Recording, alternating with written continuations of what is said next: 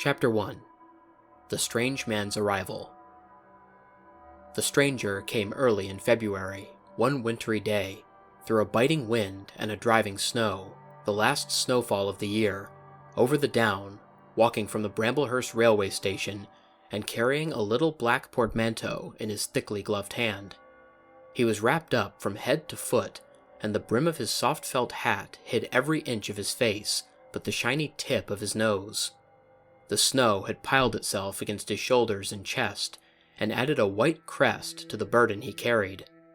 He staggered into the coach and horses more dead than alive, and flung his portmanteau down. "A fire!" he cried. "In the name of human charity, a room and a fire!" He stamped and shook the snow from off himself in the bar, and followed Mrs. Hall into her guest parlor to strike his bargain. And with that much introduction, that and a couple of sovereigns flung upon the table, he took up his quarters in the inn. Mrs. Hall lit the fire and left him there while she went to prepare him a meal with her own hands. A guest to stop at Iping in the winter-time was an unheard-of piece of luck, let alone a guest who was no haggler, and she was resolved to show herself worthy of her good fortune. As soon as the bacon was well under way, and Milly, her lymphatic maid, had been brisked up a bit by a few deftly chosen expressions of contempt, she carried the cloth, plates, and glasses into the parlor and began to lay them with the utmost éclat. Although the fire was burning up briskly, she was surprised to see that her visitor still wore his hat and coat, standing with his back to her and staring out of the window at the falling snow in the yard. His gloved hands were clasped behind him, and he seemed to be lost in thought. She noticed that the melting snow that still sprinkled his shoulders dripped upon her carpet. "Can I take your hat and coat, sir?" she said. "And give them a good dry in the kitchen?" "No," he said, without turning. She was not sure she had heard him, and was about to repeat her question. He turned his head and looked at her over his shoulder. "I prefer to keep them on," he said with emphasis, and she noticed that he wore big blue spectacles with sidelights, and had a bush side whisker over his coat collar that completely hid his cheeks and face. "Very well, sir," she said. "As you like. In a bit, the room will be warmer." He made no answer, and had turned his face away from her again, and Mrs. Hall, feeling that her conversational advances were ill-timed, laid the rest of the table things in a quick staccato and whisked out of the room. When she returned, he was still standing there, like a man of stone, his back hunched, his collar turned up, his dripping hat brim turned down, hiding his face and ears completely. She put down the eggs and bacon with considerable emphasis, and called, rather than said to him, "Your lunch is served, sir." "Thank you," he said at the same time, and did not stir until she was closing the door. Then he swung round and approached the table with a certain eager quickness. As she went behind the bar to the kitchen, she heard a sound repeated at regular intervals. Chirk, chirk, chirk, it went, the sound of a spoon being rapidly whisked round a basin. "That girl," she said. "There. I clean forgot it. It's her being so long." And while she herself finished mixing the mustard, she gave Milly a few verbal stabs for her excessive slowness. She had cooked the ham and eggs, laid the table, and done everything, while Milly, help indeed, had only succeeded in delaying the mustard, and him a new guest and wanting to stay. Then she filled the mustard pot, and putting it with a certain stateliness upon a gold and black tea tray, carried it into the parlor. She rapped and entered promptly. As she did so, her visitor moved quickly, so that she got but a glimpse of a white object disappearing behind the table. It would seem he was picking something from the floor. She rapped down the mustard pot on the table, and then she noticed the overcoat and hat had been taken off and put over a chair in front of the fire, and a pair of wet boots threatened rust to her steel fender. She went to these things resolutely. "I suppose I may have them to dry now," she said, in a voice that brooked no denial. "Leave the hat," said her visitor in a muffled voice, and turning, she saw he had raised his head and was sitting and looking at her. For a moment she stood, gaping at him, too surprised to speak.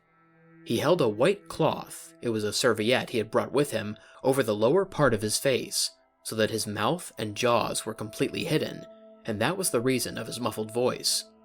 But it was not that which startled Mrs. Hall. It was the fact that all his forehead above his blue glasses was covered by a white bandage, and that another covered his ears, leaving not a scrap of his face exposed, excepting only his pink, peaked nose. It was bright, pink, and shiny, just as it had been at first. He wore a dark brown velvet jacket, with a high, black, linen-lined collar turned up about his neck. The thick, black hair, escaping as it could below and between the cross bandages, projected in curious tails and horns, giving him the strangest appearance conceivable. This muffled and bandaged head was so unlike what she had anticipated that, for a moment, she was rigid. He did not remove the serviette, but remained holding it, as she saw now, with a brown gloved hand, and regarding her with his inscrutable blue glasses. "Leave the hat," he said, speaking very distinctly through the white cloth. Her nerves began to recover from the shock they had received. She placed the hat on the chair again by the fire. I didn't know, sir, she began. That... And she stopped, embarrassed. "Thank you," he said dryly, glancing from her to the door, and then at her again. I'll have them nicely dried, sir, at once, she said, and carried his clothes out of the room. She glanced at his white-swathed head and blue goggles again as she was going out of the door, but his napkin was still in front of his face. She shivered a little as she closed the door behind her, and her face was eloquent of her surprise and perplexity. I never... she whispered. There. She went quite softly to the kitchen, and was too preoccupied to ask Millie what she was messing about with now when she got there. The visitor sat and listened to her retreating feet. He glanced inquiringly at the window before he removed his serviette and resumed his meal. He took a mouthful, glanced suspiciously at the window, took another mouthful, then rose, and, taking the serviette in his hand, walked across the room and pulled the blind down to the top of the white muslin that obscured the lower panes. This left the room in a twilight. This done, he returned with an easier air to the table and his meal. The poor souls had an accident, or an operation, or something, said Mrs. Hall. What had turned them bandages to give me, to be sure? She put on some more coal, unfolded the clothes horse, and extended the traveller's coat upon this. And they goggles. Why, he looked more like a diving helmet than a human man. She hung his muffler on a corner of the horse. And holding that handkerchief over his mouth all the time, talking through it. Perhaps his mouth was hurt too, maybe. She turned round, as one who suddenly remembers. Bless my soul alive, she said, going off at a tangent. Ain't you done them taters yet, Millie? When Mrs. Hall went to clear away the stranger's lunch, her idea that his mouth must also have been cut or disfigured in the accident she supposed him to have suffered was confirmed, for he was smoking a pipe, and all the time that she was in the room, he never loosened the silk muffler he had wrapped round the lower part of his face to put the mouthpiece to his lips. Yet it was not forgetfulness, for she saw he glanced at it as it smoldered out. He sat in the corner with his back to the window blind, and spoke now, having eaten and drunk and being comfortably warmed through, with less aggressive brevity than before. The reflection of the fire lent a kind of red animation to his big spectacles they had lacked hitherto. "I have some luggage," he said, "at Bramblehurst Station." And he asked her how he could have it sent. He bowed his bandaged head quite politely in acknowledgement of her explanation. "Tomorrow," he said. "There is no speedier delivery?" And seemed quite disappointed when she answered, No. Was she quite sure? No man with a trap who would go over? Mrs. Hall, nothing loath, answered his questions and developed a conversation. It's a steep road by the down, sir, she said, in answer to the question about a trap, and then, snatching at an opening, said, It was their carriage upsettled, a year ago and more, a gentleman killed, besides his coachman. Accidents, sir, happen in a moment, don't they? but the visitor was not to be drawn so easily. They do, he said through his muffler, eyeing her quietly through his impenetrable glasses. But they take long enough to get well, don't they? There was my sister's son, Tom. Just cut his arm with a scythe. Tumbled on it in the hayfield. And bless me, he was 3 months tied up, sir. You'd hardly believe it. It's regular giving me a fear of a scythe, sir. I can quite understand that, said the visitor. He was afraid, one time, that he'd have to have an operation. It was that bad, sir. The visitor laughed abruptly, a bark of a laugh that he seemed to bite and kill in his mouth. Was he? He said. He was, sir. And no laughing matter to them, as had the doing for him. As I had, me sister being took up with her little ones so much. There was bandages to do, sir, and bandages to undo, so that if I may make so bold as to say it, sir. Will you get me some matches? Said the visitor, quite abruptly. My pipe is out. Mrs. Hall was pulled up suddenly. It was certainly rude of him, after telling him all she had done. She gasped at him for a moment, and remembered the 2 sovereigns. She went for the matches. Thanks, he said concisely as she put them down, and turned his shoulder upon her and stared out of the window again. It was altogether too discouraging. Evidently, he was sensitive on the topic of operations and bandages. She did not make so bold as to say, however, after all, but his snubbing way had irritated her, and Millie had a hot time of it that afternoon. The visitor remained in the parlor until 4 o'clock without giving the ghost of an excuse for an intrusion. For the most part, he was quite still during that time. It would seem he sat in the growing darkness, smoking in the firelight, perhaps dozing. Once or twice, a curious listener might have heard him at the coals, and for the space of 5 minutes, he was audible pacing the room. He seemed to be talking to himself. Then the armchair creaked as he sat down again.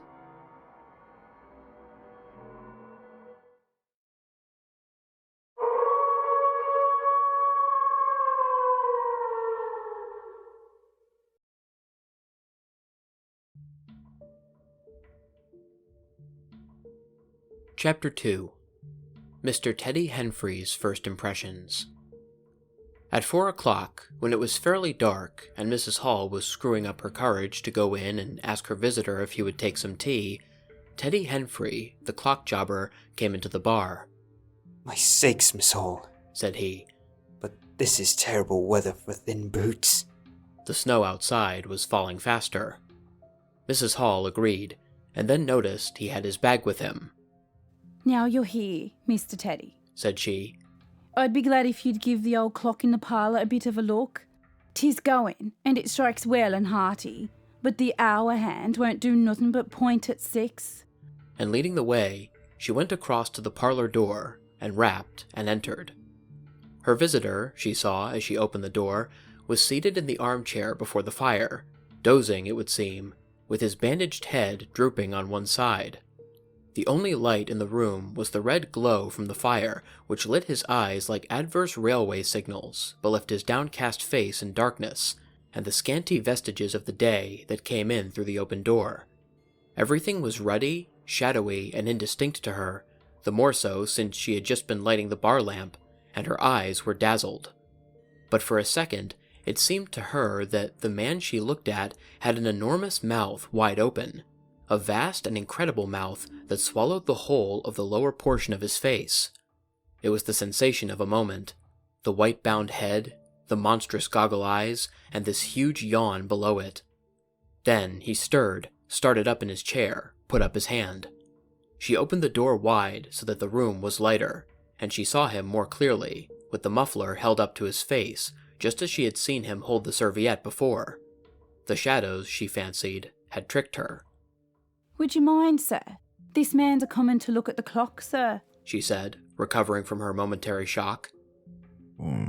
Look at the clock, he said, staring round in a drowsy manner and speaking over his hand, and then, getting more fully awake, Certainly. Mrs. Hall went away to get a lamp, and he rose and stretched himself.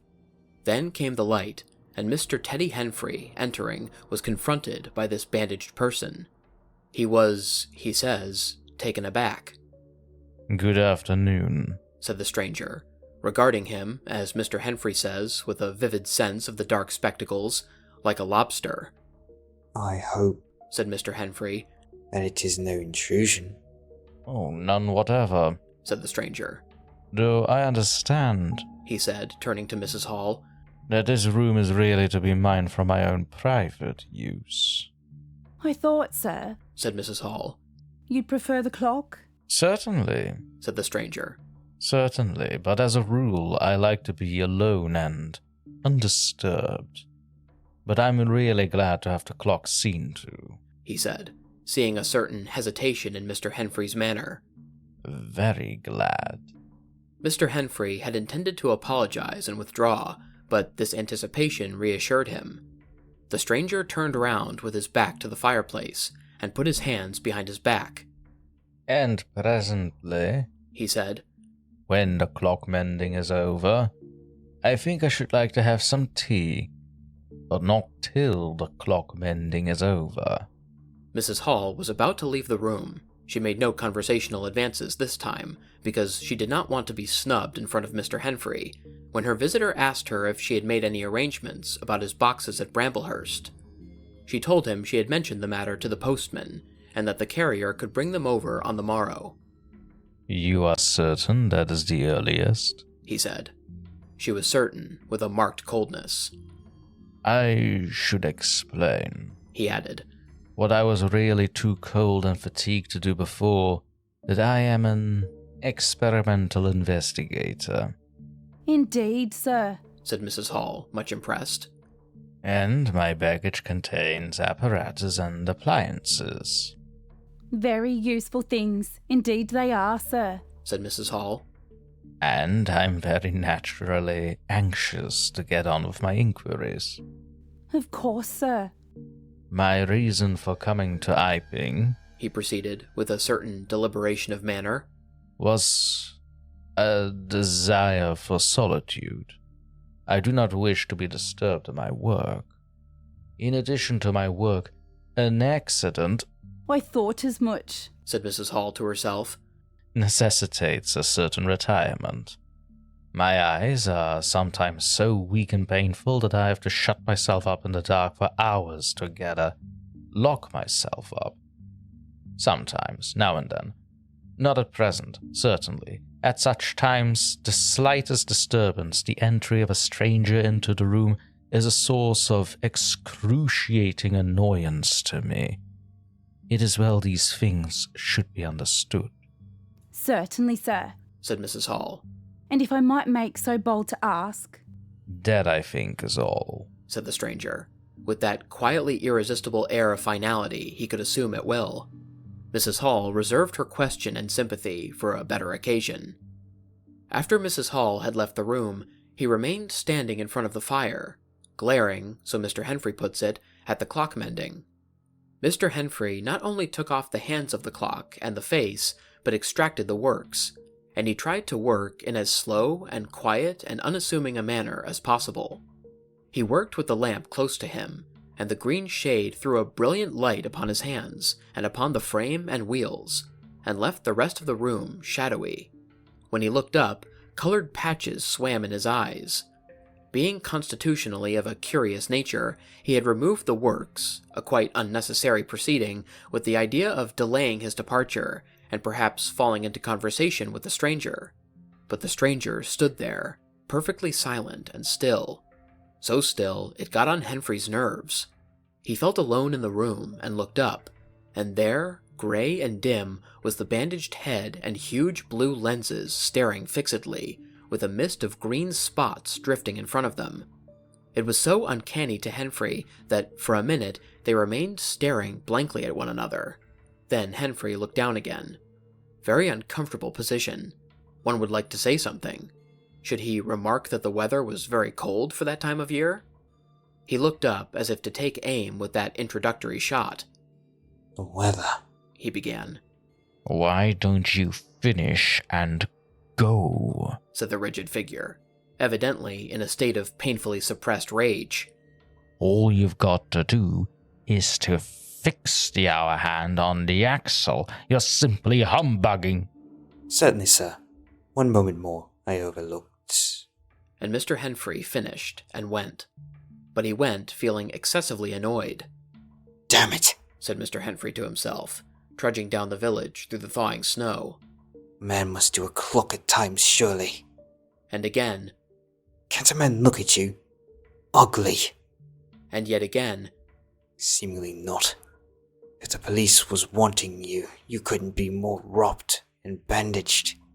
At Gleason's corner, he saw Hall, who had recently married the stranger's hostess at the Coach and Horses, and who now drove the Iping conveyance, when occasional people required it, to Sidderbridge Junction, coming towards him on his return from that place. Hall had evidently been stopping a bit at Sidderbridge, to judge by his driving. "How do, Teddy?" he said, passing. You've got to run up home, said Teddy. Hall very sociably pulled up. "What's that?" he asked. Rum-looking customers stopping at the Coach and Horses, said Teddy. My sakes! And he proceeded to give Hall a vivid description of his grotesque guest. Looks a bit like a disguise, don't it? I'd like to see a man's face if I had had him stopping in my place, said Henfrey. But women are that trustful, as strangers are concerned. They took your rooms, and you ain't even given a name, Hall. "You don't say so," said Hall, who was a man of sluggish apprehension. Yes, said Teddy. By the week, whatever he is, you can't get rid of him under the week. And he's got a lot of luggage coming tomorrow. So he says. Let's hope it won't be stones and boxes, Hall. He told Hall how his aunt at Hastings had been swindled by a stranger with empty portmanteau. Altogether, he left Hall vaguely suspicious. "Get up, old girl," said Hall. "I suppose I must see about this." Teddy trudged on his way, with his mind considerably relieved. Instead of seeing about it, however, Hall, on his return, was severely rated by his wife on the length of time he had spent in Sidderbridge, and his mild inquiries were answered snappishly and in a manner not to the point. But the seed of suspicion Teddy had sown germinated in the mind of Mr. Hall in spite of these discouragements. "You women don't know everything," said Mr. Hall, resolved to ascertain more about the personality of his guest at the earliest possible opportunity. And after the stranger had gone to bed, which he did about 9:30, Mr. Hall went very aggressively into the parlor, and looked very hard at his wife's furniture, just to show that the stranger wasn't master there, and scrutinized closely and a little contemptuously a sheet of mathematical computations the stranger had left. When retiring for the night, he instructed Mrs. Hall to look very closely at the stranger's luggage when it came next day. "You mind your own business, Hall," said Mrs. Hall. "and I'll mind mine." She was all the more inclined to snap at Hall because the stranger was undoubtedly an unusually strange sort of stranger, and she was by no means assured about him in her own mind. In the middle of the night, she woke up dreaming of huge white heads like turnips that came trailing after her, at the end of interminable necks and with vast black eyes. But being a sensible woman, she subdued her terrors and turned over and went to sleep again.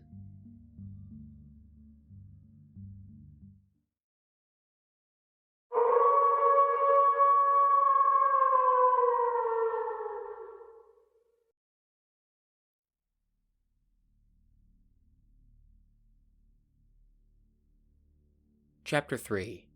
The 1001 Bottles. So it was that on the 29th of February, at the beginning of the thaw, this singular person fell out of infinity into Iping village. Next day, his luggage arrived through the slush, and very remarkable luggage it was. There were a couple of trunks indeed, such as a rational man might need, but in addition, there were a box of books, big fat books, of which some were just in an incomprehensible handwriting, and a dozen or more crates, boxes, and cases containing objects packed in straw, as it seemed to Hall, tugging with a casual curiosity at the straw, glass bottles. The stranger, muffled in hat, coat, Gloves, and wrapper came out impatiently to meet Ferenside's cart, while Hall was having a word or so of gossip preparatory to helping bring them in. Out he came, not noticing Ferenside's dog, who was sniffing in a dilettante spirit at Hall's legs. "Come along with those boxes," he said. "I've been waiting long enough." And he came down the steps towards the tail of the cart, as if to lay hands on the smaller crate. No sooner had Ferenside's dog caught sight of him, however, than it began to bristle and growl savagely, and when he rushed down the steps, it gave an undecided hop, and then sprang straight at his hand. What? Cried Hall, jumping back, for he was no hero with dogs, and Ferenside howled, "Lie down," and snatched his whip. They saw the dog's teeth had slipped the hand, heard a kick, saw the dog execute a flanking jump and get home on the stranger's leg, and heard the rip of his trousering. Then the finer end of Ferenside's whip reached his property, and the dog, yelping with dismay, retreated under the wheels of the wagon. It was all the business of a swift half-minute. No one spoke, everyone shouted. The stranger glanced swiftly at his torn glove and at his leg, made as if he would stoop to the ladder, then turned and rushed swiftly up the steps into the inn. They heard him go headlong across the passage and up the uncarpeted stairs to his bedroom. "You brute, you," said Ferenside, climbing off the wagon with his whip in his hand, while the dog watched him through the wheel. "Come here," said Ferenside. "You'd better." Hall had stood, gaping. He was bit, said Hall. I'd better go see to him. And he trotted after the stranger. He met Mrs. Hall in the passage. Carrier's dog, he said. Bitten.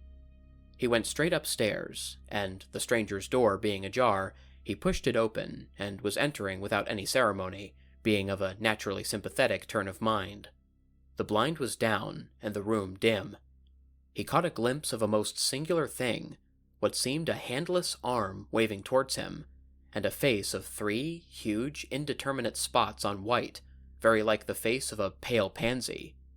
Then he was struck violently in the chest, hurled back, and the door slammed in his face and locked. It was so rapid that it gave him no time to observe. A waving of indecipherable shapes, a blow, and a concussion. There he stood on the dark little landing, wondering what it might be that he had seen. A couple of minutes after, he rejoined the little group that had formed outside the coach and horses. There was Ferenside, telling about it all over again for the second time. There was Mrs. Hall, saying his dog didn't have no business to bite her guests. There was Huckster, the general dealer from over the road, interrogative, and Sandy Wadgers from the forge, judicial, besides women and children, all of them saying fatuities. "Wouldn't let 'em bite me. I knows." "'Tisn't right to have such dogs." "What are you batting for, then?" And so forth. Mr. Hall, staring at them from the steps and listening, found it incredible that he had seen anything so very remarkable happen upstairs. Besides, his vocabulary was altogether too limited to express his impressions. "He don't want no help, he says," he said, in answer to his wife's inquiry. "We'd better be a-taking his luggage in." "You ought to have it cauterized at once," said Mr. Huckster. "especially if it's at all inflamed." "I'd shoot 'em. That's what I'd do," said a lady in the group. Suddenly, the dog began growling again. "Come along," cried an angry voice in the doorway, and there stood the muffled stranger, with his collar turned up and his hat brim bent down. "The sooner you get those things in, the better I'll be pleased." It is stated by an anonymous bystander that his trousers and gloves had been changed. "Was you hurt, sir?" said Ferenside. "I'm rare sorry the dog." "Not a bit," said the stranger. "Never broke the skin. Hurry up with those things." He then swore to himself, so Mr. Hall asserts. Directly the first crate was, in accordance with his directions, carried into the parlor, the stranger flung himself upon it with extraordinary eagerness and began to unpack it, scattering the straw with an utter disregard of Mrs. Hall's carpet. And from it he began to produce bottles, little fat bottles containing powders, small and slender bottles containing colored and white fluids, fluted blue bottles labeled poison, bottles with round bodies and slender necks, large green glass bottles, large white glass bottles, bottles with glass stoppers and frosted labels, bottles with fine corks, bottles with bungs, bottles with wooden caps, wine bottles, salad oil bottles, putting them in rows on the chiffonier, on the mantel, on the table under the window, round the floor, on the bookshelf, everywhere. The chemist's shop in Bramblehurst could not boast half so many. Quite a sight it was. Crate after crate yielded bottles, until all 6 were empty and the table high with straw. The only things that came out of these crates, besides the bottles, were a number of test tubes and a carefully packed balance. And directly the crates were unpacked, the stranger went to the window and set to work, not troubling in the least about the litter of straw, the fire which had gone out, the box of books outside, nor for the trunks and other luggage that had gone upstairs. When Mrs. Hall took his dinner into him, he was already so absorbed in his work, pouring little drops out of the bottles into test tubes, that he did not hear her until she had swept away the bulk of the straw and put the tray on the table, with some little emphasis perhaps, seeing the state that the floor was in. Then he half turned his head, and immediately turned it away again. But she saw he had removed his glasses. They were beside him on the table, and it seemed to her that his eye sockets were extraordinarily hollow. He put on his spectacles again, and then turned and faced her. She was about to complain of the straw on the floor, when he anticipated her. "I wish you wouldn't come in without knocking," he said, in the tone of abnormal exasperation that seemed so characteristic of him. I knocked, but seemingly. Perhaps you did. But in my investigations, my really very urgent and necessary investigations, the slightest disturbance, the jar of a door, I must ask you. Certainly, sir. You can turn the lock if you like that, any time. A very good idea, said the stranger. This straw, sir, if I might make so bold as to remark. Don't. If the straw makes trouble, put it down in the bill. And he mumbled at her, words suspiciously like curses. He was so odd, standing there, so aggressive and explosive, bottle in one hand and test tube in the other, that Mrs. Hall was quite alarmed. But she was a resolute woman. In which case, I should like to know, sir, what you consider. A shilling. Put down a shilling. Surely a shilling is enough. So be it, said Mrs. Hall, taking up the tablecloth and beginning to spread it over the table. If you're satisfied, of course. He turned and sat down, with his coat collar toward her. All the afternoon he worked with the door locked, and, as Mrs. Hall testifies, for the most part in silence. But once there was a concussion and a sound of bottles ringing together as though the table had been hit, and the smash of a bottle flung violently down, and then a rapid pacing athwart the room. Fearing something was the matter, she went to the door and listened, not caring to knock. I can't go on, he was raving. I can't go on. 300,000, 400,000, a huge multitude cheated. All my life it may take me. Patience, patience indeed. Fool, fool! There was a noise of hobnails on the bricks in the bar, and Mrs. Hall had, very reluctantly, to leave the rest of his soliloquy. When she returned, the room was silent again, save for the faint crepitation of his chair and the occasional clink of a bottle. It was all over. The stranger had resumed work. When she took in his tea, she saw broken glass in the corner of the room under the concave mirror, and a golden stain that had been carelessly wiped. She called attention to it. Put it down in the bill, snapped her visitor. For God's sake, don't worry me. If there's damage done, put it down in the bill. And he went on, ticking a list in the exercise book before him. I'll tell you something, said Ferenside mysteriously. It was late in the afternoon, and they were in the little beer shop of Iping Hanger. Well, said Teddy Henfrey. This chap you speaking of, well, my dog bit. Well, he's black. Leastways, his legs are. I see through the tear of his trousers and the tear of his glove. You'd expect some sort of pinky to show, wouldn't you? Well, there wasn't none. Just blackness. I'd tell you he's as black as my hat. My sakes, said Henfrey. It's a rummy case altogether. Why, his nose is as pink as paint. That's true, said Ferenside. I knows that. And I'll tell you what I'm thinking. That Mar's a piebald, Teddy. Black here and white there, in patches. And he's ashamed of it. He's kind of a half-breed, and the colors come off patchy instead of mixing. I've heard of such things before, and it's the common way of the horses, as anyone could see.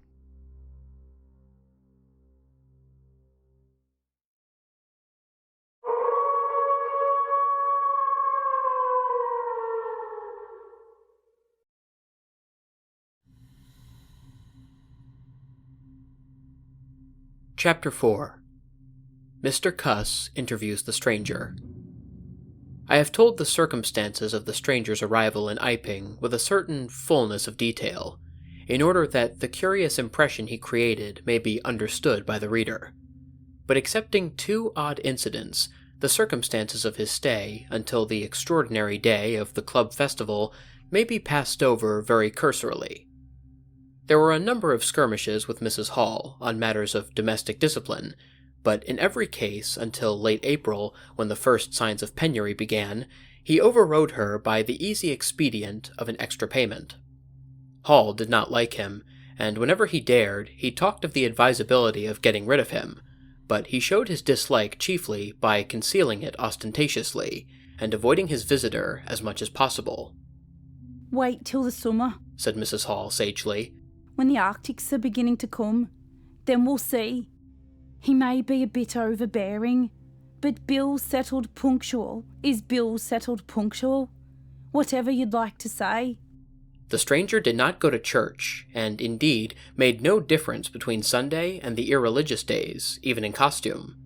He worked, as Mrs. Hall thought, very fitfully. Some days he would come down early and be continuously busy. On others he would rise late, pace his room, fretting audibly for hours together, smoke, and sleep in the armchair by the fire. Communication with the world beyond the village he had none. His temper continued very uncertain. For the most part, his manner was that of a man suffering under almost unendurable provocation, and once or twice things were snapped, torn, crushed, or broken in spasmodic gusts of violence. He seemed under a chronic irritation of the greatest intensity.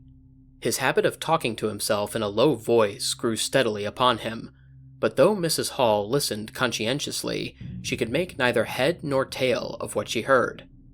He rarely went abroad by daylight, but at twilight he would go out muffled up invisibly, whether the weather was cold or not, and he chose the loneliest paths and those most overshadowed by trees and banks. His goggling spectacles and ghastly bandaged face under the penthouse of his hat came with a disagreeable suddenness out of the darkness upon 1 or 2 home-going laborers, and Teddy Henfrey, tumbling out of the scarlet coat one night 9:30, was scared shamefully by the stranger's skull-like head he was walking hat in hand, lit by the sudden light of the opened inn door. Such children as saw him at nightfall dreamt of bogies, and it seemed doubtful whether he disliked boys more than they disliked him, or the reverse, but there was certainly a vivid enough dislike on either side. It was inevitable that a person of so remarkable an appearance and bearing should form a frequent topic in such a village as Iping. Opinion was greatly divided about his occupation. Mrs. Hall was sensitive on the point. When questioned, she explained very carefully that he was an experimental investigator, going gingerly over the syllables as one who dreads pitfalls. When asked what an experimental investigator was, she would say with a touch of superiority that most educated people knew such things as that, and would thus explain that he discovered things. Her visitor had had an accident, she said, which temporarily discolored his face and hands, and being of a sensitive disposition, he was averse to any public notice of the fact. Out of her hearing, there was a view largely entertained that he was a criminal trying to escape from justice by wrapping himself up so as to conceal himself altogether from the eye of the police. This idea sprang from the brain of Mr. Teddy Henfrey. No crime of any magnitude dating from the middle or end of February was known to have occurred. Elaborated in the imagination of Mr. Gould, the probationary assistant in the National School, this theory took the form that the stranger was an anarchist in disguise, preparing explosives, and he resolved to undertake such detective operations as his time permitted. These consisted for the most part in looking very hard at the stranger whenever they met, or in asking people who had never seen the stranger leading questions about him, but he detected nothing. Another school of opinion followed Mr. Ferenside, and either accepted the piebald view or some modification of it, as, for instance, Silas Durgan, who was heard to assert that if he chooses to show himself at fairs, he'd make his fortune in no time, and, being a bit of a theologian, compared the stranger to the man with the one talent. Yet another view explained the entire matter by regarding the stranger as a harmless lunatic. That had the advantage of accounting for everything straight away. Between these main groups, there were waverers and compromisers. Sussex folk have few superstitions, and it was only after the events of early April that the thought of the supernatural was first whispered in the village. Even then, it was only credited among the women folk. But whatever they thought of him, people in Iping, on the whole, agreed in disliking him.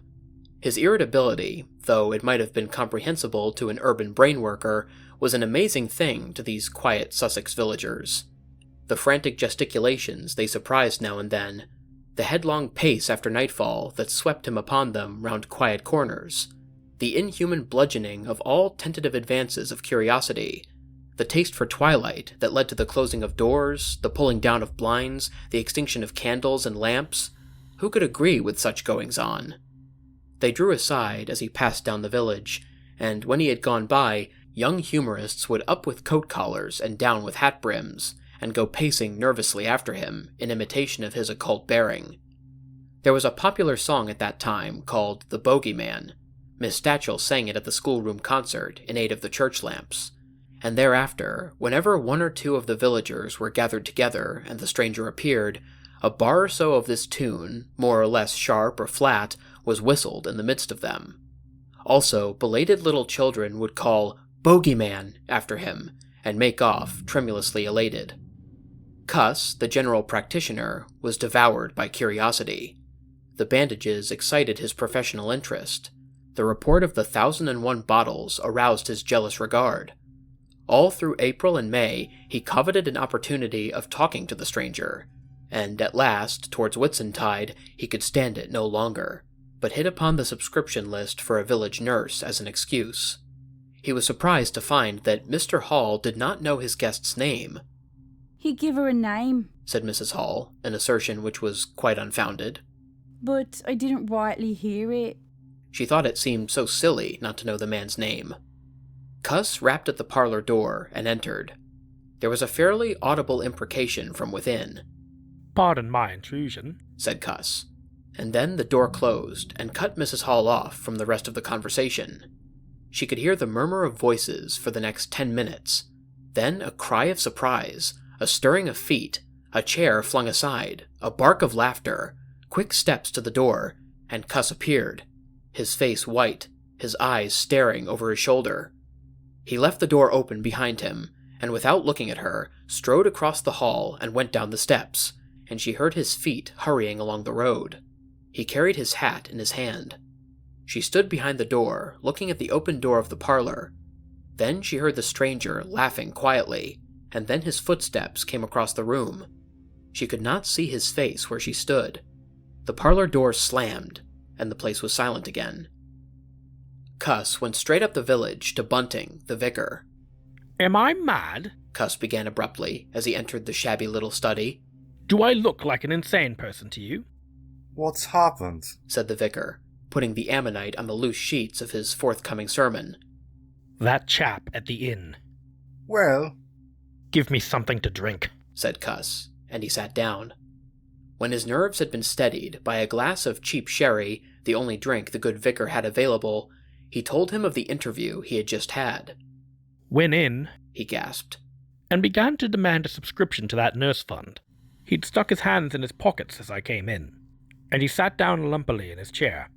Sniffed. I told him I heard that he took an interest in scientific things. He said yes, sniffed again, kept on sniffing the whole time. Evidently recently caught an infernal cold. No wonder, wrapped up like that. I developed the nurse idea, and all the while kept my eyes open. Bottles, chemicals everywhere. Balance, test tubes in stands. and a smell of evening primrose. Would he subscribe? Said he'd consider it. Asked him point blank. Was he researching? Said he was. A long research. Got quite cross. A damnable long research, said he, blowing the cork out, so to speak. Oh, said I. And out came the grievance. The man was just on the boil, and my question boiled him over. He had been given a prescription, most valuable prescription, for what he wouldn't say. Was it medical? Damn you, what are you fishing after? I apologized. Dignified sniff and cough, he resumed. He read it. 5 ingredients. Put it down, turned his head. Draft of air from the window lifted the paper. Swish, rustle. He was working in a room with an open fireplace, he said. Saw a flicker, and there was the prescription. Burning and lifting chimneyward. Rushed towards it as he whisked up the chimney. So, just at that point, to illustrate his story, out came his arm. Well? No hand. Just an empty sleeve. Lord, I thought, that's a deformity.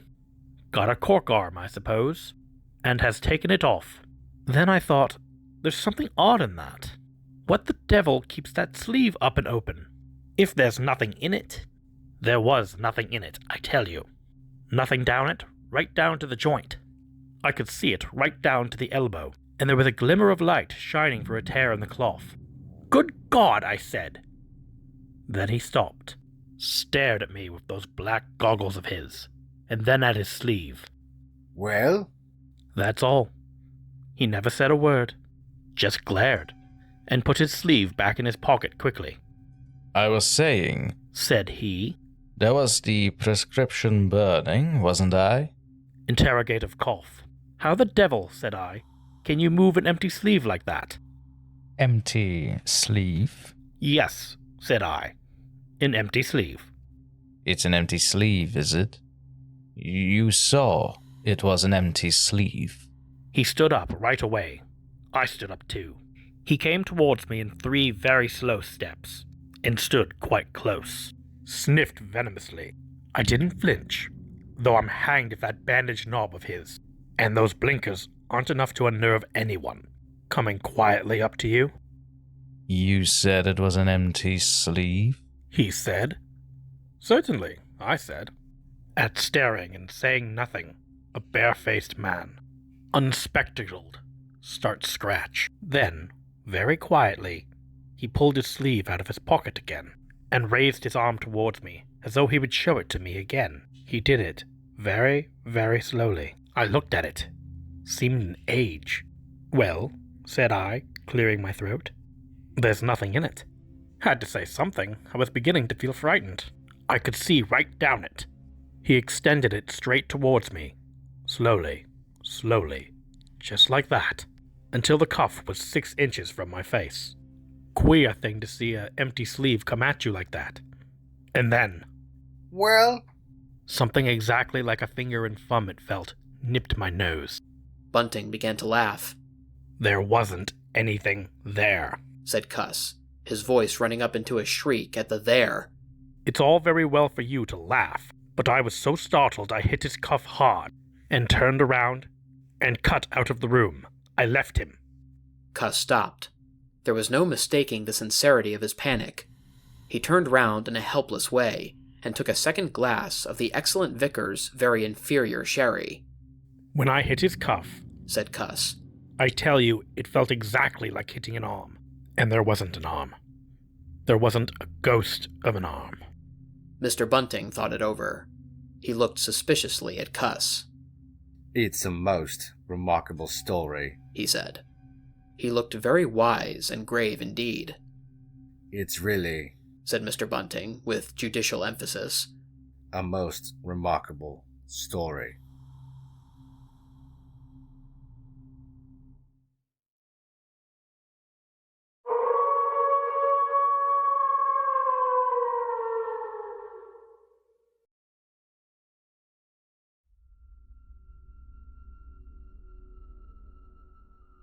Chapter 5. The Burglary at the Vicarage. The facts of the burglary at the Vicarage came to us chiefly through the medium of the vicar and his wife. It occurred in the small hours of Whit Monday, the day devoted in Iping to the club festivities. Mrs. Bunting, it seems, woke up suddenly in the stillness that comes before the dawn, with the strong impression that the door of their bedroom had opened and closed. She did not arouse her husband at first, but sat up in bed, listening. She then distinctly heard the pad-pad-pad of bare feet coming out of the adjoining dressing room and walking along the passage towards the staircase. As soon as she felt assured of this, she aroused the Reverend Mr. Bunting as quietly as possible. He did not strike a light, but putting on his spectacles, her dressing gown, and his bath slippers, he went out on the landing to listen. He heard quite distinctly a fumbling going on at his study desk downstairs, and then a violent sneeze. At that, he returned to his bedroom, armed himself with the most obvious weapon, the poker, and descended the staircase as noiselessly as possible. Mrs. Bunting came out on the landing. The hour was about 4, and the ultimate darkness of the night was past. There was a faint shimmer of light in the hall, but the study doorway yawned impenetrably black.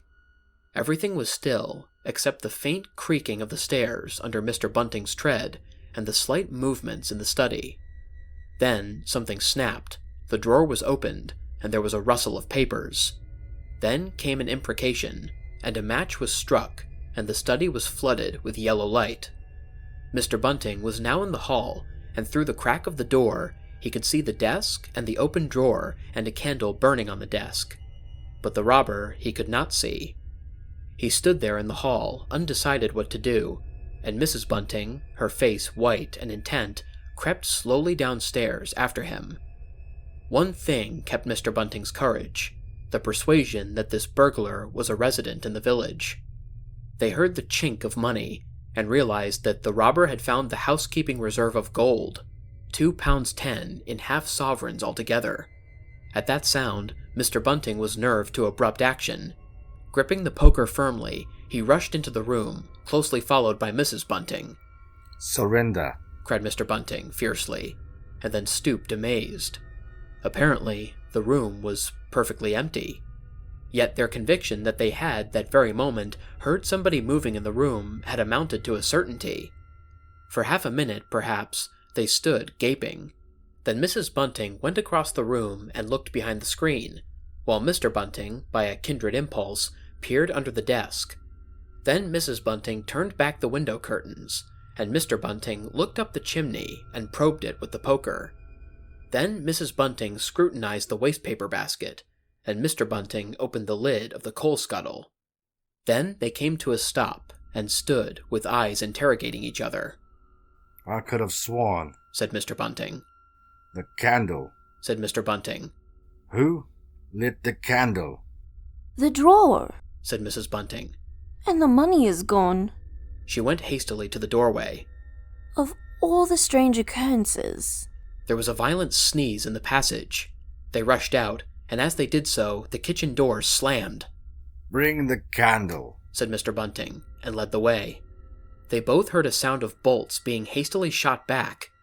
As he opened the kitchen door, he saw through the scullery that the back door was just opening, and the faint light of early dawn displayed the dark masses of the garden beyond. He is certain that nothing went out of the door. It opened, stood open for a moment, and then closed with a slam. As it did so, the candle Mrs. Bunting was carrying from the study flickered and flared. It was a minute or more before they entered the kitchen.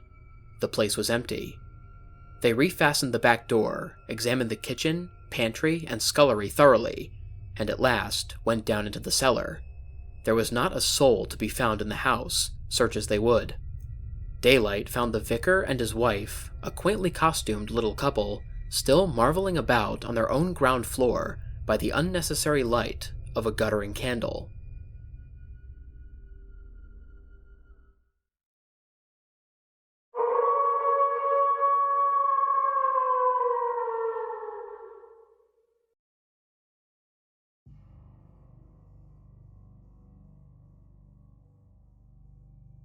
Chapter 6.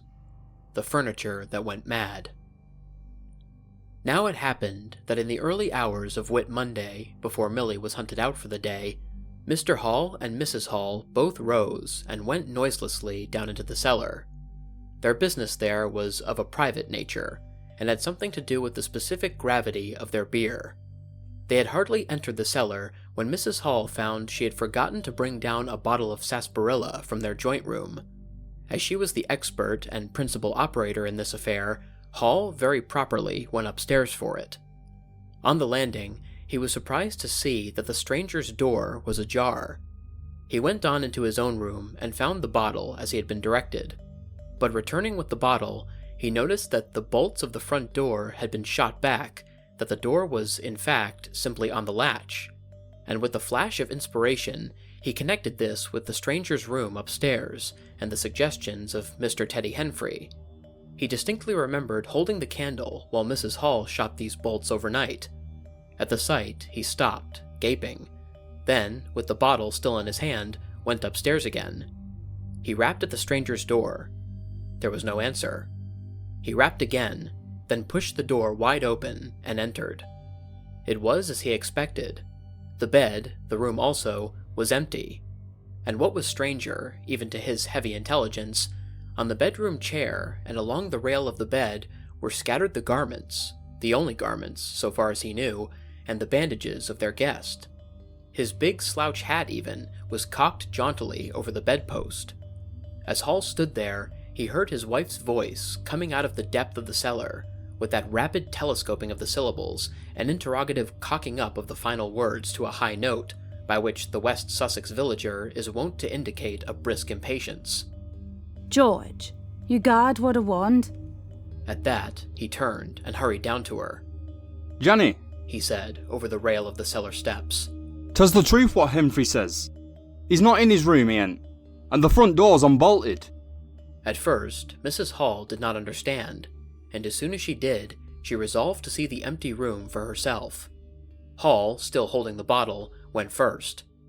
If he ain't there, he said, his clothes are. And what's he doing out his clothes then? 'Tis a most curious business. As they came up the cellar steps, they both, it was afterwards ascertained, fancied they heard the front door open and shut, but seeing it closed and nothing there, neither said a word to the other about it at the time. Mrs. Hall passed her husband in the passage and ran on first upstairs. Someone sneezed on the staircase. Hall, following 6 steps behind, thought that he heard her sneeze. She, going on first, was under the impression that Hall was sneezing. She flung open the door and stood regarding the room. Of all the curious, she said. She heard a sniff close behind her head, as it seemed, and turning, was surprised to see Hall a dozen feet off on the topmost stair, but in another moment he was beside her. She bent forward and put her hand on the pillow, and then under the clothes. Cold, she said. He's been up this hour or more. As she did so, a most extraordinary thing happened. The bedclothes gathered themselves together, leapt up suddenly into a sort of peak, and then jumped headlong over the bottom rail. It was exactly as if a hand had clutched them in the center and flung them aside. Immediately after, the stranger's hat hopped off the bedpost, described a whirling flight in the air through the better part of a circle, and then dashed straight at Mrs. Hall's face. Then, as swiftly, came the sponge from the washstand, and then the chair, flinging the stranger's coat and trousers carelessly aside, and laughing dryly, in a voice singularly like the stranger's, turned itself up with its 4 legs at Mrs. Hall, seemed to take aim at her for a moment, and charged at her. She screamed and turned, and then the chair legs came gently but firmly against her back, and impelled her and Hall out of the room. The door slammed violently and was locked. The chair and bed seemed to be executing a dance of triumph for a moment, and then, abruptly, everything was still. Mrs. Hall was left almost in a fainting condition in Mr. Hall's arms on the landing. It was with great difficulty that Mr. Hall and Millie, who had been roused by her scream of alarm, succeeded in getting her downstairs and applying the restoratives customary in such cases. "'Tas spirits," said Mrs. Hall. "I know 'tas spirits. I've read in papers of 'em. Tables and chairs, leaping and dancing." Take a drop more, Janny, said Hall. 'Twill steady you. Lock him out. said Mrs. Hall. Don't let him come in again. I half guessed. I might have known. With them goggling eyes and bandaged head, and never going to church of a Sunday, and all their bottles. More, and it's right for anyone to have. He's put the spirits into the furniture. My good old furniture. 'Twas in that very chair my poor dear mother used to sit when I was a little girl. To think it should rise up against me now. Just a drop more, Janny, said Hall. Your nerves is all upset. They sent Millie across the street through the golden 5 o'clock sunshine to rouse up Mr. Sandy Wadgers, the blacksmith. Mr. Hall's compliments, and the furniture upstairs was behaving most extraordinary. Would Mr. Wadgers come round? He was a knowing man, was Mr. Wadgers, and very resourceful. He took quite a grave view of the case. I'm damned if that ain't witchcraft, was the view of Mr. Sandy Wadgers. You on horseshoes for such gentry as he? He came round greatly concerned. They wanted him to lead the way upstairs to the room, but he didn't seem to be in any hurry. He preferred to talk in the passage. Over the way, Huckster's apprentice came out and began taking down the shutters of the tobacco window. He was called over to join the discussion. Mr. Huckster naturally followed over in the course of a few minutes. The Anglo-Saxon genius for parliamentary government asserted itself. There was a great deal of talk and no decisive action. Let's have the facts first, insisted Mr. Sandy Wadgers. Let's be sure we be acting perfectly right in busting that there door open. A door on bust is always open to busting, but you can't unbust a door once you've busted in. And suddenly, and most wonderfully, the door of the room upstairs opened of its own accord, and as they looked up in amazement, they saw descending the stairs the muffled figure of the stranger, staring more blackly and blankly than ever, with those unreasonably large, blue glass eyes of his. He came down stiffly and slowly, staring all the time. He walked across the passage, staring, then stopped. Look there, he said, and their eyes followed the direction of his gloved finger, and saw a bottle of sarsaparilla hard by the cellar door. Then he entered the parlor, and suddenly, swiftly, viciously, slammed the door in their faces. Not a word was spoken until the last echoes of the slam had died away. They stared at one another. Well, if that don't lick everything, said Mr. Wadgers, and left the alternative unsaid. I'd go in and ask him about it, said Wadgers to Mr. Hall. I'd demand an explanation. It took some time to bring the landlady's husband up to that pitch. At last, he rapped, opened the door, and got as far as, Excuse me? Go to the devil, said the stranger in a tremendous voice, and shut that door after you. So that brief interview terminated.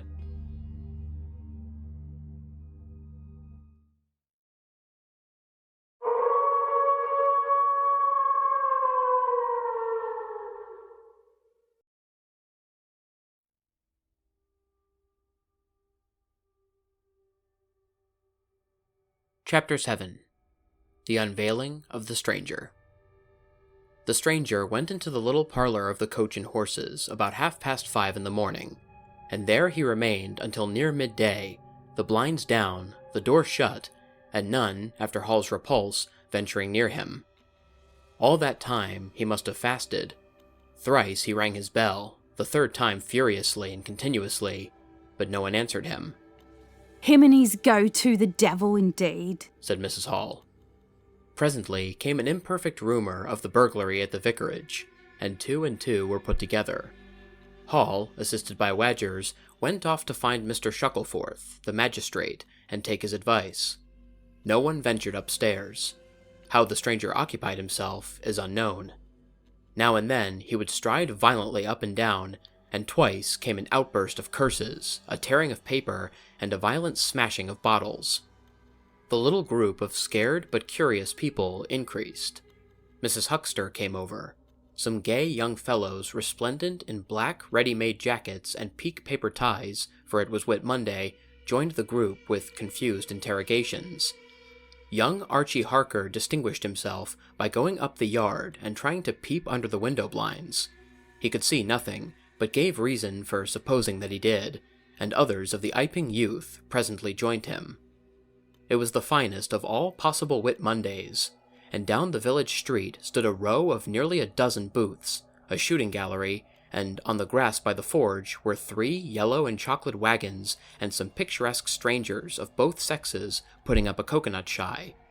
The gentlemen wore blue jerseys, the ladies white aprons, and quite fashionable hats with heavy plumes.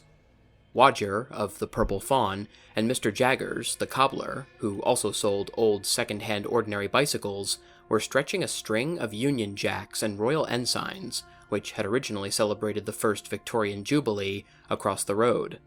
And inside, in the artificial darkness of the parlor, into which only one thin jet of sunlight penetrated, the stranger, hungry we must suppose, and fearful, hidden in his uncomfortable hot wrappings, poured through his dark glasses upon his paper, or chinked his dirty little bottles, and occasionally swore savagely at the boys, audible, if invisible, outside the windows.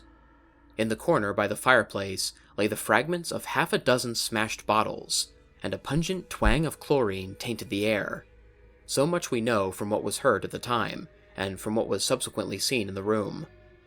About noon, he suddenly opened his parlor door, and stood glaring fixedly at the 3 or 4 people in the bar. Mrs. Hall, he said. Somebody went sheepishly and called for Mrs. Hall.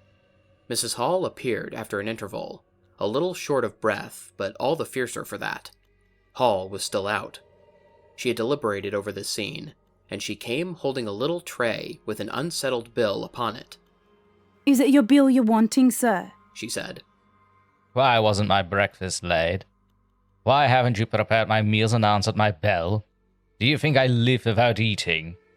"Why isn't my bill paid?" said Mrs. Hall. "That's what I want to know." I told you 3 days ago I was awaiting a remittance. "I told you 2 days ago. I wasn't going to await no remittances. You can't grumble if your breakfast waits a bit.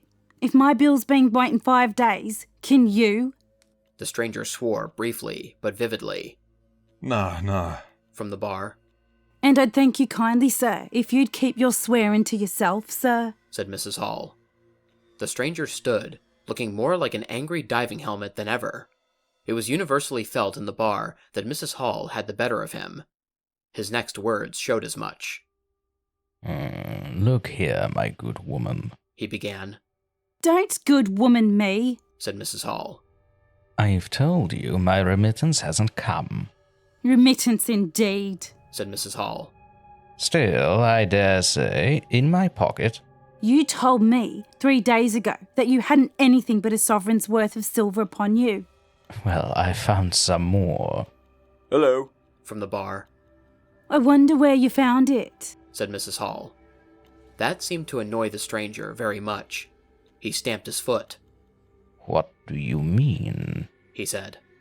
"That I wonder where you found it," said Mrs. Hall. "And before I take any bills or get any breakfasts or do any such things whatsoever, you got to tell me 1 or 2 things I don't understand, and what nobody don't understand, and what everybody is very anxious to understand. I want to know what you've been doing to my chair upstairs, and I want to know how 'tis your room was empty, and how you got in again. Them as stops in this house comes in by the doors. That's the rule of the house, and that you didn't do. And what I want to know is how did you come in, and I want to know." Suddenly, the stranger raised his gloved hands, clenched, stamped his foot, and said, "Stop!" with such extraordinary violence that he silenced her instantly. You don't understand, he said, who I am or what I am. I'll show you. By heaven, I'll show you. Then he put his open palm over his face and withdrew it. The center of his face became a black cavity. Here, he said. He stepped forward and handed Mrs. Hall something, which she, staring at his metamorphosed face, accepted automatically. Then, when she saw what it was, she screamed loudly, dropped it, and staggered back. The nose, it was the stranger's nose, pink and shining, rolled on the floor. Then he removed his spectacles, and everyone in the bar gasped. He took off his hat, and with a violent gesture, tore at his whiskers and bandages. For a moment, they resisted him. A flash of horrible anticipation passed through the bar. "Oh my God," said someone. Then off they came. It was worse than anything. Mrs. Hall, standing open-mouthed and horror-struck, shrieked at what she saw and made for the door of the house. Everyone began to move. They were prepared for scars, disfigurements, tangible horrors, but nothing. The bandages and false hair flew across the passage into the bar, making a hobbledehoy jump to avoid them. Everyone tumbled on everyone else down the steps, for the man who stood there, shouting some incoherent explanation, was a solid gesticulating figure up to the coat collar of him. And then, nothingness. No visible thing at all. People down the village heard shouts and shrieks, and looking up the street saw the coach and horses violently firing out its humanity. They saw Mrs. Hall fall down, and Mr. Teddy Henfrey jump to avoid tumbling over her. And then they heard the frightful screams of Millie, who, emerging suddenly from the kitchen at the noise of the tumult, had come upon the headless stranger from behind. These increased suddenly. Forthwith, everyone all down the street, the sweetstuff seller, coconut-shy proprietor and his assistant, the swingman, little boys and girls, rustic dandies, smart wenches, smocked elders, and aproned gypsies, began running towards the inn, and in a miraculously short space of time, a crowd of perhaps 40 people, and rapidly increasing, swayed and hooted and inquired and exclaimed and suggested in front of Mrs. Hall's establishment. Everyone seemed eager to talk at once, and the result was babble. A small group supported Mrs. Hall, who was picked up in a state of collapse. There was a conference, and the incredible evidence of a vociferous eyewitness. "Oh, Bogey. What's he been doing then?" Ain't hurt the girl, has he? Run at it with a knife, I believe. "No, Ed, I tell ye. I don't mean no manner of speaking. I mean mon without a Ed." Nonsense. 'Tis some conjuring trick. Fetched off his wrapping, he did. In its struggles to see in through the open door, the crowd formed itself into a straggling wedge, with the more adventurous apex nearest the inn. He stood for a moment. I heard the gal scream and he turned. I saw her skirts whisk, and he went after her. Didn't take 10 seconds. Back he comes with a knife in his hand and a loaf. Stood just as if he was staring. Not a moment ago. Went in their door. I tell you, ain't got no head at all. You just missed him. There was a disturbance behind, and the speaker stopped to step aside for a little procession that was marching very resolutely towards the house. First Mr. Hall, very red and determined, and then Mr. Bobby Jaffers, the village constable, and then the wary Mr. Wadgers. They had come, now armed with a warrant. People shouted conflicting information of the recent circumstances. "Ed or no Ed," said Jaffers. "I got arrestin' and restin' I will." Mr. Hall marched up the steps, marched straight to the door of the parlor, and flung it open. "Constable," he said. "Do your duty." Jaffers marched in, Hall next, Wadgers last. They saw in the dim light the headless figure facing them, with a gnawed crust of bread in one gloved hand and a chunk of cheese in the other. "That's him," said Hall. "What the devil is this?" came in a tone of angry expostulation from above the collar of the figure. "You're a damned wrong customer, mister," said Mr. Jaffers. "But Ed or no Ed, the warrant says body. And duty's duty." "Keep off," said the figure, starting back. Abruptly, he whipped down the bread and cheese, and Mr. Hall just grasped the knife on the table in time to save it. Off came the stranger's left glove, and was slapped in Jaffers' face. In another moment, Jaffers, cutting short some statement concerning a warrant, had gripped him by the handless wrist and caught his invisible throat. He got a sounding kick on the shin that made him shout, but he kept his grip. Hall sent the knife sliding along the table to Wadgers, who acted as goalkeeper for the offensive, so to speak, and then stepped forward as Jaffers and the stranger swayed and staggered towards him, clutching and hitting in. A chair stood in the way, and went aside with a crash as they came down together. "Get the feet!" said Jaffers between his teeth.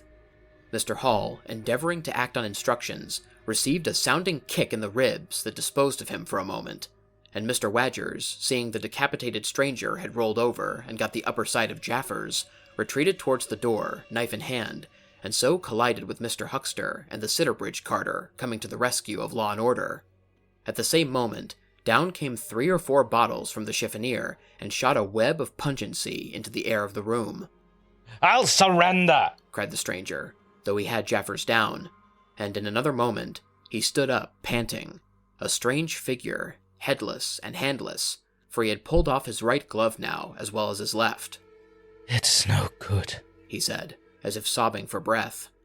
It was the strangest thing in the world to hear that voice coming as if out of empty space, but the Sussex peasants are perhaps the most matter-of-fact people under the sun. Jaffers got up also, and produced a pair of handcuffs. Then he stared. "I say," said Jaffers, brought up short by a dim realization of the incongruity of the whole business. "Darn it. Can't use 'em as I can see 'em." The stranger ran his arm down his waistcoat, and, as if by a miracle, the buttons to which his empty sleeve pointed became undone. Then he said something about his shin and stooped down. He seemed to be fumbling with his shoes and socks. "Why?" said Huckster suddenly. "That's not a man at all. It's just empty clothes. Look. You can see down his collar and the linings of his clothes. I can put my arm..." He extended his hand. It seemed to meet something in midair, and he drew it back with a sharp exclamation. "I'd wish you'd keep your fingers out of my eye," said the aerial voice, in a tone of savage expostulation. "The fact is, I'm all here, head, hands, legs, and all the rest of it, but it happens I'm invisible. It's a confounded nuisance, but I am. That's no reason why I should be poked to pieces by every stupid pumpkin in Iping, is it?" The suit of clothes, now all unbuttoned and hanging loosely upon its unseen supports, stood up, arms akimbo. Several other of the menfolks had now entered the room, so that it was closely crowded. "Invisible, eh?" said Huckster, ignoring the stranger's abuse. "Who ever heard the likes of that?" It's strange, perhaps, but it's not a crime. Why am I assaulted by a policeman in this fashion?" "Ah, that's a different matter," said Jaffers. "No doubt you're a bit difficult to see in this light, but I got a warrant and it's all correct. What I'm after ain't no invisibility. It's burglary. There's a house been broke into and money took. Well? And circumstances certainly point." "Stuff and nonsense," said the invisible man. "I hope so, sir. But I've got my instructions." "Well," said the stranger. I'll come, but no handcuffs." "It's the regular thing," said Jaffers. "No handcuffs," stipulated the stranger. "Pardon me," said Jaffers. Abruptly, the figure sat down, and before anyone could realize what was being done, the slippers, socks, and trousers had been kicked off under the table. Then he sprang up again and flung off his coat. "Oi! Hey, stop that!" said Jaffers, suddenly realizing what was happening. He gripped at the waistcoat. It struggled, and the shirt slipped out of it, and left it limp and empty in his hand. "Hold him!" said Jaffers loudly. "Once he gets the things off!" "Hold him!" cried everyone, and there was a rush at the fluttering white shirt, which was now all that was visible of the stranger. The shirt sleeve planted a shrewd blow in Hall's face that stopped his open-armed advance, and sent him backward into old Toothsome the sexton, and in another moment the garment was lifted up and became convulsed and vacantly flapping about the arms, even as a shirt that is being thrust over a man's head. Jaffers clutched at it, and only helped to pull it off. He was struck in the mouth out of the air, and incontinently threw his truncheon and smote Teddy Henfrey savagely upon the crown of his head. "Look out!" said everybody, fencing at random and hitting at nothing. "Hold him!" "Shut the door!" "Don't let him loose!" "I got something! Here he is!" A perfect babel of noises they made. Everybody, it seemed, was being hit all at once, and Sandy Wadgers, knowing as ever, and his wits sharpened by a frightful blow in the nose, reopened the door and led the rout. The others, following incontinently, were jammed for a moment in the corner by the doorway. The hitting continued. Phipps, the Unitarian, had a front tooth broken, and Henfrey was injured in the cartilage of his ear. Jaffers was struck under the jaw, and turning, caught at something that intervened between him and Huckster in the melee, and prevented their coming together. He felt a muscular chest, and in another moment, the whole mass of struggling, excited men shot out into the crowded hall. "I got him!" shouted Jaffers, choking and reeling through them all, and wrestling with purple face and swelling veins against his unseen enemy. Men staggered right and left as the extraordinary conflict swayed swiftly towards the house door and went spinning down the half-dozen steps of the inn. Jaffers cried in a strangled voice, holding tight nevertheless, and making play with his knee, spun around, and fell heavily undermost with his head on the gravel. Only then did his fingers relax. There were excited cries of, "Hold him!" "Invisible!" and so forth, and a young fellow, a stranger in the place, whose name did not come to light, rushed in at once, caught something, missed his hold, and fell over the constable's prostrate body. Halfway across the road, a woman screamed as something pushed by her. A dog, kicked apparently, yelped and ran howling into Huckster's yard, and with that, the transit of the invisible man was accomplished. For a space, people stood, amazed and gesticulating, and then came panic, and scattered them abroad through the village, as a gust scatters dead leaves. But Jaffers lay quite still, face upward and knees bent, at the foot of the steps of the inn.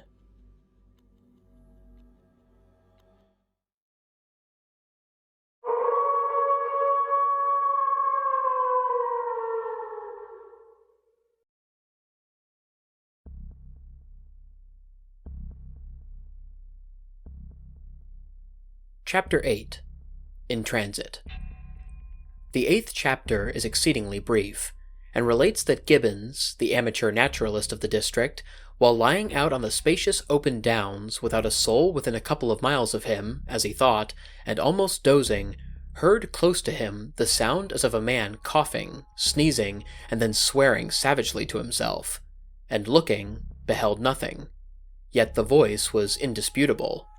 It continued to swear with that breadth and variety that distinguishes the swearing of a cultivated man. It grew to a climax, diminished again, and died away in the distance, going as it seemed to him in the direction of Aberdeen.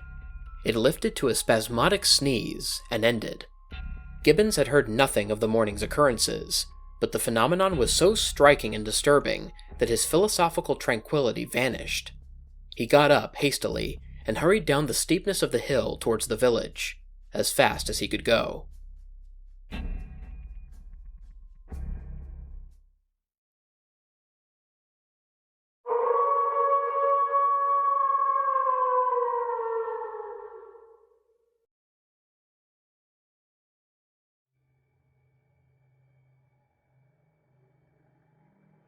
Chapter 9.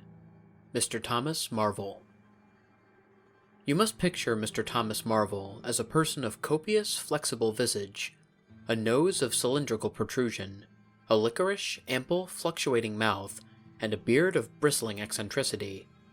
His figure inclined to embonpoint, his short limbs accentuated this inclination. He wore a furry silk hat, and the frequent substitution of twine and shoelaces for buttons, apparent at critical points of his costume, marked a man essentially bachelor. Mr. Thomas Marvel was sitting with his feet in a ditch by the roadside over the down towards Aberdeen, about 1.5 miles out of Iping. His feet, save for socks of irregular openwork, were bare. His big toes were broad, and pricked like the ears of a watchful dog. In a leisurely manner, he did everything in a leisurely manner, he was contemplating trying on a pair of boots. They were the soundest boots he had come across for a long time, but too large for him, whereas the ones he had were, in dry weather, a very comfortable fit, but too thin-soled for damp. Mr. Thomas Marvel hated roomy shoes, but then he hated damp. He had never properly thought out which he hated most, and it was a pleasant day, and there was nothing better to do. So he put the 4 shoes in a graceful group on the turf and looked at them, and seeing them there, among the grass and springing agrimony, it suddenly occurred to him that both pairs were exceedingly ugly to see. He was not at all startled by a voice behind him. "They're boots, anyhow," said the voice. "They are charity boots," said Mr. Thomas Marvel, with his head on one side, regarding them distastefully. "And which is the ugliest pair in the whole blessed universe? I'm darned if I know," said the voice. I've worn worse. In fact, I've worn none. But none so audacious ugly, if you allow the expression. I've been cadging boots, in particular, for days, because I was sick of them. They're sound enough, of course, but a gentleman on tramp sees such a thundering lot of his boots. And if you'll believe me, I've raised nothing in the whole blessed country, try as I would, but them. Look at him. And a good country for boots, too, in a general way. But it's just my promiscuous luck. I've got my boots in this country 10 years or more. And then they treat you like this. It's a beast of a country, said the voice. And pigs for people. Ain't it? Said Mr. Thomas Marvel. Lord, but them boots. It beats it. He turned his head over his shoulder to the right to look at the boots of his interlocutor with a view to comparisons. And lo, where the boots of his interlocutor should have been were neither legs nor boots. He was irradiated by the dawn of a great amazement. Where are ye? Said Mr. Thomas Marvel over his shoulder and coming on all fours. He saw a stretch of empty downs with the wind swaying the remote green-pointed furze bushes. Am I drunk? Said Mr. Marvel. Have I had visions? Was I talking to myself? What the... Don't be alarmed, said a voice. None of your ventriloquizing me, said Mr. Thomas Marvel, rising sharply to his feet. Where are ye? Alarmed indeed. Don't be alarmed, repeated the voice. You'll be alarmed in a minute, you silly fool, said Mr. Thomas Marvel. Where are ye? Let me get my mark on ye. Are ye buried? Said Mr. Thomas Marvel after an interval. There was no answer. Mr. Thomas Marvel stood, bootless and amazed, his jacket nearly thrown off. Said a peewit, very remote. Peewit, indeed, said Mr. Thomas Marvel. This ain't no time for foolery. The down was desolate, east and west, north and south. The road with its shallow ditches and white bordering stakes ran smooth and empty north and south, and save for that peewit, the blue sky was empty too. So help me, said Mr. Thomas Marvel, shuffling his coat onto his shoulders again. It's the drink. I might ha' known. It's not the drink, said the voice. You keep your nerves steady. Ow, said Mr. Marvel, and his face grew white amidst its patches. It's the drink, his lips repeated noiselessly. He remained staring about him, rotating slowly backwards. I could have swore I heard a voice, he whispered. Of course you did. It's there again, said Mr. Marvel, closing his eyes and clasping his hand on his brow with a tragic gesture. He was suddenly taken by the collar and shaken violently, and left more dazed than ever. Don't be a fool, said the voice. I'm off my blooming chump, said Mr. Marvel. It's no good. It's fretting about them blasted boots. I'm off my blessed bloomin' chump. Or its spirits. Neither one thing nor the other, said the voice. Listen. Chump, said Mr. Marvel. 1 minute, said the voice, penetratingly, tremulous with self-control. Well, said Mr. Thomas Marvel, with a strange feeling of having been dug in the chest by a finger. You think I'm just imagination? Just imagination? What else can you be? Said Mr. Thomas Marvel, rubbing the back of his neck. Very well, said the voice, in a tone of relief. Then I'm going to throw flints at you till you think differently. But where are ye? The voice made no answer. Whiz! Came a flint, apparently out of the air, and missed Mr. Marvel's shoulder by a hair's breadth. Mr. Marvel, turning, saw Flint jerk up into the air, trace a complicated path, hang for a moment, and then fling at his feet with almost invisible rapidity. He was too amazed to dodge. Whiz it came, and ricocheted from a bare toe into the ditch. Mr. Thomas Marvel jumped a foot and howled aloud. Then he started to run, tripped over an unseen obstacle, and came head over heels into a sitting position. "Now," said the voice, as a third stone curved upward and hung in the air above the tramp. "Am I imagination?" Mr. Marvel, by way of reply, struggled to his feet, and was immediately rolled over again. He lay quiet for a moment. "If you struggle any more," said the voice, "I shall throw the flint at your head." "It's a fair do," said Mr. Thomas Marvel, sitting up, taking his wounded toe in hand, and fixing his eye on the third missile. "I don't understand it. Stones flinging themselves. Stones talking. Put yourself down. Rot away. I'm done." The third flint fell. "It's very simple," said the voice. "I'm an invisible man." "Tell us something I don't know," said Mr. Marvel, gasping with pain. "Where you've hid. How you do it. I don't know. I'm beat." "That's all," said the voice. "I'm invisible. That's what I want you to understand." "Anyone could see that. There is no need for you to be so confounded impatient, mister. Now then, give us a notion. How are you hid?" "I'm invisible. That's the great point. And what I want you to understand is this." "But whereabouts?" interrupted Mr. Marvel. "Here. 6 yards in front of you." "Oh, come. I ain't blind. You'll be telling me next you're just thin air. I'm not one of your ignorant tramps." "Yes, I am thin air. You're looking through me." "What? Ain't there any stuff to you? Fox-et? What is it? Jabba? Is it that?" "I'm just a human being. Solid, needing food and drink, needing covering too, but I'm invisible. You see? Invisible. Simple idea. Invisible." "What? Real like?" "Yes, real." "Let's have a hand of you," said Marvel.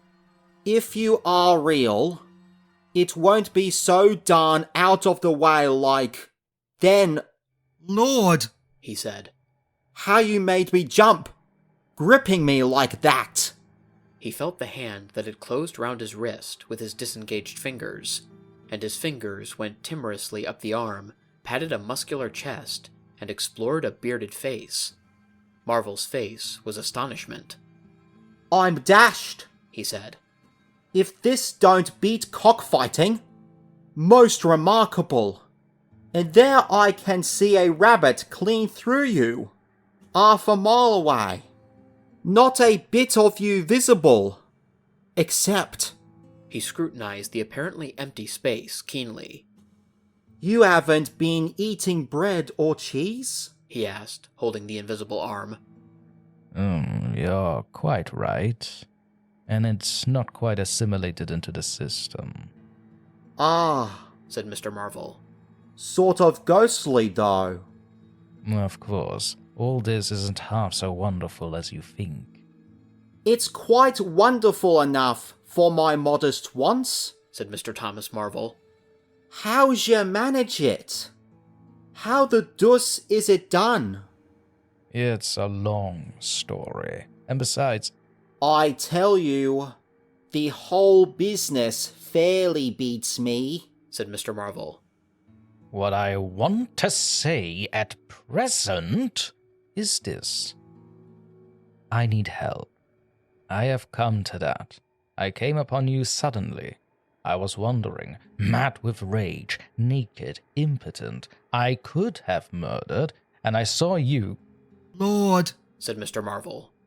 I came up behind you, hesitated, went on. Mr. Marvel's expression was eloquent. Then stopped.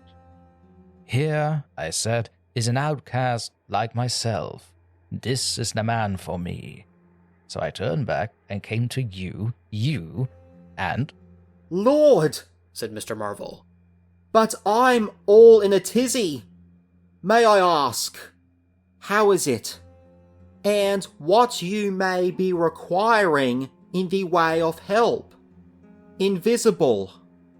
I want you to help me get clothes and shelter, and then with other things. I've left them long enough. If you won't, well, but you will, must. Look here, said Mr. Marvel. I'm too flabbergasted. Don't knock me about any more, and leave me go. I must get steady a bit, and you've pretty near broken my toe. It's all so unreasonable. Empty downs, empty sky, nothing visible for miles except the bosom of nature. And then comes a voice out of heaven, and stones, and a fist. Lord!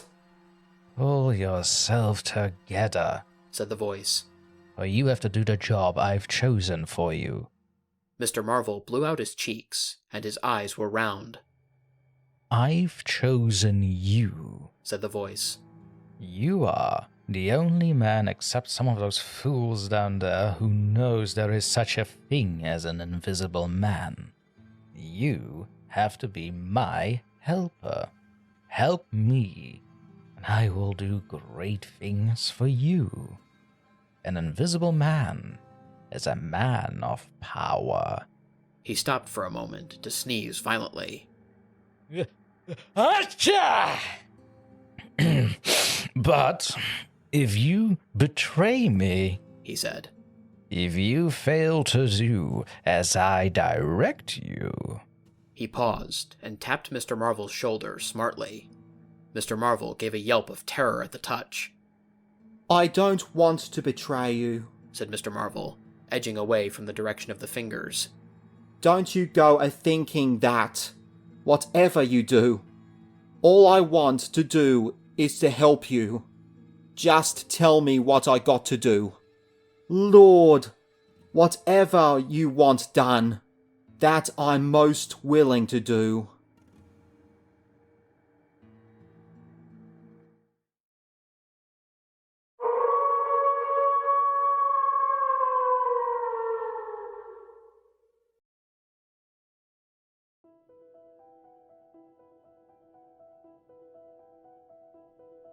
Chapter 10.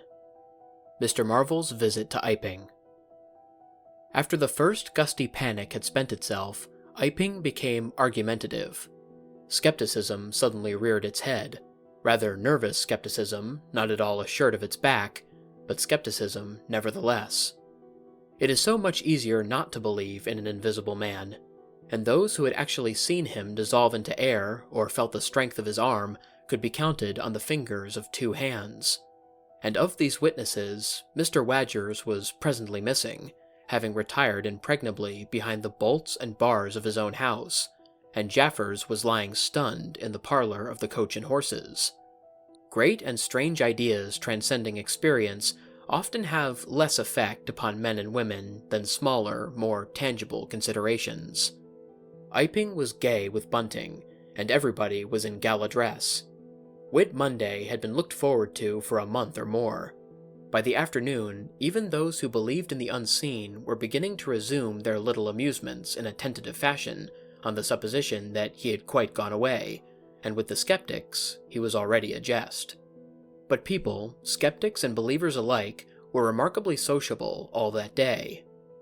Hazeman's Meadow was gay with a tent, in which Mrs. Bunting and other ladies were preparing tea, while without, the Sunday school children ran races and played games under the noisy guidance of the curate and the Misses Cuss and Sackbut. No doubt there was a slight uneasiness in the air, but people for the most part had the sense to conceal whatever imaginative qualms they experienced. On the village green, an inclined strong rope, down which, clinging the while to a pulley-swung handle, one could be hurled violently against a sack at the other end, came in for considerable favor among the adolescents, as also did the swings and the coconut shies. There was also promenading, and the steam organ attached to a small roundabout filled the air with a pungent flavor of oil and with equally pungent music. Members of the club who had attended church in the morning were splendid in badges of pink and green, and some of the gayer-minded had also adorned their bowler hats with brilliant-colored favors of ribbon. Old Fletcher, whose conceptions of holiday-making were severe, was visible through the jasmine about his window, or through the open door, whichever way you chose to look, poised delicately on a plank supported on 2 chairs, and whitewashing the ceiling of his front room. About 4 o'clock, a stranger entered the village from the direction of the downs. He was a short, stout person in an extraordinarily shabby top hat, and he appeared to be very much out of breath. His cheeks were alternately limp and tightly puffed. His mottled face was apprehensive, and he moved with a sort of reluctant alacrity. He turned the corner of the church and directed his way to the Coach and Horses.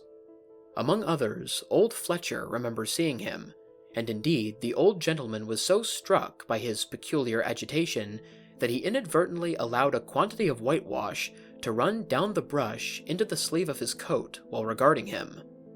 This stranger, to the perceptions of the proprietor of the coconut shy, appeared to be talking to himself, and Mr. Huckster remarked the same thing. He stopped at the foot of the Coach and Horses steps, and, according to Mr. Huckster, appeared to undergo a severe internal struggle before he could induce himself to enter the house. Finally, he marched up the steps, and was seen by Mr. Huckster to turn to the left and open the door of the parlor. Mr. Huckster heard voices from within the room and from the bar, apprising the man of his error. "That room's private," said Hall, and the stranger shut the door clumsily and went into the bar. In the course of a few minutes, he reappeared, wiping his lips with the back of his hand with an air of quiet satisfaction that somehow impressed Mr. Huckster as assumed. He stood looking about him for some moments, and then Mr. Huckster saw him walk in an oddly furtive manner towards the gates of the yard, upon which the parlor window opened. The stranger, after some hesitation, leant against one of the gateposts, produced a short clay pipe, and prepared to fill it. His fingers trembled while doing so. He lit it clumsily, and folding his arms, began to smoke in a languid attitude, an attitude which his occasional glances up the yard altogether belied. All this Mr. Huckster saw over the canisters of the tobacco window, and the singularity of the man's behavior prompted him to maintain his observation. Presently, the stranger stood up abruptly and put his pipe in his pocket. Then he vanished into the yard. Forthwith, Mr. Huckster, conceiving he was witness of some petty larceny, leapt round his counter and ran out into the road to intercept the thief. As he did so, Mr. Marvel reappeared, his hat askew, a big bundle in a blue tablecloth in one hand, and 3 books tied together, as it proved afterwards with the vicar's braces, in the other. Directly he saw Huckster, he gave a sort of gasp, and turning sharply to the left, began to run. "Stop, thief!" cried Huckster, and set off after him. Mr. Huckster's sensations were vivid but brief.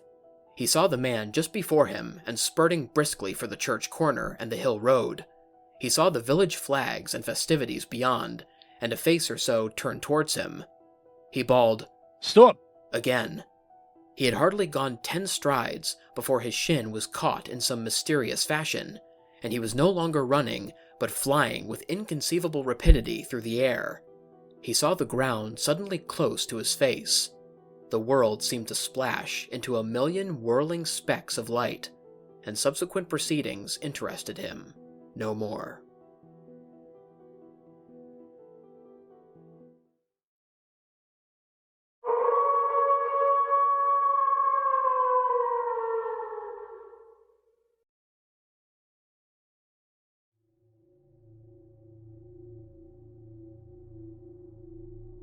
Chapter 11. In the Coach and Horses. Now, in order clearly to understand what had happened in the inn, it is necessary to go back to the moment when Mr. Marvel first came into view of Mr. Huckster's window. At that precise moment, Mr. Cuss and Mr. Bunting were in the parlor. They were seriously investigating the strange occurrences of the morning, and were, with Mr. Hall's permission, making a thorough examination of the invisible man's belongings. Jaffers had partially recovered from his fall, and had gone home in the charge of his sympathetic friends. The stranger's scattered garments had been removed by Mrs. Hall, and the room tidied up. And on the table under the window, where the stranger had been wont to work, Cuss had hit almost at once on 3 big books in manuscript, labeled Diary. Diary, said Cuss, putting the 3 books on the table. Now, at any rate, we shall learn something. The vicar stood with his hands on the table. Diary, repeated Cuss, sitting down, putting 2 volumes to support the 3rd, and opening it. No name on the flyleaf. Bother. Cipher and figures. The vicar came round to look over his shoulder. Cuss turned the pages over, with a face suddenly disappointed. Dear me, it's all cipher, Bunting. There are no diagrams, asked Mr. Bunting. No illustrations throwing light. See for yourself, said Mr. Cuss. Some of it's mathematical, and some of it's Russian or some such language, to judge by the letters, and some of it's Greek. Now the Greek, I thought you...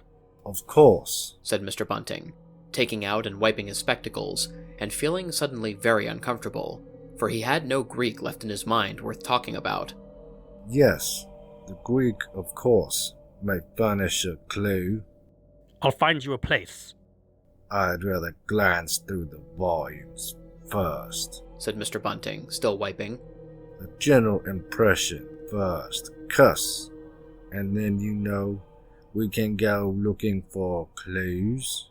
He coughed, put on his glasses, arranged them fastidiously, coughed again, and wished something would happen to avert the seemingly inevitable exposure. Then he took the volume Cuss handed him in a leisurely manner. And then something did happen. The door opened suddenly. Both gentlemen started violently, looked round, and were relieved to see a sporadically rosy face beneath a furry silk hat. Tap? asked the face, and stood staring. No, said both gentlemen at once. Over the other side, my man, said Mr. Bunting. And... Please shut that door, said Mr. Cuss irritably. All right, said the intruder, as it seemed, in a low voice, curiously different from the huskiness of its first inquiry. Right you are, said the intruder in the former voice. Stand clear! And he vanished and closed the door. A sailor, I should judge, said Mr. Bunting. Amusing fellows they are. Stand clear, indeed. A nautical term referring to his getting back out of the room, I suppose. I dare say so, said Cuss. My nerves are all loose today. It quite made me jump at the door opening like that. Mr. Bunting smiled, as if he had not jumped. And now, he said with a sigh, these books. Someone sniffed as he did so. One thing is indisputable, said Bunting, drawing up a chair next to that of Cuss. There certainly have been very strange things happening in Iping during the last few days. Very strange. I cannot, of course, believe in this absurd invisibility story. It's incredible, said Cuss. Incredible, but the fact remains that I saw. I certainly saw right down his sleeve. But, are you sure? Suppose a mirror, for instance, hallucinations are so easily produced. I don't know if you have ever seen a really good conjure. I won't argue again, said Cuss. We've thrashed that out, Bunting. And just now there's these books. Ah, here is some that I take to be Greek. Greek letters, certainly. He pointed to the middle of the page. Mr. Bunting flushed slightly and brought his face nearer, apparently finding some difficulty with his glasses. Suddenly, he became aware of a strange feeling at the nape of his neck. He tried to raise his head, and encountered an immovable resistance. The feeling was a curious pressure, the grip of a heavy, firm hand, and it bore his chin irresistibly to the table. "Don't move, little men," whispered a voice, "or I'll brain you both." He looked into the face of Cuss, close to his own, and each saw a horrified reflection of his own sickly astonishment. "I'm sorry to handle you both so roughly," said the voice, "but it's unavoidable. Since when did you learn to pry into an investigator's private memoranda?" said the voice, and two chins struck the table simultaneously, and two sets of teeth rattled. "Since when did you learn to invade the private rooms of a man in misfortune?" And the concussion was repeated. "Where have I put my clothes?" "Listen," said the voice. "The windows are fastened and I've taken the key out of the door. I'm a fairly strong man and I've a poker handy besides being invisible. There's not the slightest doubt that I could kill you both and get away quite easily if I wanted to. Do you understand? Very well. If I let you go, will you promise not to try any nonsense and do what I tell you?" The vicar and the doctor looked at one another, and the doctor pulled a face. "Yes," said Mr. Bunting, and the doctor repeated it. Then the pressure on the necks relaxed, and the doctor and the vicar sat up, both very red in the face and wriggling their heads. "Please, keep sitting where you are," said the invisible man. "Here's the poker, you see. When I came into this room," continued the invisible man, after presenting the poker to the tip of the nose of each of his visitors, "I did not expect to find it occupied, and I expected to find, in addition to my books of memoranda, an outfit of clothing. Where is it? No, don't rise. I can see it's gone. Now, just at present, though the days are quite warm enough for an invisible man to run about stark, the evenings are quite chilly. I want clothing and other accommodation, and I must also have those 3 books."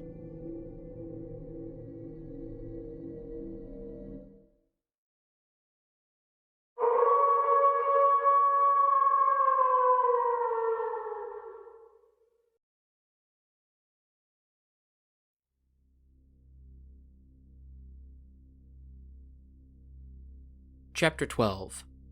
The Invisible Man Loses His Temper. It is unavoidable that at this point the narrative should break off again, for a certain very painful reason that will presently be apparent. While these things were going on in the parlor, and while Mr. Huckster was watching Mr. Marvel smoking his pipe against the gate, not a dozen yards away were Mr. Hall and Teddy Henfrey discussing in a state of cloudy puzzlement the one Iping topic. Suddenly, there came a violent thud against the door of the parlor, a sharp cry, and then silence. "Hello?" said Teddy Henfrey. "Hello," from the tap. Mr. Hall took things in slowly but surely. "That ain't right," he said, and came round from behind the bar towards the parlor door. He and Teddy approached the door together with intent faces. Their eyes considered. "Summat wrong," said Hall, and Henfrey nodded agreement. Whiffs of an unpleasant chemical odor met them, and there was a muffled sound of conversation, very rapid and subdued. "You all right there?" asked Hall, rapping. The muttered conversation ceased abruptly for a moment's silence. Then the conversation was resumed in hissing whispers. Then a sharp cry of, "No, no you don't!" There came a sudden motion and the oversetting of a chair, a brief struggle. Silence again. "What the deuce?" exclaimed Henfrey, sotto voce. "You all right there?" asked Mr. Hall, sharply again. The vicar's voice answered with a curious, jerking intonation. "Quite right. Please don't interrupt." "Odd," said Mr. Henfrey. "Odd," said Mr. Hall. "Says don't interrupt," said Henfrey. "I heard 'un," said Hall. "And a sniff," said Henfrey. They remained listening. The conversation was rapid and subdued. I can't, said Mr. Bunting, his voice rising. Tell you, sir, I will not. What was that? asked Henfrey. Says he we not, said Hall. Wasn't speaking to us, was he? Disgraceful, said Mr. Bunting within.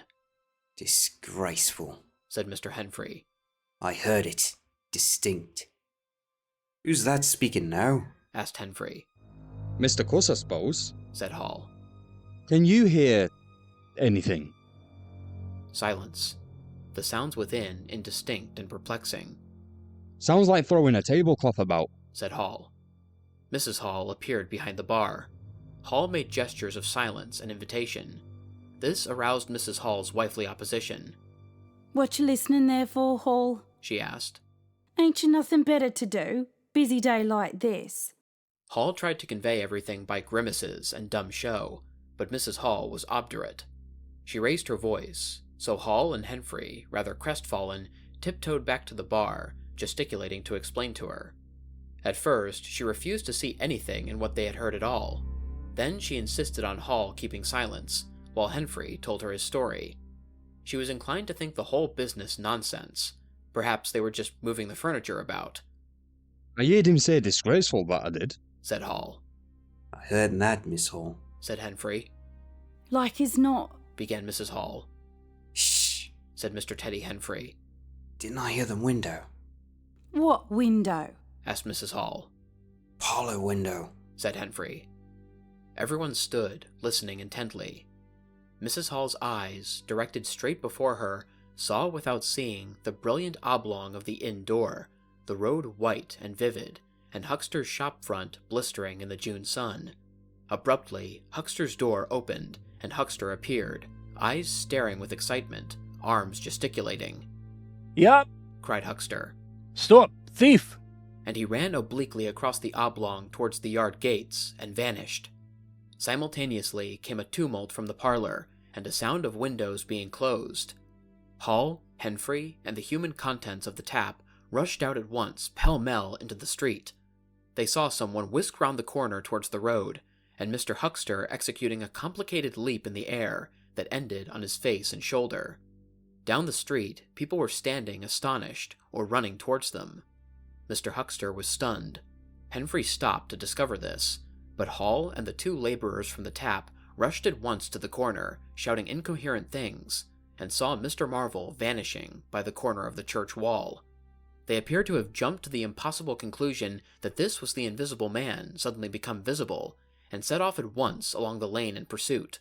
But Hall had hardly run a dozen yards before he gave a loud shout of astonishment and went flying headlong sideways, clutching one of the laborers and bringing him to the ground. He had been charged, just as one charges a man at football. The second laborer came round in a circle, stared, and conceiving that Hall had tumbled over of his own accord, turned to resume the pursuit, only to be tripped by the ankle just as Huckster had been. Then, as the first laborer struggled to his feet, he was kicked sideways by a blow that might have felled an ox. As he went down, the rush from the direction of the village green came round the corner.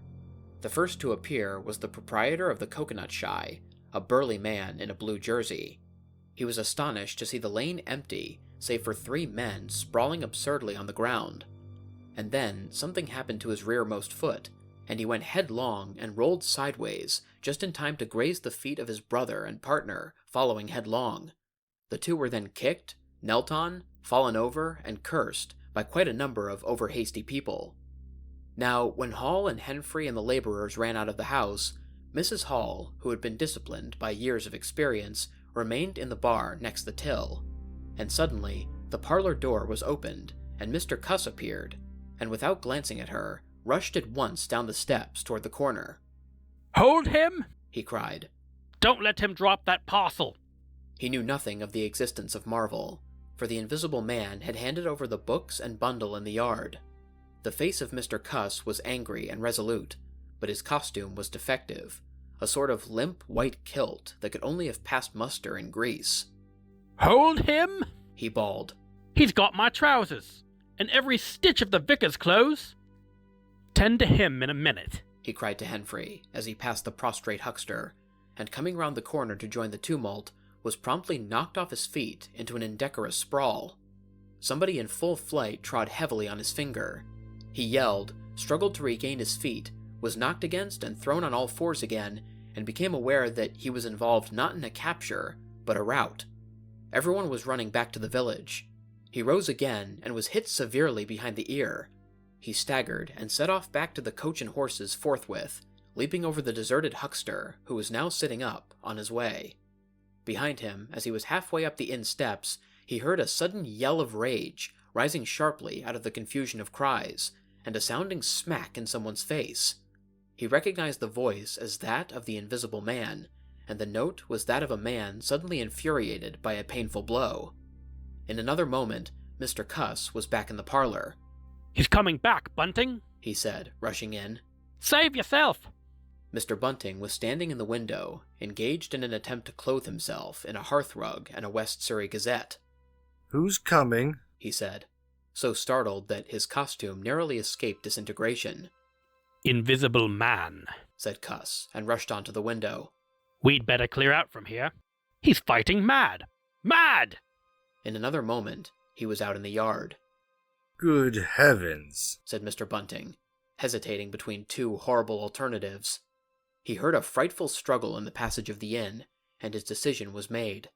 He clambered out of the window, adjusted his costume hastily, and fled up the village as fast as his fat little legs would carry him. From the moment when the Invisible Man screamed with rage and Mr. Bunting made his memorable flight up the village, it became impossible to give a consecutive account of affairs in Iping.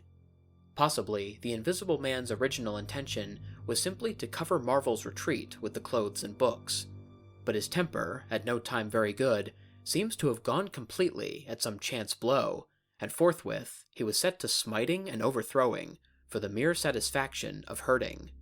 You must figure the street full of running figures, of doors slamming and fights for hiding places. You must figure the tumult suddenly striking on the unstable equilibrium of old Fletcher's planks and 2 chairs, with cataclysmic results. You must figure an appalled couple caught dismally in a swing, and then the whole tumultuous rush has passed, and the Iping street, with its gauds and flags, is deserted, save for the still raging unseen, and littered with coconuts, overthrown canvas screens, and the scattered stock in trade of a sweetstuff stall. Everywhere there is a sound of closing shutters and shoving bolts, and the only visible humanity is an occasional flitting eye under a raised eyebrow in the corner of a window pane. The Invisible Man amused himself for a little while by breaking all the windows in the coach and horses, and then he thrust a street lamp through the parlor window of Mrs. Gribble. He, it must have been, who cut the telegraph wire to Aberdeen, just beyond Higgins' cottage on the Aberdeen road. And after that, as his peculiar qualities allowed, he passed out of human perceptions altogether, and he was neither heard, seen, nor felt in Iping any more. He vanished absolutely. But it was the best part of 2 hours before any human being ventured out again into the desolation of Iping Street.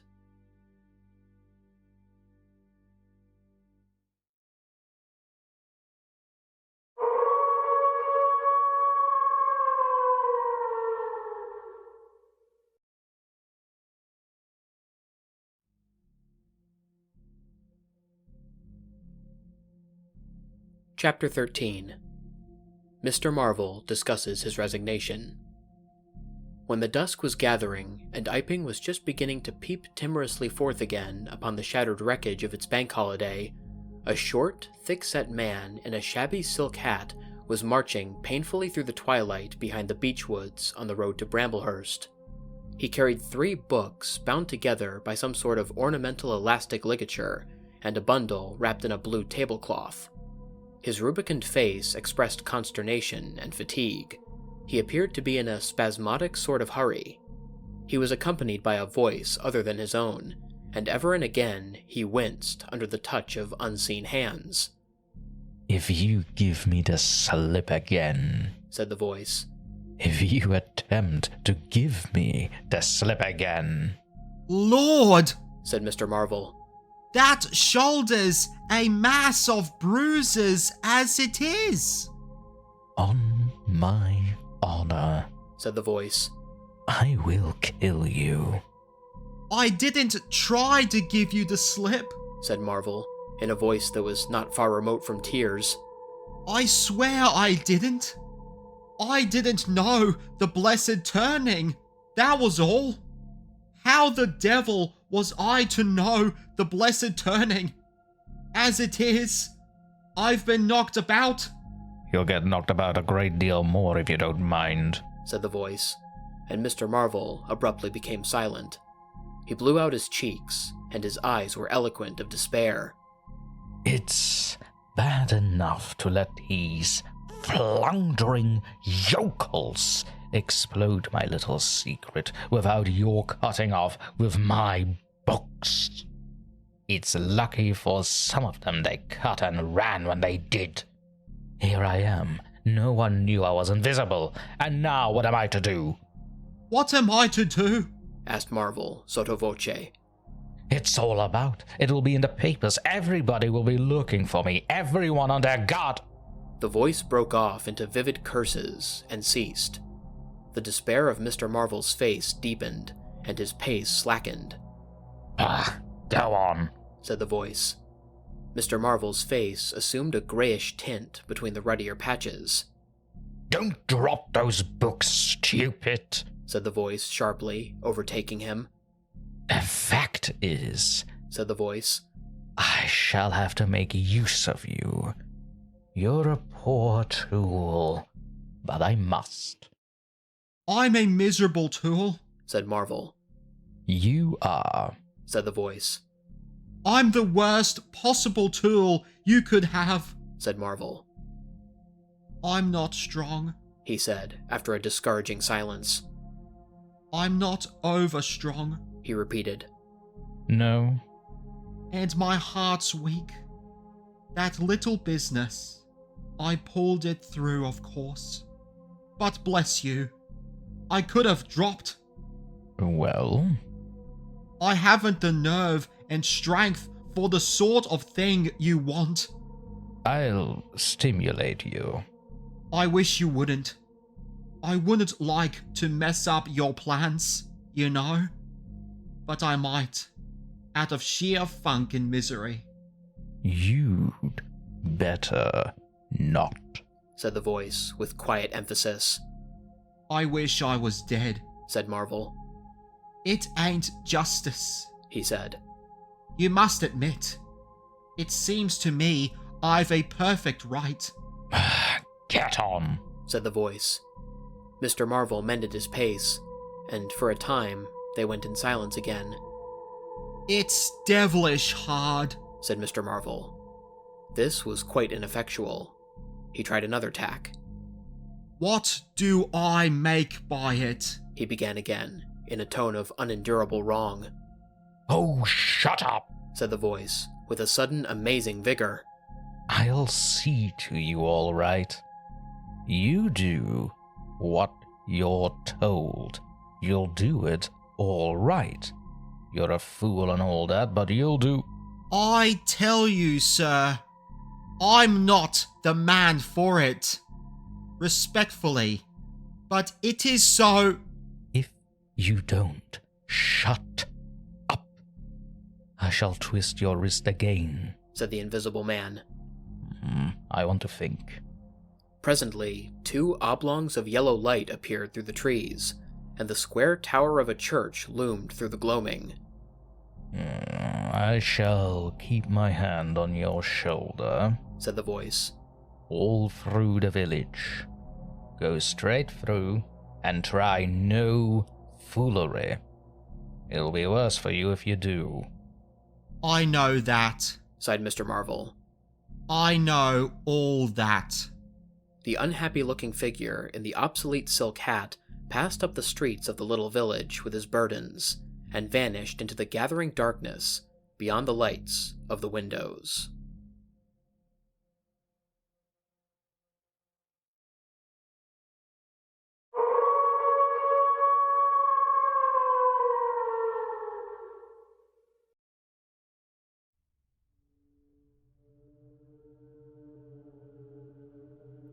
Chapter 14. At Port Stowe. 10 o'clock the next morning found Mr. Marvel, unshaven, dirty, and travel-stained, sitting with the books beside him and his hands deep in his pockets, looking very weary, nervous, and uncomfortable, and inflating his cheeks at infrequent intervals, on the bench outside a little inn on the outskirts of Port Stowe.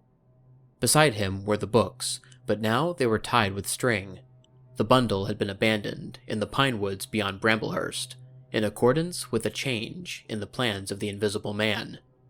Mr. Marvel sat on the bench, and although no one took the slightest notice of him, his agitation remained at fever heat.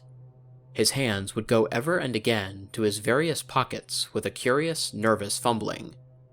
When he had been sitting for the best part of an hour, however, an elderly mariner carrying a newspaper came out of the inn and sat down beside him. "Pleasant day," said the mariner. Mr. Marvel glanced about him with something very like terror. "Very," he said. "Just seasonable weather for the time of year," said the mariner, taking no denial. "Quite," said Mr. Marvel.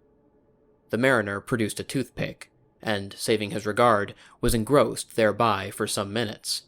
His eyes, meanwhile, were at liberty to examine Mr. Marvel's dusty figure and the books beside him.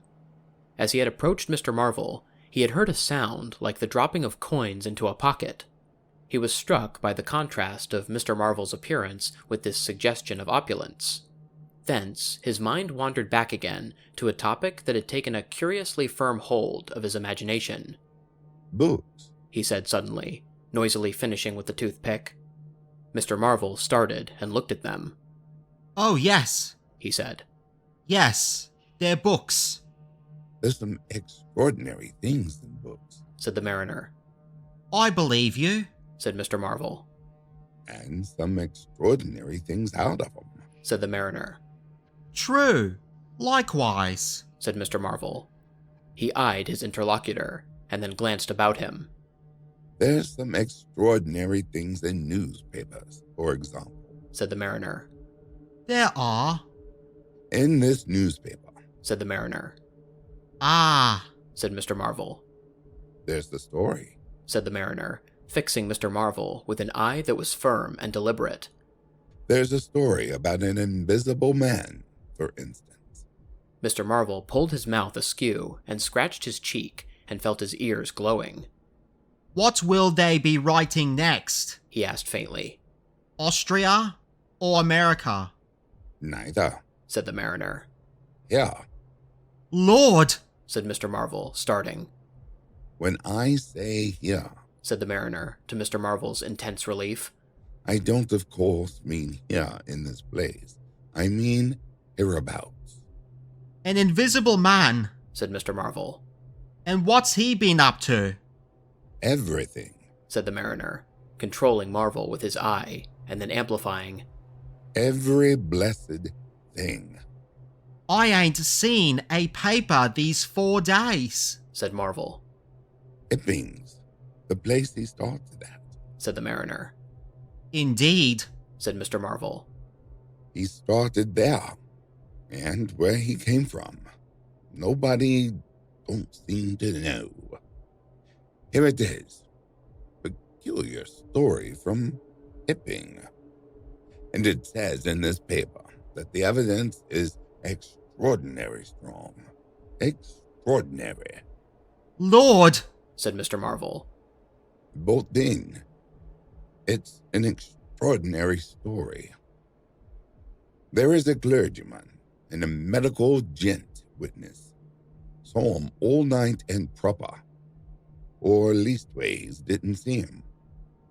He was staying, it says, at the Coach and Horses, and no one don't seem to have been aware of his misfortune, it says. Aware of his misfortune. Until an altercation in the end, it says. His bandages on his head was torn off. It was then observed that his head was invisible. Attempts were at once made to secure him, but casting off his garment, he says he succeeded in escaping, but not until after a desperate struggle in which he had inflicted serious injuries. It says, on our worthy and able constable, Mr. J.A. Jaffas. Pretty straight story, eh? Names and everything. Lord! Said Mr. Marvel, looking nervously about him, trying to count the money in his pockets by his unaided sense of touch, and full of a strange and novel idea. It sounds most astonishing. Don't it? Extraordinary, I call it. Never heard tell of invisible men before. I haven't, but nowadays one hears such of a lot of extraordinary things that... That all he did? Asked Marvel, trying to seem at his ease. It's enough, ain't it? Said the mariner. Didn't go back by any chance? Asked Marvel. Just escaped, and that's all, eh?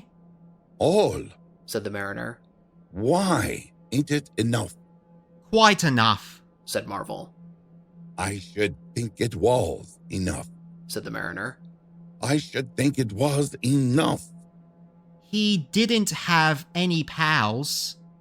It don't say he had any pals, does it? Asked Mr. Marvel, anxious. Ain't one of a sort enough for you? Asked the mariner. No, thank heaven. As one might say, he didn't. He nodded his head slowly. It makes me regular uncomfortable. The bare thought of that chap running about the country. He is at present at large, and from certain evidence, it is supposed that he has took, I suppose they mean, the road to Port Stowe. You see, we're right in it. None of your American wonders this time. And just think of the things he might do. Where'd you be if he took a drop over and above and had a fancy to go for you? Suppose he wants to rob. Who can prevent him? He can trespass. He can burgle. He could walk through a cordon of policemen as easy as me or you could give the slip to a blind man. Easier. For these here blind chaps here uncommon sharp, I'm told. And wherever there was liquor, he fancied... He's got a tremendous advantage, certainly, said Mr. Marvel. And, well... You all right, said the mariner. He has.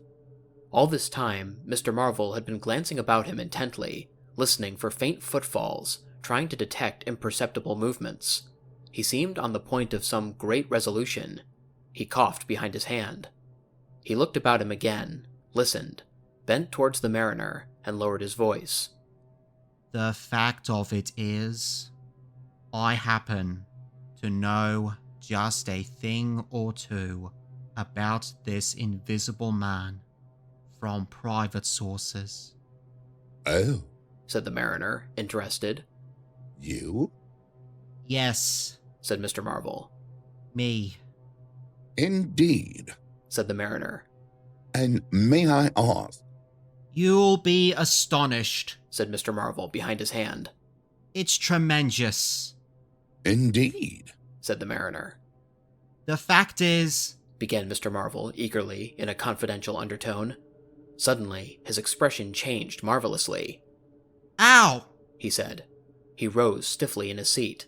His face was eloquent of physical suffering. Wow, he said. What's up? Said the mariner, concerned. Toothache, said Mr. Marvel, and put his hand to his ear. He caught hold of his books. I must be getting on, I think, he said. He edged in a curious way along the seat, away from his interlocutor. But you was just a-going to tell me about this here invisible man, protested the mariner. Mr. Marvel seemed to consult with himself. Hoax, said a voice. It's a hoax, said Mr. Marvel. But it's in the paper, said the mariner. Hoax all the same, said Marvel. I know the chap that started the lie. There ain't no invisible man whatsoever. Blimey. But how about this paper? Did you mean to say... Not a word of it, said Marvel, stoutly. The mariner stared, paper in hand. Mr. Marvel jerkily faced about. Wait a bit, said the mariner, rising and speaking slowly. Do you mean to say... I do, said Mr. Marvel. Then why did you let me go on and tell all of this blasted stuff then? What do I mean by letting a man make a fool of himself like that for? Eh? Mr. Marvel blew out his cheeks. The mariner was suddenly very red indeed. He clenched his hands. I've been talking here this 10 minutes, he said. And you little pot-bellied, leathery-faced son of an old boot, couldn't have the elementary manners. Don't you come bandying words with me, said Mr. Marvel. Bandying words. I'm a jolly good mind. Come up, said a voice, and Mr. Marvel was suddenly whirled about and started marching off in a curious, spasmodic manner. You'd better move on, said the mariner. Who's moving on? said Mr. Marvel. He was receding obliquely with a curious hurrying gait, with occasional violent jerks forward. Some way along the road, he began a muttered monologue, protests and recriminations. Silly devil, said the mariner, legs wide apart, elbows akimbo, watching the receding figure. I'll show you, you silly ass. Hoaxing me. It's here, on the paper. Mr. Marvel retorted incoherently, and, receding, was hidden by a bend in the road. But the mariner still stood, magnificent, in the midst of the way, until the approach of a butcher's cart dislodged him. Then he turned himself towards Port Stowe. Full of extraordinary asses, he said softly to himself. Just to take me down a bit. That was his silly game. It's on the paper. And there was another extraordinary thing he was presently to hear, that had happened quite close to him. And that was a vision of a fistful of money, no less, traveling without visible agency along by the wall at the corner of St. Michael's Lane. A brother mariner had seen this wonderful sight that very morning. He had snatched at the money forthwith and had been knocked headlong, and when he had got to his feet, the butterfly money had vanished. Our mariner was in the mood to believe anything, he declared, but that was a bit too stiff. Afterwards, however, he began to think things over. The story of the flying money was true, and all about that neighborhood, even from the august London and Country Banking Company, from the tills of shops and inns, doors standing that sunny weather entirely open, money had been quietly and dexterously making off that day in handfuls and rouleaux, floating quietly along by walls and shady places, dodging quickly from the approaching eyes of men. And it had, though no man had traced it, invariably ended its mysterious flight in the pocket of that agitated gentleman in the obsolete silk hat, sitting outside the little inn on the outskirts of Port Stowe.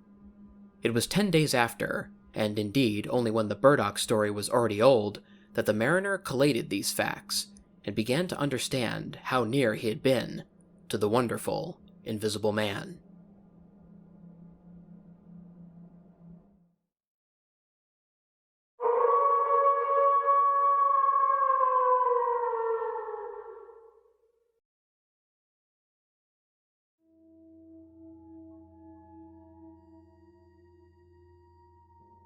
Chapter 15.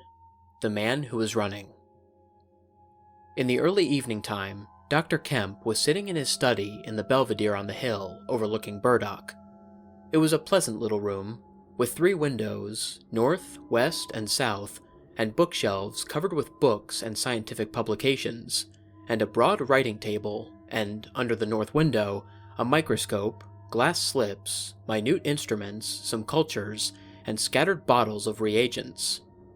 Dr. Kemp's solar lamp was lit, albeit the sky was still bright with the sunset light, and his blinds were up because there was no offense of peering outsiders to require them pulled down. Dr. Kemp was a tall and slender young man, with flaxen hair and a mustache almost white, and the work he was upon would earn him, he hoped, the fellowship of the Royal Society, so highly did he think of it. And his eye, presently wandering from his work, caught the sunset blazing at the back of the hill that is over against his own. For a minute, perhaps, he sat, pen in mouth, admiring the rich golden color above the crest, and then his attention was attracted by the little figure of a man, inky black, running over the hill brow towards him. He was a shortish little man, and he wore a high hat, and he was running so fast that his legs verily twinkled. "Another of those fools," said Dr. Kemp. "Like that ass who ran into me this morning round a corner, with the 'Visible man a-coming, sir.' I can't imagine what possesses people. One might think we were in the 13th century." He got up, went to the window, and stared at the dusky hillside, and the dark little figure tearing down it. "He seems to be in a confounded hurry," said Dr. Kemp. "But he doesn't seem to be getting on. If his pockets were full of lead, he couldn't run heavier." "Spurted, sir," said Dr. Kemp. In another moment, the higher of the villas that had clambered up the hill from Burdock had occulted the running figure. He was visible again for a moment, and again, and then again, 3 times between the 3 detached houses that came next, and then the terrace hid him. "Arses," said Dr. Kemp, swinging round on his heel and walking back to his writing table.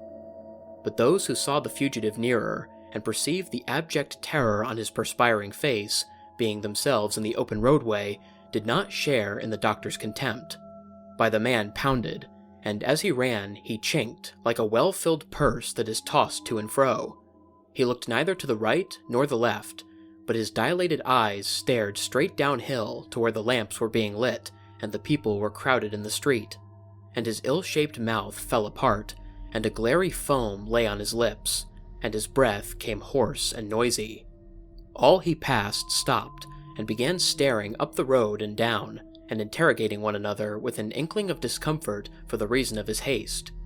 And then, presently, far up the hill, a dog playing in the road yelped and ran under a gate, and as they still wondered, something, a wind, a pad-pad-pad, a sound like a panting breathing, rushed by. People screamed, people sprang off the pavement. It passed in shouts. It passed by instinct down the hill. They were shouting in the street before Marvel was halfway there. They were bolting into houses and slamming the doors behind them with the news. He heard it and made one last desperate spurt. Fear came striding by, rushed ahead of him, and in a moment had seized the town. "The Invisible Man is coming! The Invisible Man!"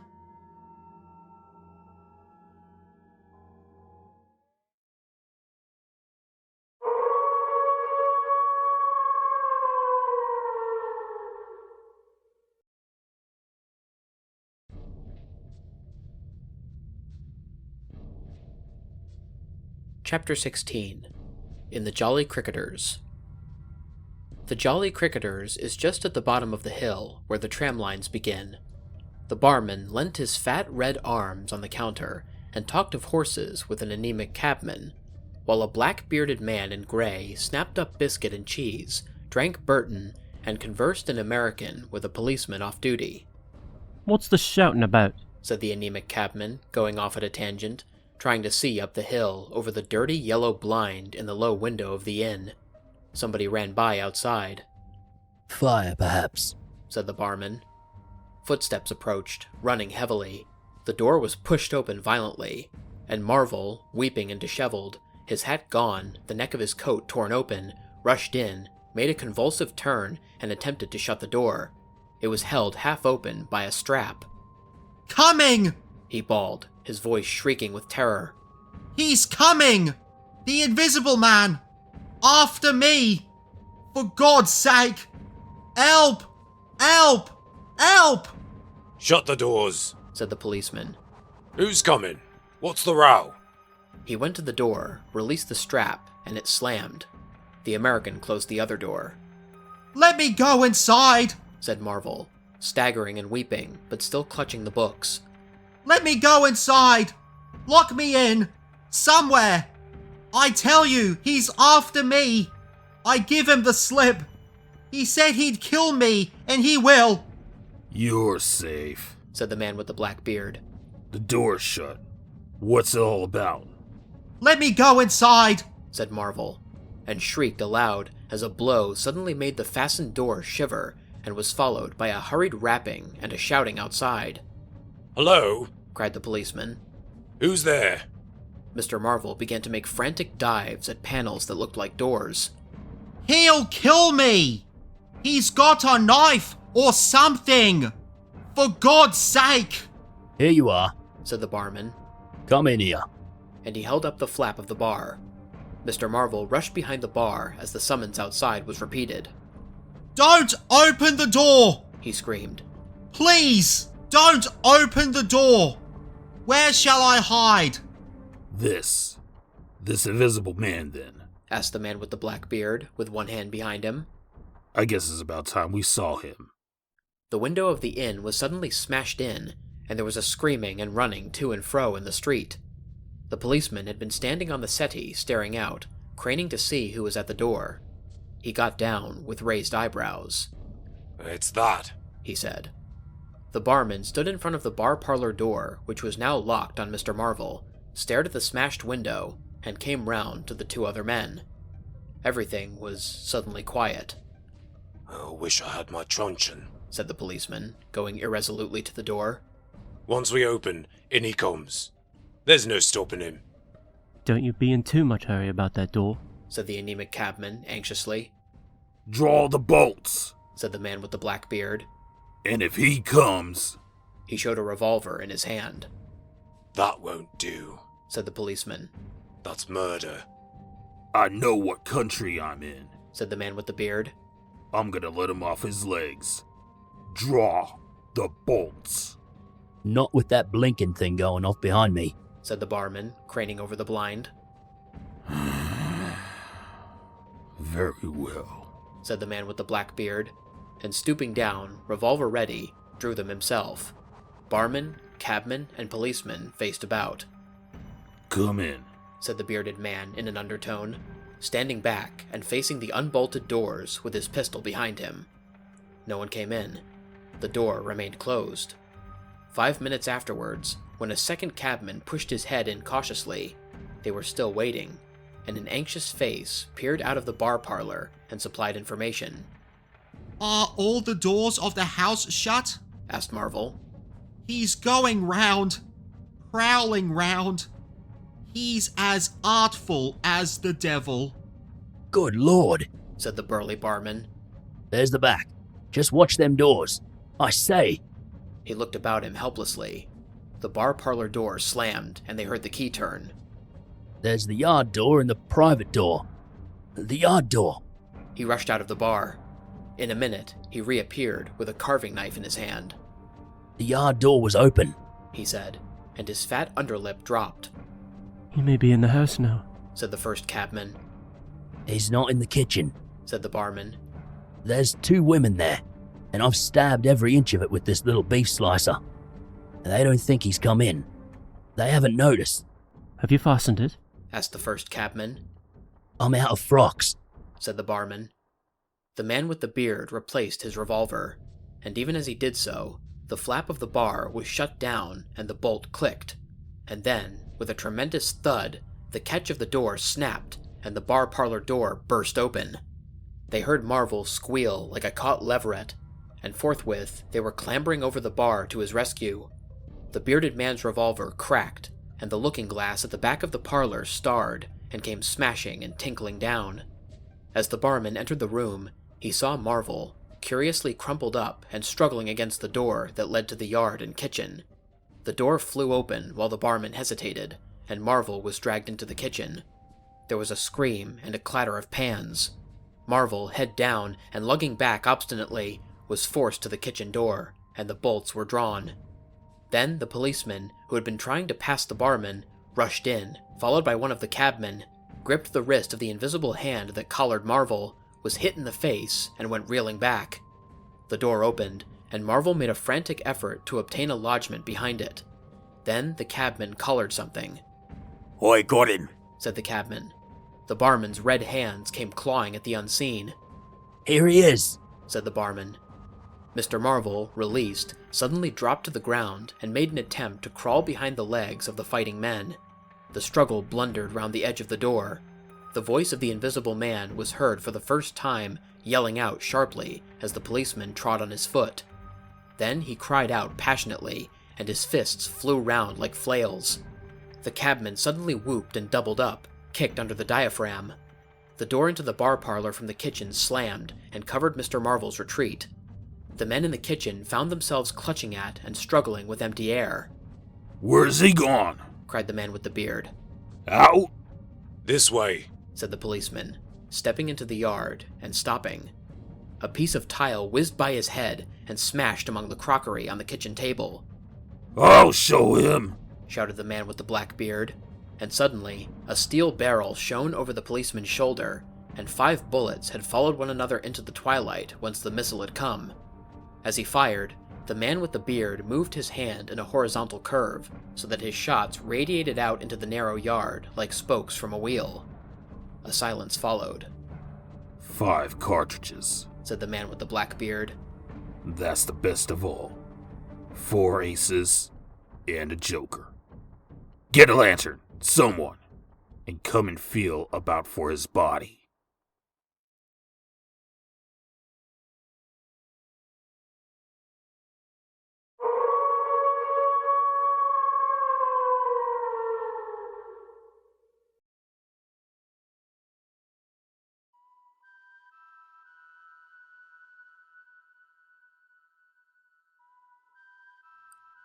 Chapter 17. Dr. Kemp's Visitor. Dr. Kemp had continued writing in his study until the shots aroused him. Crack, crack, crack, they came, one after the other. "Hello?" said Dr. Kemp, putting his pen into his mouth again and listening. "Who's letting off revolvers in Burdock? What are the arses at now?" He went to the south window, threw it up, and leaning out, stared down on the network of windows, beaded gas lamps, and shops, with its black interstices of roof and yard that made up the town at night. "Looks like a crowd down the hill," he said. "By the cricketers," and remained watching. Thence his eyes wandered over the town to far away, where the ship's lights shone and the pier glowed, a little illuminated faceted pavilion like a gem of yellow light. The moon in its first quarter hung over the westward hill, and the stars were clear and almost tropically bright.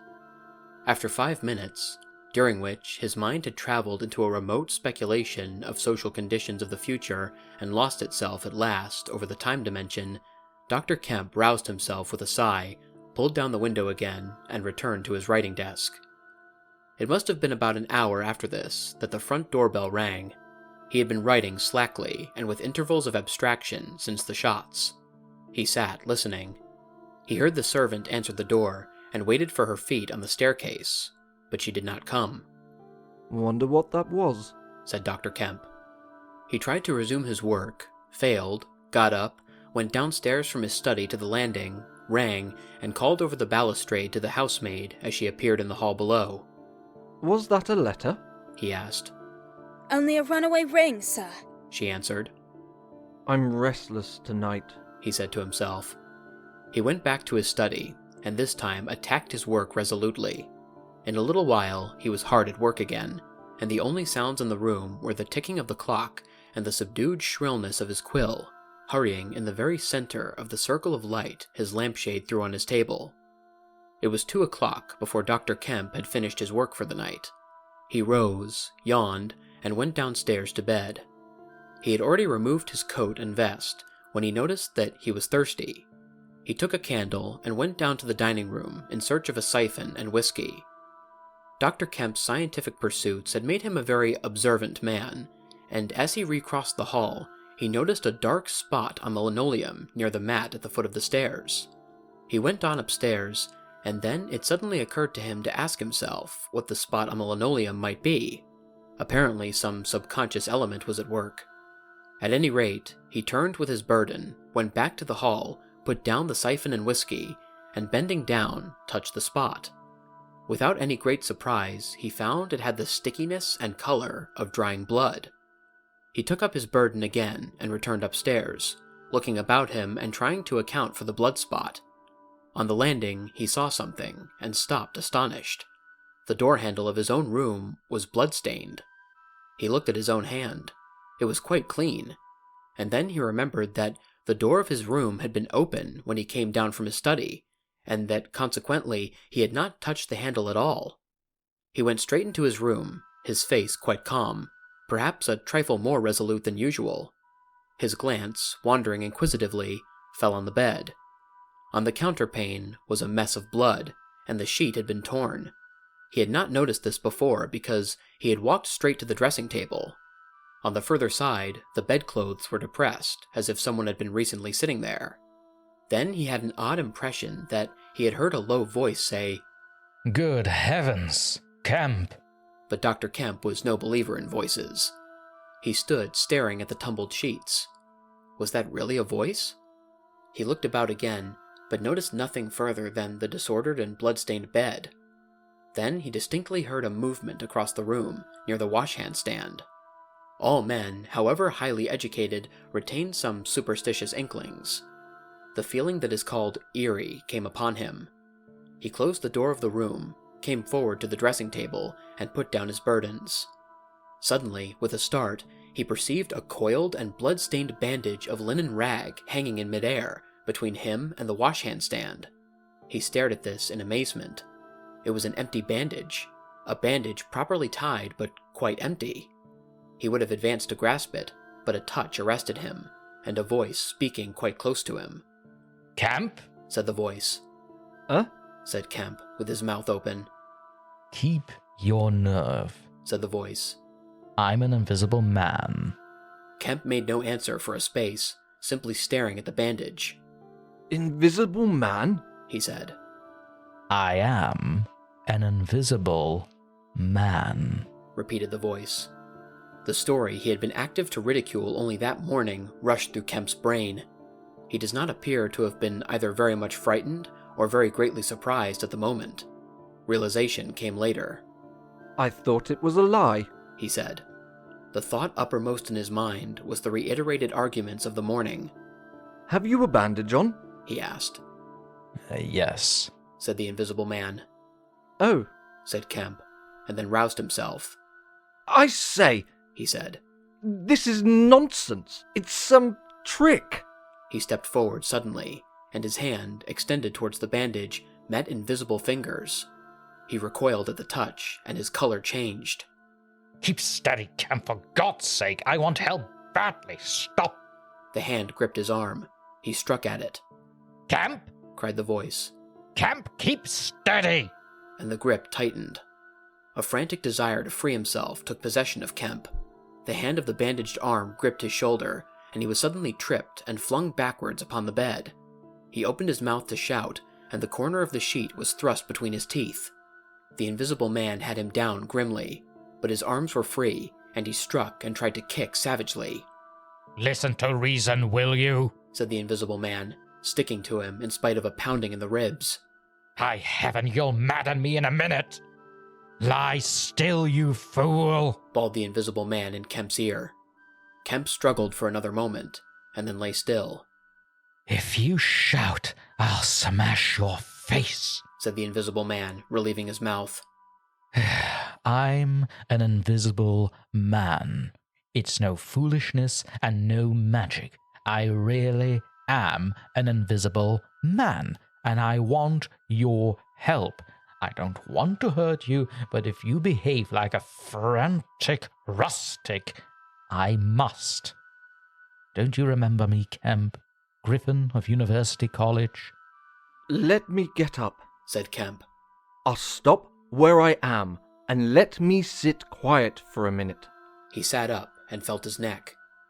"I am Griffin of University College, and I've made myself invisible. I'm just an ordinary man, a man you have known, made invisible." Griffin? said Kemp. Griffin, answered the voice. A younger student than you were, almost an albino, 6 feet high and broad, with a pink and white face and red eyes, who won the medal for chemistry. I am confused, said Kemp. My brain is rioting. What has this to do with Griffin? I am Griffin, Kemp thought. It's horrible, he said. But what devilry must happen to a man to make him invisible? It's no devilry, it's a process, sane and intelligible enough. It's horrible, said Kemp. How on earth? It's horrible enough. But I'm wounded and in pain and tired. Great God, Kemp, you are a man. Take it steady. Give me some food and drink and let me sit down here. Kemp stared at the bandage as it moved across the room, and then saw a basket chair dragged across the floor and come to rest near the bed. It creaked, and the seat was depressed the quarter of an inch or so. He rubbed his eyes and felt his neck again. This beats ghosts, he said, and laughed stupidly. That's better.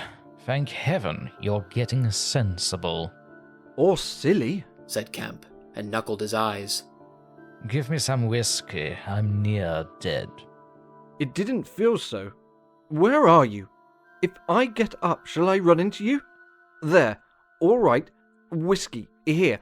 Where shall I give it to you? The chair creaked, and Kemp felt the glass drawn away from him. He let go by an effort. His instinct was all against it. It came to rest, poised 20 inches above the front edge of the seat of the chair. He stared at it in infinite perplexity. This must be hypnotism. You have suggested you are invisible. Nonsense, said the voice. It's frantic. Listen to me. I demonstrated conclusively this morning, began Kemp, that invisibility... Never mind what you've demonstrated. I'm starving, said the voice. And the night is chilly to a man without clothes. Food? said Kemp. The tumbler of whiskey tilted itself. Yes, said the invisible man, wrapping it down. Have you a dressing gown? Kemp made some exclamation in an undertone. He walked to a wardrobe and produced a robe of dingy scarlet. This do? he asked. It was taken from him. It hung limp for a moment in mid-air, fluttered weirdly, stood full and decorous, buttoning itself, and sat down in his chair. Drawers, socks, slippers would be a comfort, said the unseen curtly. And food. Anything, but this is the insanest thing I ever was in my life. He turned out his drawers for the articles, and then went downstairs to ransack his larder. He came back with some cold cutlets and bread, pulled up a light table, and placed them before his guest. Oh, never mind knives, said his visitor, and a cutlet hung in mid-air with a sound of gnawing. Invisible, said Kemp, and sat down on a bedroom chair.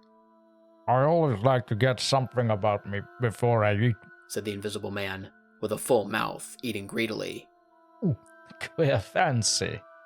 I suppose that wrist is all right, said Kemp. Trust me, said the invisible man. Of all the strange and wonderful... Exactly. But it's odd I should blunder into your house to get my bandaging. My first stroke of luck.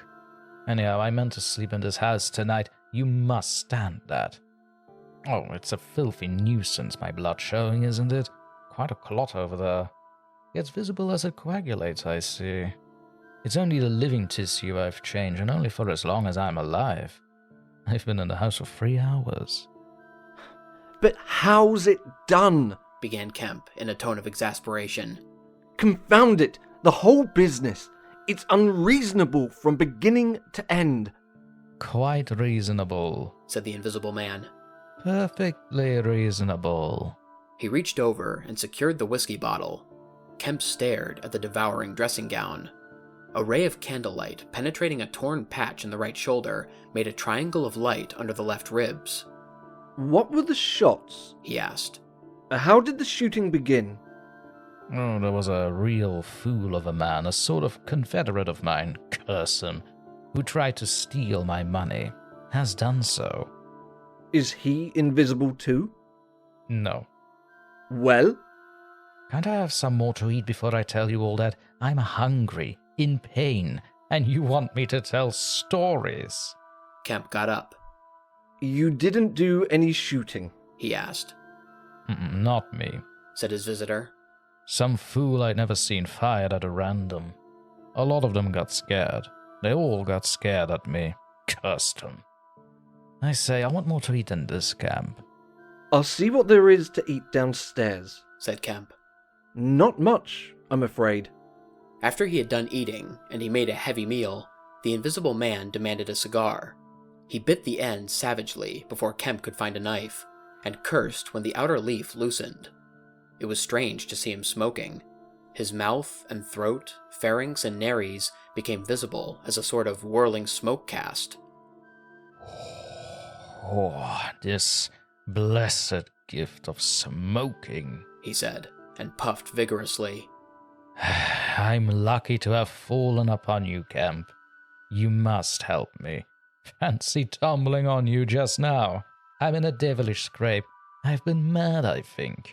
The things I've been through. But we will do things yet. Let me tell you. He helped himself to more whiskey and soda. Kemp got up, looked about him, and fetched a glass from his spare room. It's wild, but I suppose I may drink. You haven't changed much, Kemp, these dozen years. You fair men don't. Cool and methodical after the first collapse. I must tell you, we will work together. But how was it all done? Said Kemp. And how did you get like this?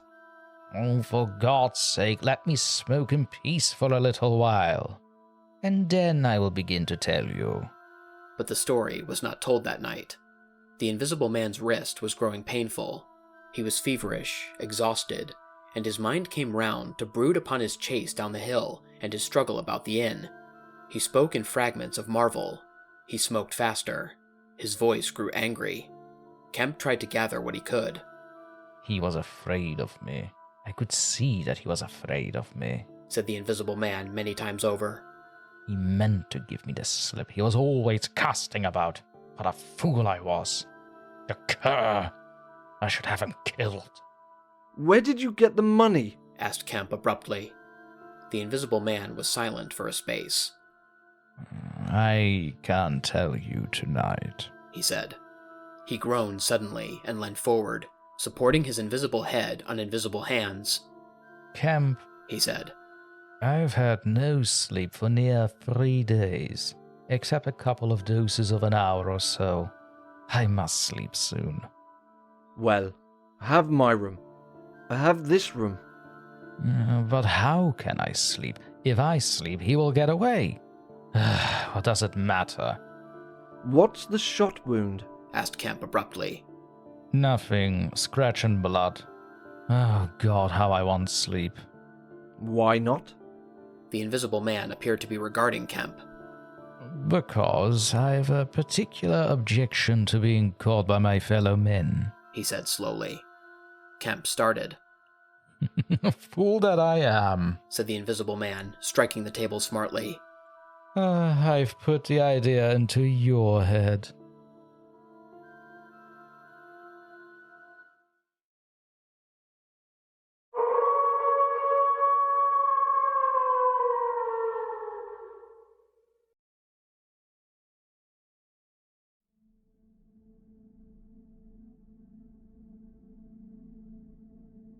Chapter 18. The Invisible Man Sleeps. Exhausted and wounded as the invisible man was, he refused to accept Kemp's word that his freedom should be respected. He examined the 2 windows of the bedroom, drew up the blinds, and opened the sashes, to confirm Kemp's statement that a retreat by them would be possible. Outside, the night was very quiet and still, and the new moon was setting over the down. Then he examined the keys of the bedroom and the 2 dressing-room doors to satisfy himself that these also could be made in assurance of freedom. Finally, he expressed himself satisfied. He stood on the hearth rug, and Kemp heard the sound of a yawn. I'm sorry, said the Invisible Man, if I cannot tell you all that I have done tonight. But I am worn out. It's grotesque, no doubt. It's horrible. But believe me, Kemp, in spite of your arguments of this morning, it is quite a possible thing. I have made a discovery. I meant to keep it to myself. I can't. I must have a partner. And you... we can do such things. But tomorrow... Now, Kemp, I feel as though I must sleep or perish. Kemp stood in the middle of the room, staring at the headless garment. I suppose I must leave you, he said. It's incredible. 3 things happening like this, overturning all my preconceptions, would make me insane. But it's real. Is there anything more that I can get you? Only bid me good night, said Griffin. Good night, said Kemp, and shook an invisible hand. He walked sideways to the door. Suddenly, the dressing gown walked quickly towards him. Understand me, said the dressing gown. No attempts to hamper me, or capture me, or... Kemp's face changed a little. I thought I gave you my word, he said. Kemp closed the door softly behind him, and the key was turned upon him forthwith. Then, as he stood with an expression of passive amazement on his face, the rapid feet came to the door of the dressing room, and that too was locked. Kemp slapped his brow with his hand. Am I dreaming? Has the world gone mad? Or have I? He laughed and put his hand to the locked door. Barred out of my own bedroom by a flagrant absurdity, he said. He walked to the head of the staircase, turned, and stared at the locked door. It's fact, he said. He put his fingers to his slightly bruised neck. Undeniable fact. But... He shook his head hopelessly, turned, and went downstairs. He lit the dining room lamp, got out a cigar, and began pacing the room. Now and then, he would argue with himself. Invisible, he said. Is there such a thing as an invisible animal? In the sea, yes. Thousands, millions. All the larvae, all the little nauplii and tornades, all the microscopic things, the jellyfish. In the sea, there are more things invisible than visible. I never thought of that before. And in the ponds, too. All those little pond life things. Specks of colourless, translucent jelly. But in the air? No, it can't be. But after all, why not? If a man was made of glass, he would still be visible. His meditation became profound. The bulk of 3 cigars had passed into the invisible, or diffused as a white ash over the carpet before he spoke again. Then it was merely an exclamation. He turned aside, walked out of the room, and went into his little consulting room and lit the gas there. It was a little room, because Dr. Kemp did not live by practice, and in it were the day's newspapers. The morning's paper lay carelessly opened and thrown aside. He caught it up, turned it over, and read the account of a strange story from Iping that the mariner at Port Stowe had spelt over so painfully to Mr. Marvel. Kemp read it swiftly. Wrapped up, said Kemp. Disguised, hiding it. No one seems to have been aware of his misfortune. What the devil is his game? He dropped the paper, and his eye went seeking. Ah, he said, and caught up the St. James Gazette, lying folded up as it arrived. Now we shall get to the truth, said Dr. Kemp. He rent the paper open. A couple of columns confronted him. An entire village in Sussex goes mad, was the heading. Good heavens, said Kemp, reading eagerly an incredulous account of the events in Iping of the previous afternoon that have already been described. Over the leaf, the report in the morning paper had been reprinted. He reread it. Ran through the streets striking right and left. Jaffers insensible. Mr. Huckster in great pain. still unable to describe what he saw. Painful humiliation. Vicar. Woman ill with terror. Windows smashed. This extraordinary story, probably a fabrication. Too good not to print. Cum grano. He dropped the paper and stared blankly in front of him. Probably a fabrication. He caught up the paper again and reread the whole business. But when does the tramp come in? Why the deuce was he chasing a tramp? He sat down abruptly on the surgical bench. He's not only invisible, he said, but he's mad, homicidal. When dawn came to mingle its pallor with the lamplight and cigar smoke of the dining room, Kemp was still pacing up and down, trying to grasp the incredible. He was altogether too excited to sleep. His servants, descending sleepily, discovered him, and were inclined to think that overstudy had worked this ill on him. He gave them extraordinary but quite explicit instructions to lay breakfast for 2 in the Belvedere study, and then to confine themselves to the basement and ground floor. Then he continued to pace the dining room until the morning's paper came. That had much to say and little to tell, beyond the confirmation of the evening before, and a very badly written account of another remarkable tale from Port Burdock.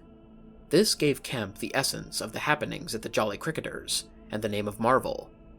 He has made me keep with him 24 hours, Marvel testified. Certain minor facts were added to the Iping story, notably the cutting of the village telegraph wire, but there was nothing to throw light on the connection between the Invisible Man and the tramp, for Mr. Marvel had supplied no information about the 3 books, or the money with which he was lined. The incredulous tone had vanished, and a shoal of reporters and inquirers were already at work elaborating the matter. Kemp read every scrap of the report, and sent his housemaid out to get every one of the morning papers she could. These also he devoured. He is invisible, he said. And it reads like rage growing to mania. The things he may do! The things he may do! And he's upstairs, free as the air! What on earth ought I to do?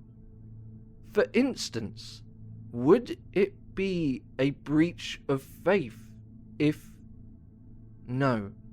He went to a little untidy desk in the corner and began a note. He tore this up half-written and wrote another. He read it over and considered it.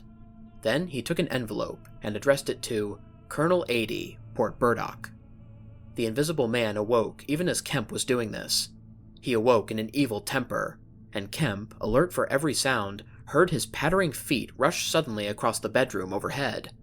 Then a chair was flung over, and the wash-hand stand tumbler smashed. Kemp hurried upstairs and rapped eagerly.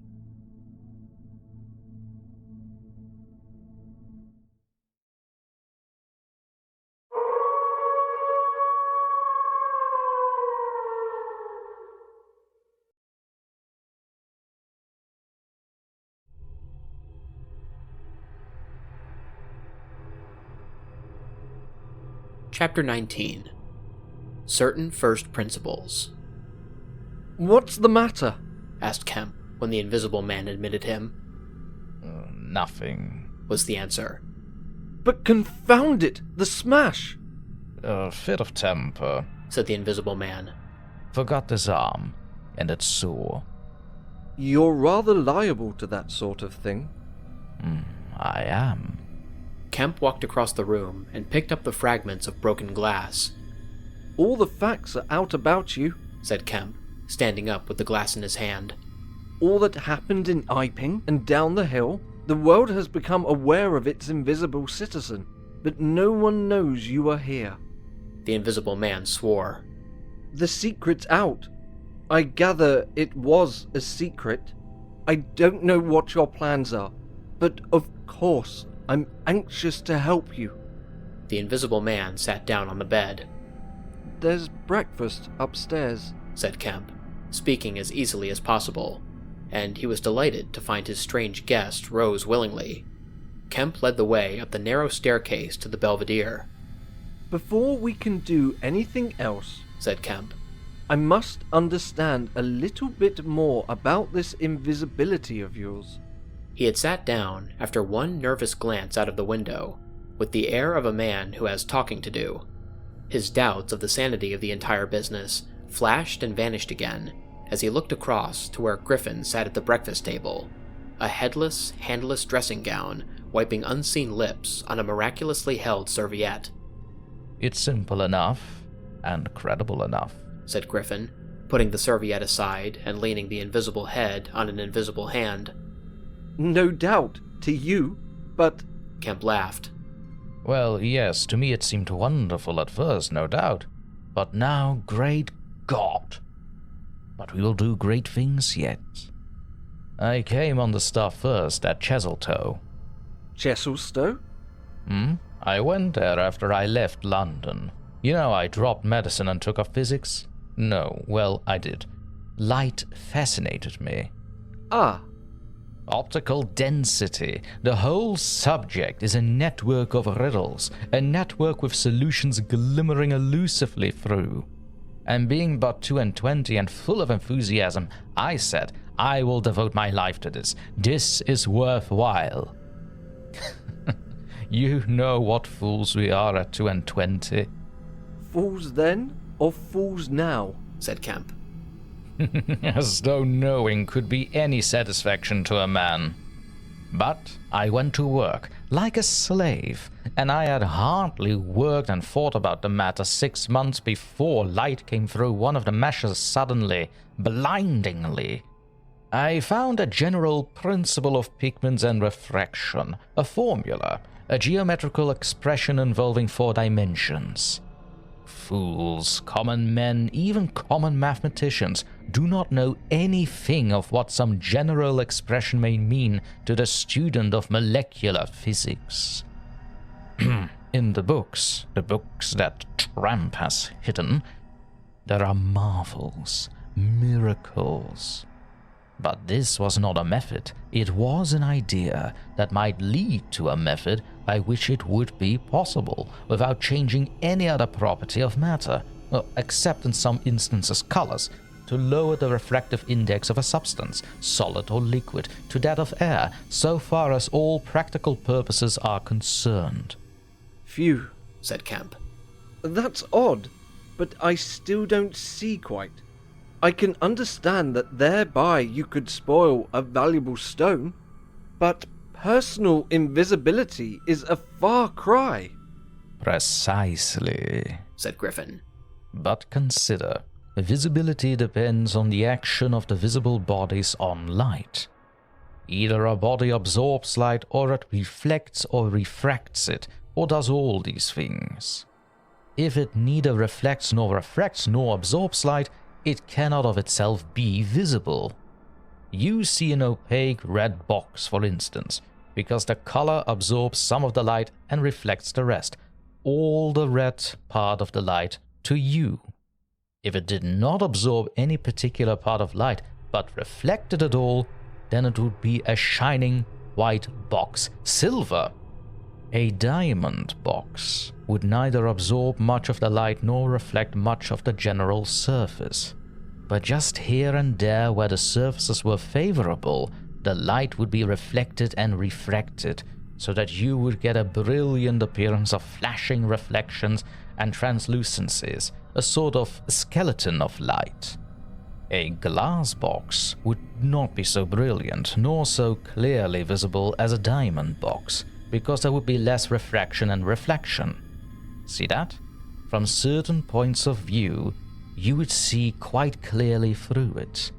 Some kinds of glass would be more visible than others. A box of flint glass would be brighter than a box of ordinary window glass. A box of very thin common glass would be hard to see in a bad light, because it would absorb hardly any light and refract and reflect very little. And if you put a sheet of common white glass in water, still more if you put in some denser liquid than water, it would vanish almost altogether, because light passing from water to glass is only slightly refracted or reflected, or indeed affected in any way. It is almost as invisible as a jet of coal gas or hydrogen is in air, and for precisely the same reason. Yes, said Kemp. That is pretty plain sailing. And here is another fact you know to be true. If a sheet of glass is smashed, Kemp, and beaten into a powder, it becomes much more visible while it is in the air. It becomes at last an opaque white powder. This is because the powdering multiplies the surfaces of the glass at which refraction and reflection occur. In the sheet of glass, there are only two surfaces. In the powder, the light is reflected or refracted by each grain it passes through, and very little gets right through the powder. But if the white powdered glass is put into water, it forthwith vanishes. The powdered glass and water have much of the same refractive index. That is, the light undergoes a very little refraction or reflection in passing from one to the other. You make glass invisible by putting it into a liquid of nearly the same refractive index. A transparent thing becomes invisible if it is put in any medium of almost the same refractive index. And if you will consider only a second, you will see also that a powder of glass might be made to vanish in air. If its refractive index could be made the same as that of air, for then there would be no refraction or reflection as the light passed from glass to air. Yes, said Kemp. But a man's not powdered glass. No, said Griffin. He is more transparent. Nonsense. That from a doctor. How one forgets. Have you already forgotten your physics in 10 years? Just think of all the things that are transparent and seem not to be so. Paper, for instance, is made up of transparent fibers, and it is white and opaque only for the same reason that a powder of glass is white and opaque. Oil white paper. Fill up the interstices between the particles with oil so that there is no longer refraction or reflection except at the surfaces, and it becomes as transparent as glass. And not only paper, but cotton fiber, linen fiber, wool fiber, woody fiber, and bone Kemp, flesh Kemp, hair Kemp, nails and nerves Kemp. In fact, the whole fabric of a man except the red of his blood and the black pigment of hair are all made up of transparent colorless tissue. So little suffices to make us visible one to the other. For the most part, the fibers of a living creature are no more opaque than water. Great heavens, said Kemp. Of course. I was thinking only last night of the sea larvae and all jellyfish. Now you have me. And all that I knew and had in mind a year after I left London, 6 years ago. But I kept it to myself. I had to do my work under frightful disadvantages.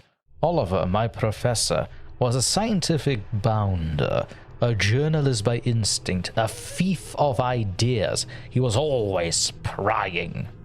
And you know the knavish system of the scientific world. I simply would not publish and let him share my credit. I went on working. I got nearer and nearer making my formula into an experiment, a reality. I told no living soul because I meant to flash my work upon the world with crushing effect and become famous at a blow. I took up the question of pigments to fill up certain gaps, and suddenly, not by design but by accident, I made a discovery in physiology. Yes? You know the red coloring of blood. It can be made white, colorless, and remain with all the functions it has now. Kemp gave a cry of incredulous amazement. The invisible man rose and began pacing the little study. You may well exclaim, I remember that night. It was late at night. In the daytime one was bothered with the gaping silly students, and I worked then sometimes till dawn. It came suddenly, splendid and complete in my mind. I was alone. The laboratory was still, with the tall lights burning brightly and silently. In all my great moments, I have been alone. One could make an animal, a tissue, transparent. One could make it invisible. All except the pigments. I could be invisible, I said, suddenly realizing what it meant to be an albino with such knowledge. It was overwhelming. I left the filtering I was doing and went and stared out the great window at the stars. I could be invisible, I repeated. To do such a thing would be to transcend magic. And I beheld, unclouded by doubt, a magnificent vision of all that invisibility might mean to a man. The mystery, the power, the freedom. Drawbacks I saw none. You have only to think. And I, a shabby, poverty-struck, hemmed-in demonstrator teaching fools in a provincial college, might suddenly become this. I ask you, Kemp, if you, anyone, I tell you, would have flung himself upon that research. And I worked 3 years, and every mountain of difficulty I toiled over showed another from its summit. The infinite details and the exasperation. A professor, a provincial professor, always prying. When are you going to publish this work of yours? Was his everlasting question. And the students, the cramped means. 3 years I had of it. And after 3 years of secrecy and exasperation, I found that to complete it was impossible. Impossible! How? Asked Kemp. Money, said the invisible man, and went again to stare out of the window. He turned around abruptly. I robbed the old man. Robbed my father. The money was not his, and he shot himself.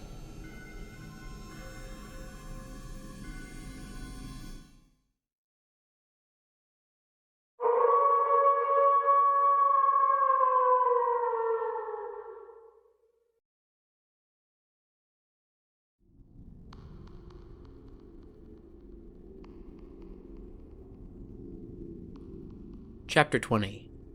At the house in Great Portland Street. For a moment, Kemp sat in silence, staring at the back of the headless figure at the window. Then he started, struck by a thought, rose, took the invisible man's arm, and turned him away from the outlook. You are tired, he said. And while I sit, you walk about. Have my chair.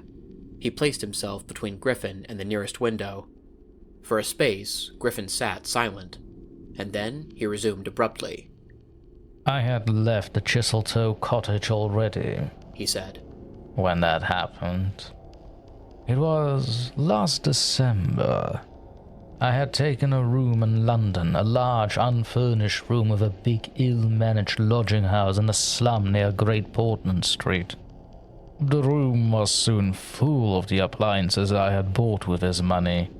The work was going on steadily, successfully, drawing near an end. I was like a man emerging from a thicket and suddenly coming on some unmeaning tragedy. I went to bury him. My mind was still on this research, and I did not lift a finger to save his character. I remember the funeral. The cheap hearse, the scant ceremony, the windy, frost-bitten hillside, and the old college friend of his who read the service over him. A shabby, black, bent old man with a snivelling cold. I remember walking back to the empty house through the place that had once been a village and was now patched and tinkered by the jerry builders into the ugly likeness of a town. Every way the road ran out at last into the desecrated fields and ended in rubble heaps and rank wet weeds. I remember myself as a gaunt black figure going along the slippery, shiny pavement, and the strange sense of detachment I felt from the squalid respectability, the sordid commercialism of the place. I did not feel a bit sorry for my father. He seemed to me to be the victim of his own foolish sentimentality. The current can't require my attendance at his funeral, but it was really not my affair. But going along the high street, my old life came back to me for a space, for I met the girl I had known 10 years since. Our eyes met. Something moved me to turn back and talk to her. She was a very ordinary person. It was all like a dream, that visit to the old places. I did not feel then that I was lonely, that I had come out from the world into a desolate place. I appreciated my loss of sympathy, but I put it down to the general inanity of things. Re-entering my room seemed like the recovery of reality. There were the things I knew and loved. There stood the apparatus, the experiments arranged and waiting, and now there was scarcely a difficulty left beyond the planning of details. I will tell you, Kemp, sooner or later, all the complicated processes. We need not go into that now. For the most part, saving certain gaps I chose to remember, they are written in cipher in those books that Tramp has hidden. We must hunt him down. We must get those books again. But the essential phase was to place the transparent object whose refractive index was to be lowered between two radiating centers of a sort of ethereal vibration, of which I will tell you more fully later. No, not those Röntgen vibrations. I don't know what these others of mine have been described, yet they are obvious enough. I needed 2 little dynamos, and these I worked with a cheap gas engine. My first experiment was with a bit of white wool fabric. It was the strangest thing in the world to see it in the flicker of the flashes soft and white, and then to watch it fade like a wreath of smoke and vanish. I could scarcely believe I had done it. I put my hand into the emptiness, and there was the thing, as solid as ever. I felt it awkwardly and threw it on the floor. I had a little trouble finding it again. And then came a curious experience. I heard a meow behind me, and turning, saw a lean white cat, very dirty, on the cistern cover outside the window. A thought came into my head. "Everything ready for you," I said, and went to the window, opened it, and called it softly. She came in, purring. The poor beast was starving, and I gave her some milk. All my food was in a cupboard in a corner of the room. After that, she went smelling round the room, evidently with the idea of making herself at home. The invisible rag upset her a bit. You should have seen her spit at it. But I made her comfortable on the pillow of my truckle bed. And I gave her butter to get her to wash. And you processed her? I processed her. But giving drugs to a cat is no joke, Kemp. And the process failed. Failed? In 2 particulars. These were the claws and the pigment stuff. What is it? At the back of the eye in a cat. You know? Tapetum. Yes, the tapetum. It didn't go. After I'd given the stuff to bleach the blood and done certain other things to her, I gave the beast opium and put her and a pillow she was sleeping on the apparatus. And after all the rest had faded and vanished, there remained 2 little ghosts of her eyes. Odd. I can't explain it. She was bandaged and clammed, of course, so I had her safe. But she woke while she was still misty and meowed dismally, and someone came knocking. It was an old woman from downstairs who suspected me of vivisecting. A drink-sodden old creature, with only a white cat to take care for in all the world. I whipped out some chloroform, applied it, and answered the door. "Did I hear a cat?" she asked. My cat? Not here, said I, very politely. She was a little doubtful and tried to peer past me into the room. Strange enough to her, no doubt. Bare walls, uncurtained windows, truckle bed, with the gas engine vibrating, and the sieve of the radiant points, and that faint, ghastly stinging of chloroform in the air. She had to be satisfied at last and went away again. How long did it take? Asked Kemp. 3 or 4 hours. The cat. The bones and sinews and the fat were the last to go, and the tips of the colored hairs. And as I say, the back part of the eye, though iridescent stuff it is, wouldn't go at all. It was night outside long before the business was over, and nothing was to be seen but the dim eyes and the claws. I stopped the gas machine, felt for and stroked the beast, which was still insensible, and then, being tired, left it sleeping on the invisible pillow and went to bed. I lay awake, thinking weak, aimless stuff, going over the experiment over and over again, or dreaming feverishly of things growing misty and vanishing about me, until everything, the ground I stood on, vanished, and so I came to that sickly falling nightmare one gets. About 2, the cat began meowing about the room. I tried to hush it by talking to it, and then I decided to turn it out. I remember the shock I had when striking a light. There were just the round eyes shining green, and nothing round them. I would have given it milk, but I hadn't any. It wouldn't be quiet, it just sat down and meowed at the door. I tried to catch it, with an idea of putting it out of the window, but it wouldn't be caught, it vanished. And then it began meowing in different parts of the room. At last I opened the window and made a bustle. I suppose it went out at last. I never saw any more of it. Then, heaven knows why, I fell thinking of my father's funeral again, and the dismal, windy hillside until the day had come. I found sleeping was hopeless, and locking my door after me, wandered out into the morning streets. You don't mean to say there's an invisible cat at large? Said Kemp. If it hasn't been killed, said the invisible man. Why not? Why not? Said Kemp. I didn't mean to interrupt.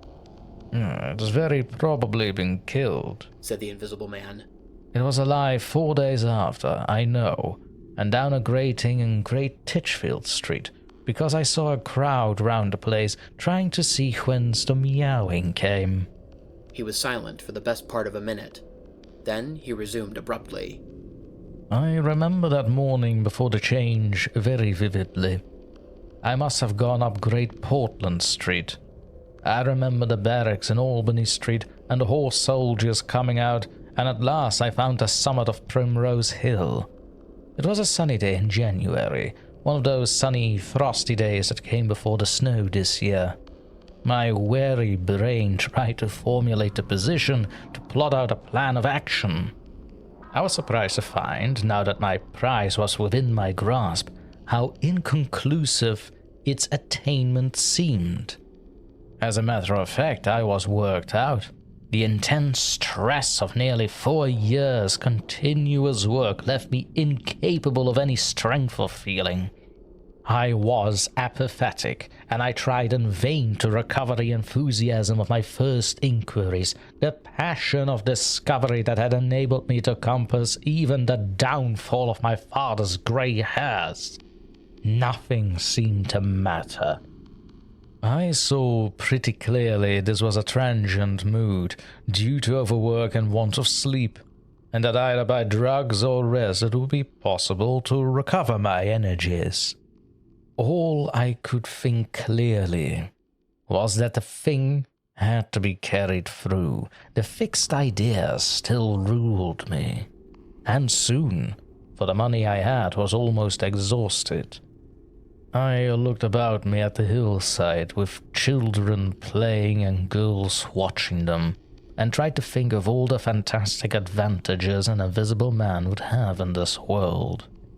After a time, I crawled home, took some food and a strong dose of strychnine. I went to sleep in my clothes on my unmade bed. Strychnine is a grand tonic, Kemp, to take the flabbiness out of a man.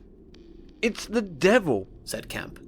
It's Paleolithic in a bottle. I awoke vastly invigorated and rather irritable. You know. I know the stuff. And there was someone rapping at the door. It was my landlord with threats and inquiries, an old Polish Jew in a long grey coat and greasy slippers. I had been tormenting a cat in the night, he was sure. The old woman's tongue had been busy. He insisted on knowing all about it. The laws in this country against vivisection were very severe. He might be liable. I denied the cat. Then the vibration of the little gas engine could be felt all over the house, he said.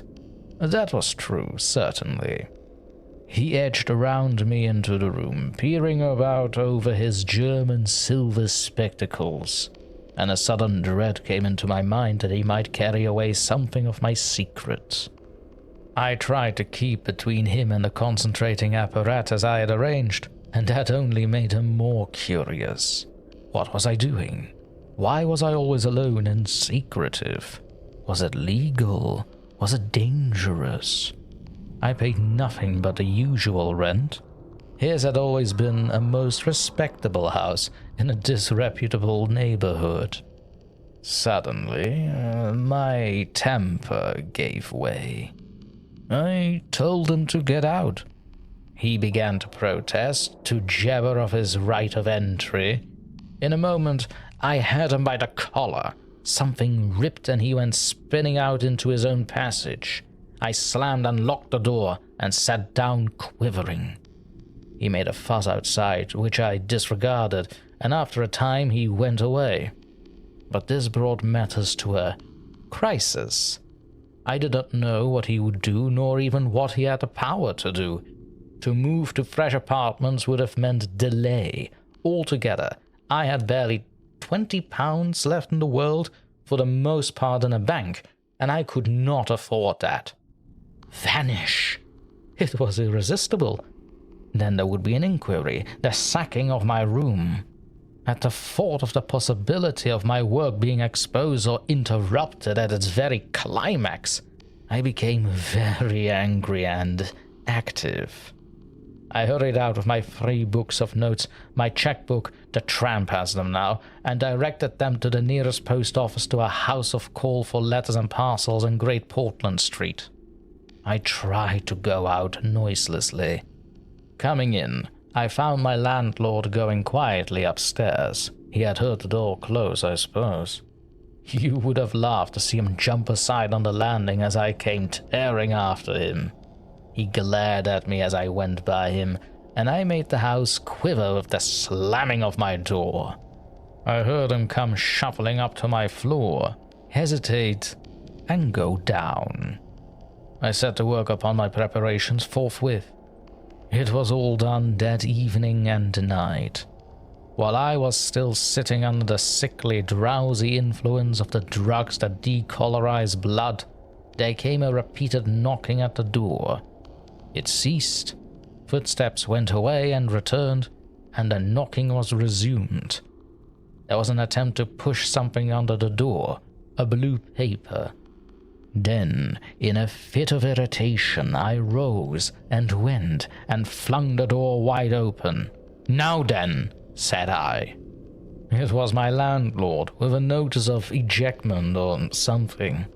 He held it out to me, saw something odd about my hands, I expect, and lifted his eyes to my face. For a moment, he gaped. Then he gave a sort of inarticulate cry, dropped candle and writ together, and went blundering down the dark passage to the stairs. I shut the door, locked it, and went to the looking-glass. Then I understood his terror. My face was white, like white stone. But it was all horrible. I had not expected the suffering. A night of racking anguish, sickness and fainting. I set my teeth, though my skin was presently afire, all my body was afire. But I lay there like grim death.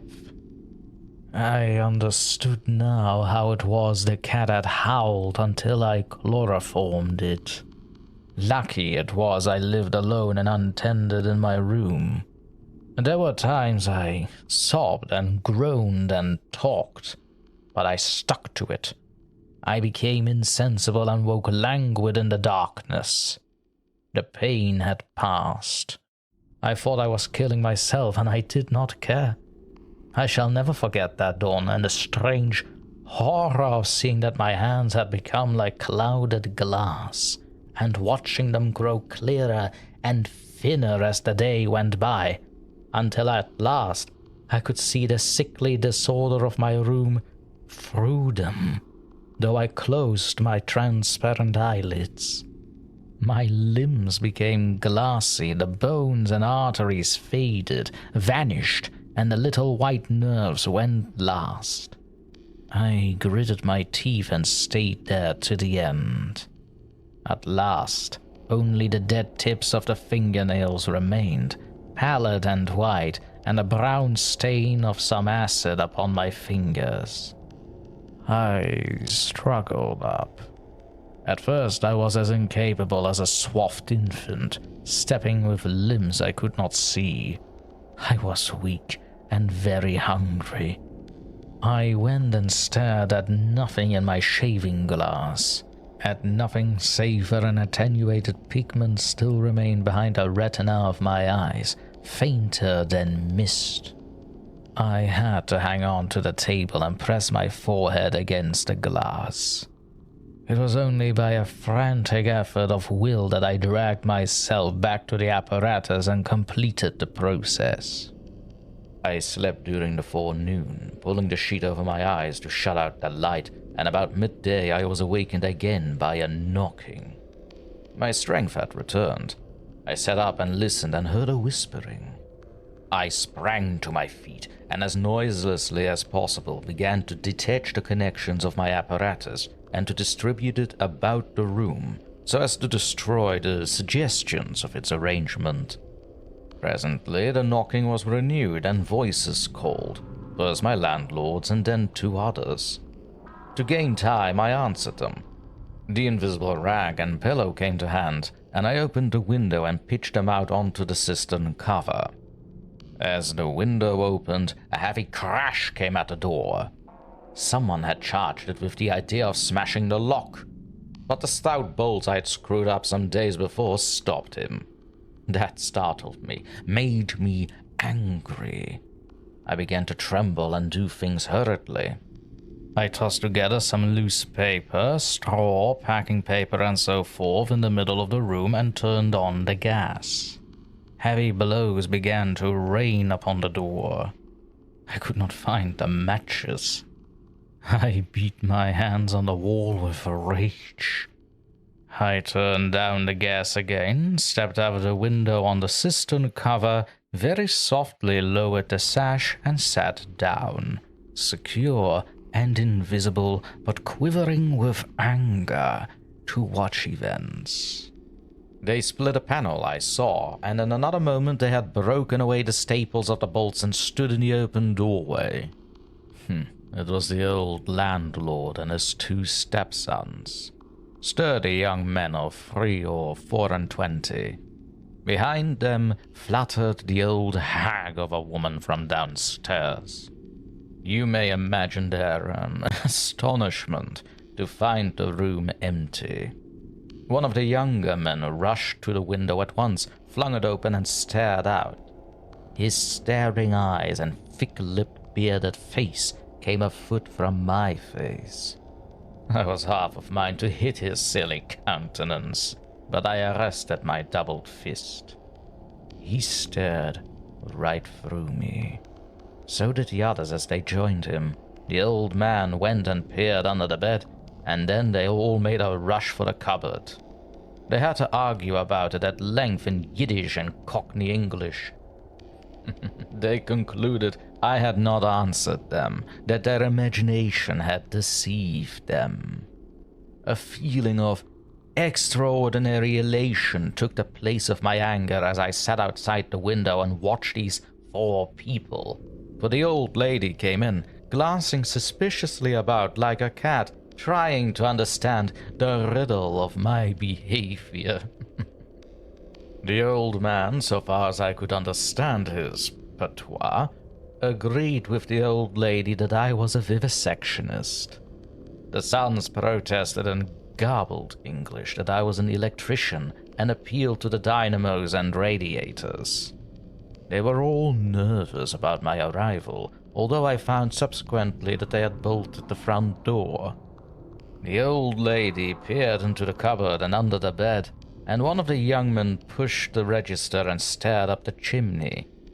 One of my fellow lodgers, a costermonger who shared the opposite room with a butcher, appeared on the landing, and he was called in and told incoherent things.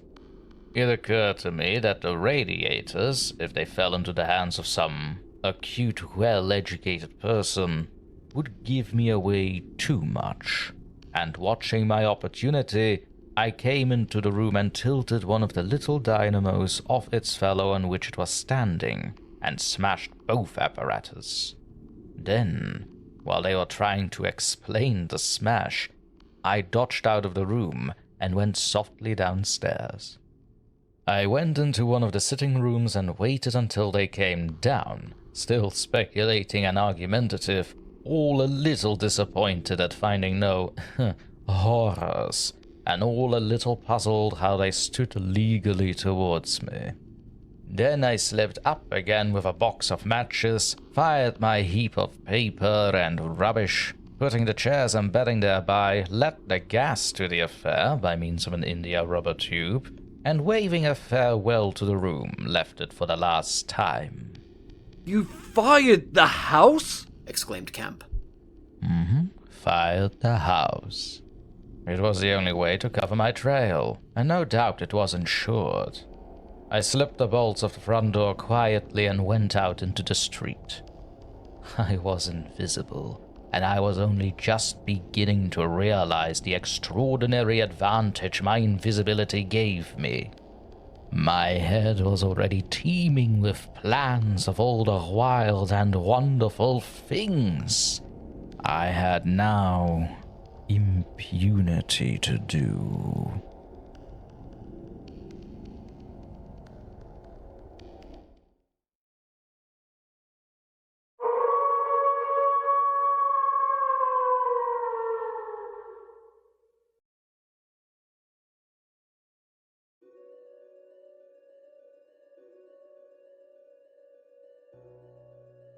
Chapter 21. In Oxford Street. In going downstairs the first time, I found an unexpected difficulty because I could not see my feet. Indeed, I stumbled twice, and there was an unaccustomed clumsiness in gripping the bolts. By not looking down, however, I managed to walk on the level passably well. My mood, I say, was one of exultation. I felt as a seeing man might do, with padded feet and noiseless clothes in a city of the blind. I experienced a wild impulse to jest, to startle people, to clap men on the back, fling people's hats astray, and generally revel in my extraordinary advantage. But hardly had I emerged upon Great Portland Street, however, my lodging was close to the big draper shop there, when I heard a clashing concussion and was hit violently behind, and turning saw a man carrying a basket of soda water siphons and looking in amazement at his burden. Although the blow had really hurt me, I found something so irresistible in his astonishment that I laughed aloud. "The devil's in the basket," I said, and suddenly twisted it out of his hand. He let go incontinently, and I swung the whole weight into the air. Oh, but a fool of a captain standing outside a public house made a sudden rush for this, and his extending fingers took me with excruciating violence under the ear. I let the whole down with a smash on the cabman, and then, with shouts and a clatter of feet about me, people coming out of shops, vehicles pulling up, I realized what I had done for myself, and cursing my folly, backed against a shop window and prepared to dodge out of the confusion. In a moment, I should be wedged into a crowd and inevitably discovered. I pushed by a butcher boy, who luckily did not turn to see the nothingness that shoved him aside, and dodged behind the cabman's four-wheeler. I do not know how they settled the business. I hurried straight across the road, which was happily clear, and hardly heeding which way I went, in the fright of detection the incident had given me, plunged into the afternoon throng of Oxford Street. I tried to get into the stream of people, but they were too thick for me, and in a moment my heels were being trodden upon. I took to the gutter, the roughness of which I found painful to my feet, and forthwith the shaft of a crawling hansom dug me forcibly under the shoulder blade, reminding me that I was already bruised severely. I staggered out of the way of the cab, avoided a perambulator by a conclusive movement, and found myself behind the hansom. A happy thought saved me, and as this drove slowly along, I followed in its immediate wake, trembling and astonished at the turn of my adventure. And not only trembling, but shivering. It was a bright day in January, and I was stark naked, and the thin slime of mud that covered the road was freezing. Foolish as it seems to me now, I had not reckoned that, transparent or not, I was still amenable to the weather and all its consequences. Then suddenly a bright idea came into my head. I ran round and got into the cab, and so, shivering, scared, and sniffing with the first intimations of a cold, and with the bruises of the small of my back growing upon my attention, I drove slowly along Oxford Street and past Tottenham Court Road. My mood was as different from that in which I had sallied forth 10 minutes ago as it is possible to imagine. This invisibility indeed! The one thought that possessed me was, how was I to get out of the scrape I was in? We crawled past Moody's, and there a tall woman with 5 or 6 yellow-labeled books hailed my cab, and I sprang out just in time to escape her, shaving a railway van narrowly in my flight. I made off up the roadway to Bloomsbury Square, intending to strike north past the museum and so get into the quiet district. I was now cruelly chilled, and the strangeness of my situation so unnerved me that I whimpered as I ran. At the northward corner of the square, a little white dog ran out of the Pharmaceutical Society's offices and incontinently made for me, nose down. I had never realized it before, but the nose is to the mind of a dog what the eye is to the mind of a seeing man. Dogs perceive the scent of a man moving as man perceive his vision. This brute began barking and leaping, showing, as it seemed to me, only too plainly that he was aware of me.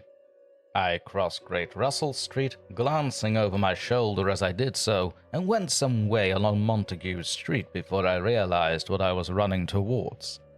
Then I became aware of a blare of music, and looking along the street saw a number of people advancing out of Russell Square, red shirts and a banner of the Salvation Army to the fore.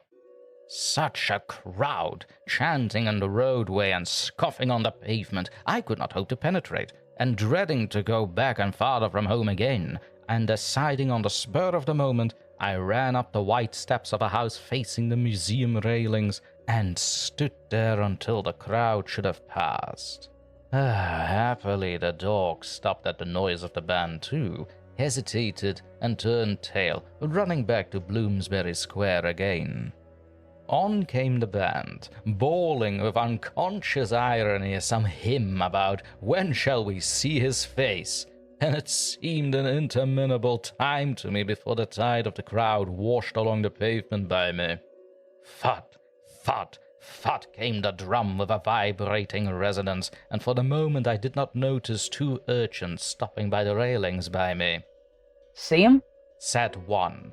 See what? Said the other. Why, them footmarks. There. What, you mixing mud?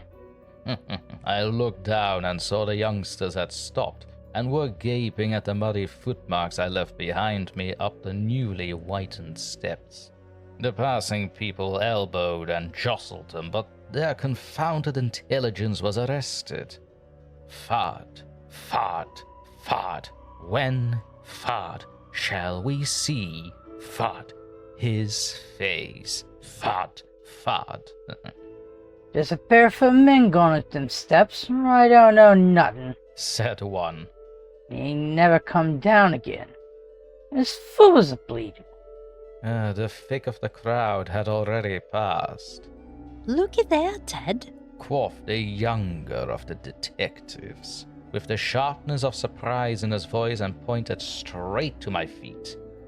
I looked down and saw at once the dim suggestion of their outline sketched in splashes of mud. For a moment I was paralyzed. Why, that's rum, said the elder. Dashed rum. It's just like the gust of a foot, ain't it? He hesitated and advanced with an outstretched hand. A man pulled up short to see what he was catching, and then a girl. In another moment he would have touched me. Then I saw what to do. I made a step. The boy started back with exclamation, and with a rapid movement I swung myself over the portico of the next house. But the smaller boy was sharp-eyed enough to follow the movement, and before I was well down the steps and upon the pavement, he had recovered from his momentary astonishment and was shouting out that the feet had gone over the wall. They rushed round and saw my new footmarks flash into being on the lowest step and upon the pavement. "What's up?" asked someone. "Feet. Look. Feet running." Everybody in the road except my 3 pursuers were pouring along after the Salvation Army, and this blow not only impeded me but them. There was an eddy of surprise and interrogation. At the cost of bowling over one young fellow I got through, and in another moment I was rushing headlong round the circuit of Russell Square, with 6 or 7 astonished people following my footmarks. There was no time for explanation, or else the whole host would have been after me. Twice I doubled round corners, thrice I crossed the road and came back upon my tracks, and then, as my feet grew hot and dry, the damp impressions began to fade. At last, I had a breathing space and rubbed my feet clean with my hands, and so got away altogether. The last I saw of the chase was a little group of a dozen people, perhaps, studying with infinite perplexity a slowly drying footprint that had resulted from a puddle in Tavistock Square, a footprint as isolated and incomprehensible to them as Crusoe's solitary discovery. This running warmed me to a certain extent, and I went on with a better courage through the maze of less frequented roads that ran along hereabouts. My back had now become very stiff and sore, my tonsils were painful from the cabman's fingers, and the skin of my neck had been scratched by his nails. My feet hurt exceedingly, and I was lame from a little cut on one foot. Ha! I saw in time a blind man approaching me, and fled limping, for I feared his subtle intuitions. Once or twice accidental collisions occurred, and I left people amazed, with unaccountable curses ringing in their ears. Then came something silent and quiet against my face, and across the square fell a thin veil of slowly falling flakes of snow. I had caught a cold, and do as I would, I could not avoid an occasional sneeze.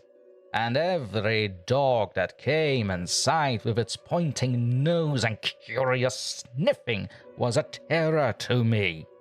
Then came men and boys running, first one and then others, and shouting as they ran. It was a fire. They ran in the direction of my lodging, and looking back down the street, I saw a mass of black smoke streaming above the roofs and telephone wires. It was my lodging burning. My clothes, my apparatus, all my resources indeed except my checkbook and the 3 volumes of memoranda that awaited me in Great Portland Street were there, burning. I had burnt my boats if ever a man did. The place was blazing. The invisible man paused and thought. Kemp glanced nervously out of the window. Yes? He said. Go on.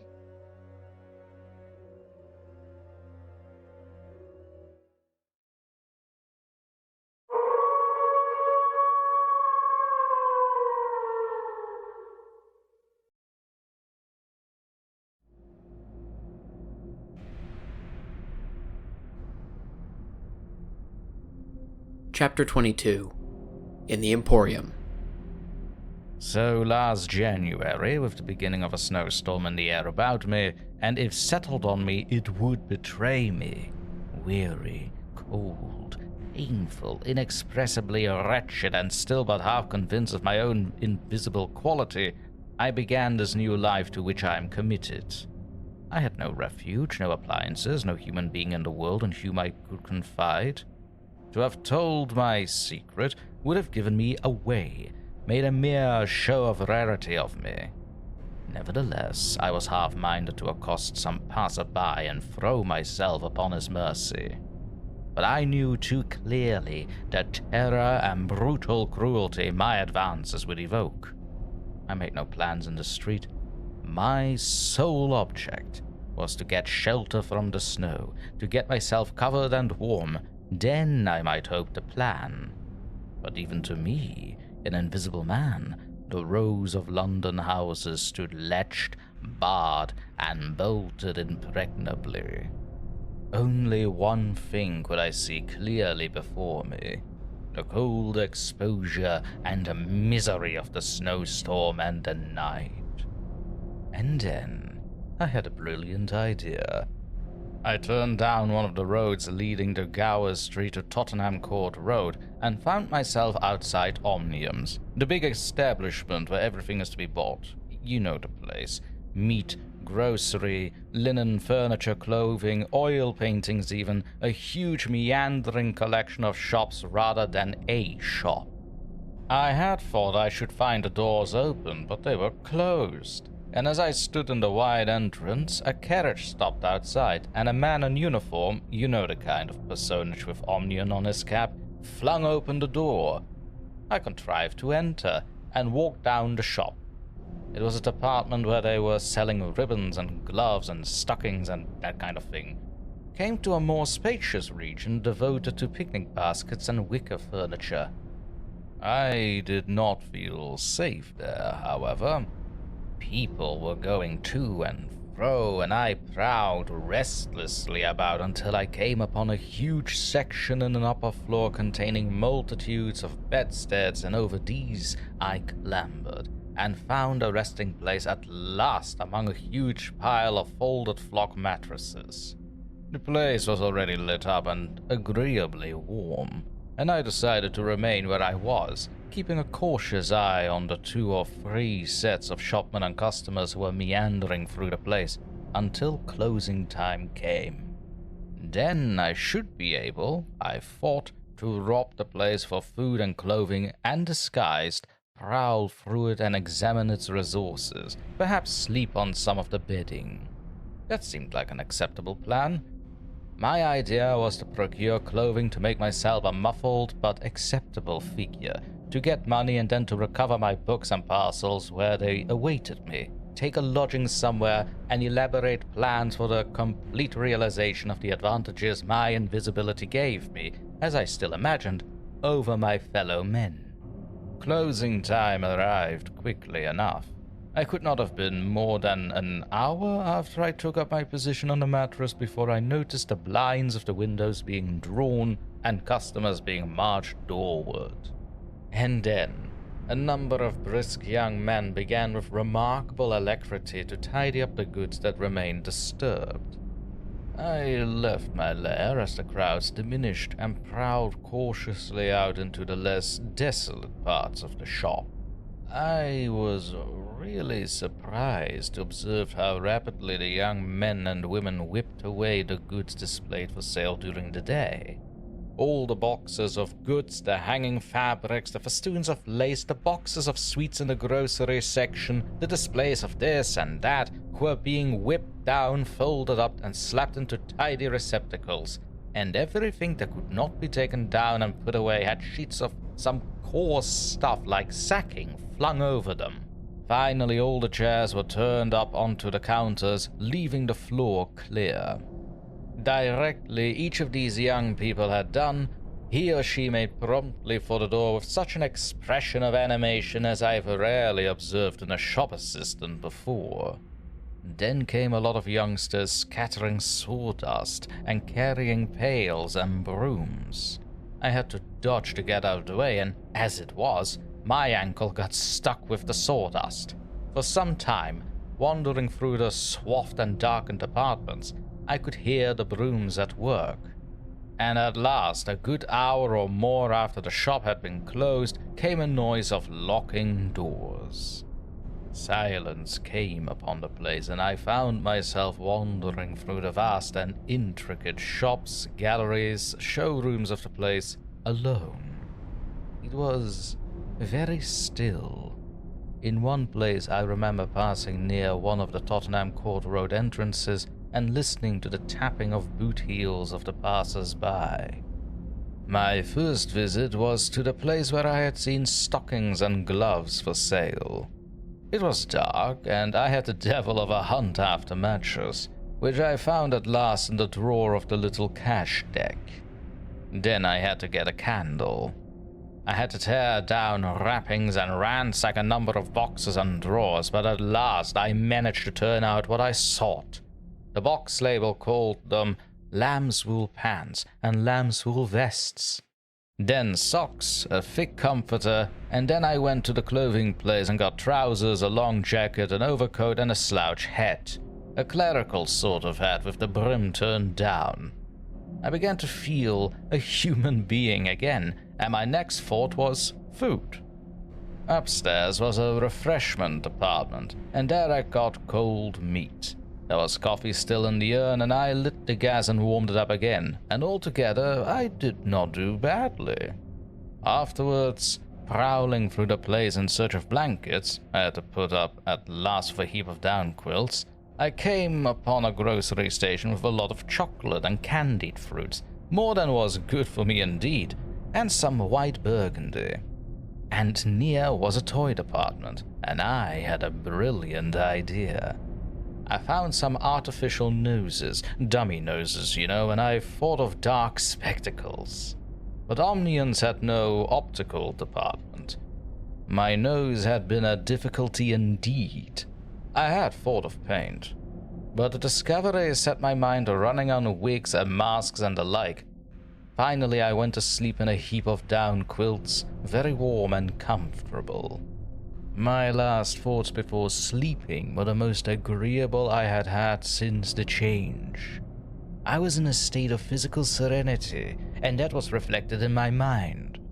I thought that I should be able to slip out unobserved in the morning with my clothes upon me, muffling my face with a white wrapper I had taken, purchase, with the money I had taken, spectacles and so forth, and so complete my disguise.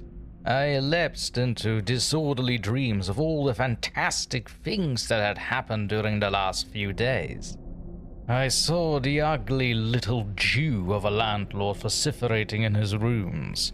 I saw his two sons marveling, and the wrinkled old woman's gnarled face as she asked for her cat.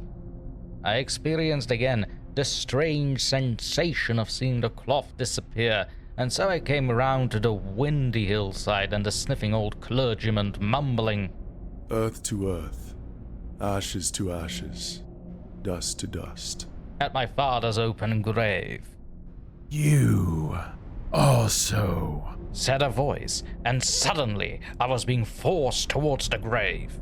I struggled, shouted, appealed to the mourners, but they continued stonily following the service. The old clergyman, too, never faltered, droning and sniffing through the ritual.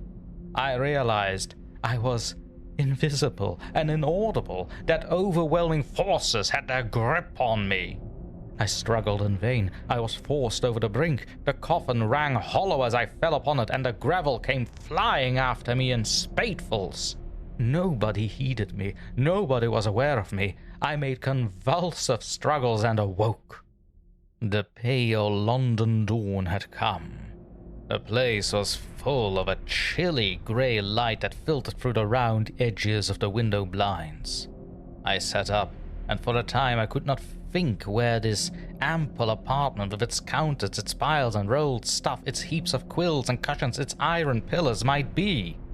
Then, as recollection came back to me, I heard voices in conversation.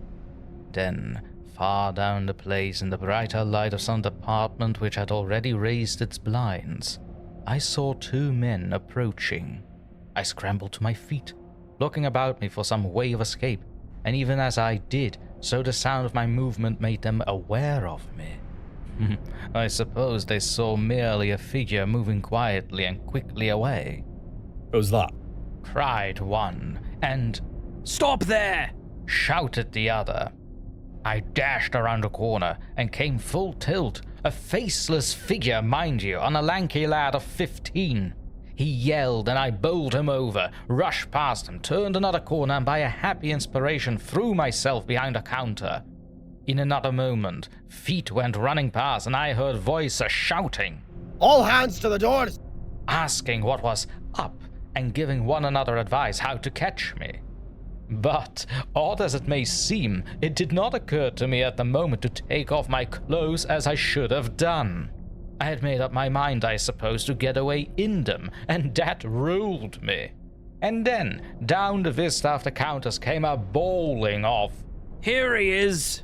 I sprang to my feet, whipped the chair off the counter and sent it whirling at the fool who had shouted, turned, came into another round a corner, sent him spinning, and rushed up the stairs. He kept his footing, gave a view hello, and came up the stairs hot after me. Up the staircase were piled a multitude of those bright-colored pot things. What are they? Art pots, suggested Kemp. Ah, that's it, art pots. Well, I turned at the top step and swung round, plucked one out of a pile, and smashed it on his silly head as he came at me. The whole pile of pots went headlong, and I heard shouting and footsteps running from all parts. I made a mad rush for the refreshment place, and there was a man in white, like a man cook, who took up the chase. I made one last desperate turn and found myself among lambs and ironmongery. I went behind a counter of this and waited for my cook, and as he bolted in at the head of the chase, I doubled him up with a lamp. Down he went, and I crouched down behind the counter and began wiping off my clothes as fast as I could. Coat, jacket, trousers, shoes were all right, but a lamb's wool vest fits a man like a skin. I heard more men coming. My cook was lying quiet on the other side of the counter, stunned and scared, speechless, and I had to make another dash for it, like a rabbit hunted out of a woodpile. "This way, policeman!" I heard someone shouting. I found myself in my bedstead storeroom again, and at the end of a wilderness of wardrobes. I rushed among them, went flat, got rid of my vest after infinite wriggling, and stood a free man again, panting and scared as the policeman and 3 of the shopmen came round the corner. They made a rush for the vest and the pants, and collared the trousers. "He's dropping his plunder," said one of the young men. "He must be here somewhere." But they did not find me all the same. I stood watching them hunt me for a time and cursing my ill luck in losing the clothes. Then I went to the refreshment room, drank a little milk I found there, and sat down by the fire to consider my position. In a little while, 2 assistants came in and began to talk over the business very excitedly and like the fools they were. I heard a magnified account of my depredations and other speculations as to my whereabouts. Then I fell to scheming again. The insurmountable difficulty of the place, especially now it was alarmed, was to get any plunder out of it. I went down into the warehouse to see if there was any chance of packing and addressing a parcel, but I could not understand the system of checking. About 11 o'clock, the snow having fallen as it fell, and the day being finer and a little warmer than the previous one, I decided that the Emporium was hopeless, and went out again, exasperated at my want of success with only the vaguest plans of action in my mind.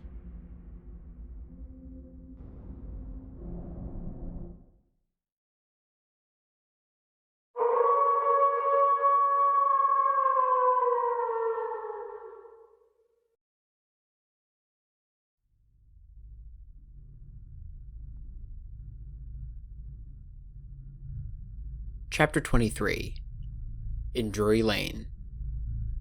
But you begin now to realize, said the Invisible Man, the full disadvantage of my condition. I had no shelter, no covering. To get clothing was to forgo all my advantage, to make myself a strange and terrible thing. I was fasting, for to eat, to fill myself with unassimilated matter, would be to become grotesquely visible again. I never thought of that, said Kemp. Well, nor had I, and the snow had warned me of other dangers. I could not go abroad in snow, it would settle on me and expose me. Rain, too, would make me a watery outline, a glistening surface of a man, a bubble. And fog, I should be like a fainter bubble in a fog, a surface, a greasy glimmer of humanity. Moreover, as I went abroad, in the London air, I gathered dirt about my ankles, floating smuts and dust upon my skin. I did not know how long it would be before I should become visible from that cause also, but I saw clearly it could not be for long. Well, not in London, at any rate. I went to the slums towards Great Portland Street, and found myself at the end of the street in which I had lodged. I did not go that way because of the crowd halfway down it opposite to the still smoking ruins of the house I had fired. My most immediate problem was to get clothing. What to do with my face puzzled me. Then I saw in one of those little miscellaneous shops, news, sweets, toys, stationery, belated Christmas, tomfoolery, and so forth, an array of masks and noses. I realized that problem was solved. In a flash, I saw my course. I turned about, no longer aimless, and went, circuitously in order to avoid the busy ways, towards the back streets north of the Strand, for I remembered, though not distinctly well, that some theatrical costumiers had shops in that district. The day was cold, with a nipping wind down the northward running streets. I walked fast to avoid being overtaken. Every crossing was a danger, every passenger a thing to watch alertly. One man, as I was about to pass him at the top of Bedford Street, turned upon me abruptly and came into me, sending me into the road and almost under the wheel of a passing hansom. The verdict of a cab rank was that he had some sort of stroke. I was so unnerved by this encounter that I went into Covent Garden Market and sat down for some time in a quiet corner by a stall of violets, panting and trembling. I found I had a fresh cold and had to turn out after a time lest my sneezes should attract attention. At least I reached the object of my quest, a dirty, fly-blown little shop in a byway near Drury Lane, with a window full of tinsel robes, sham jewels, wigs, slippers, dominoes, and theatrical photographs. The shop was old-fashioned and low and dark, and the house rose above it for 4 stories, dark and dismal.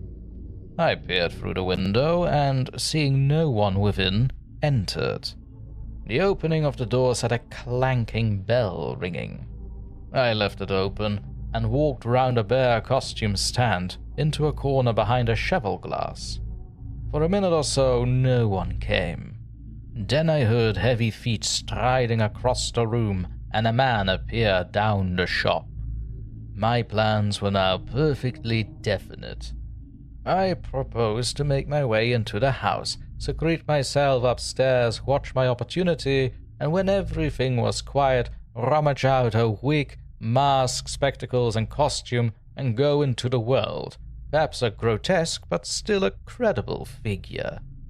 Oh, and incidentally, of course, I could rob the house of any available money. The man who had just entered the shop was a short, slight, hunched, beetle-browed man, with long arms and very short, bandy legs. Apparently, I had interrupted a meal. He stared about the shop with an expression of expectation.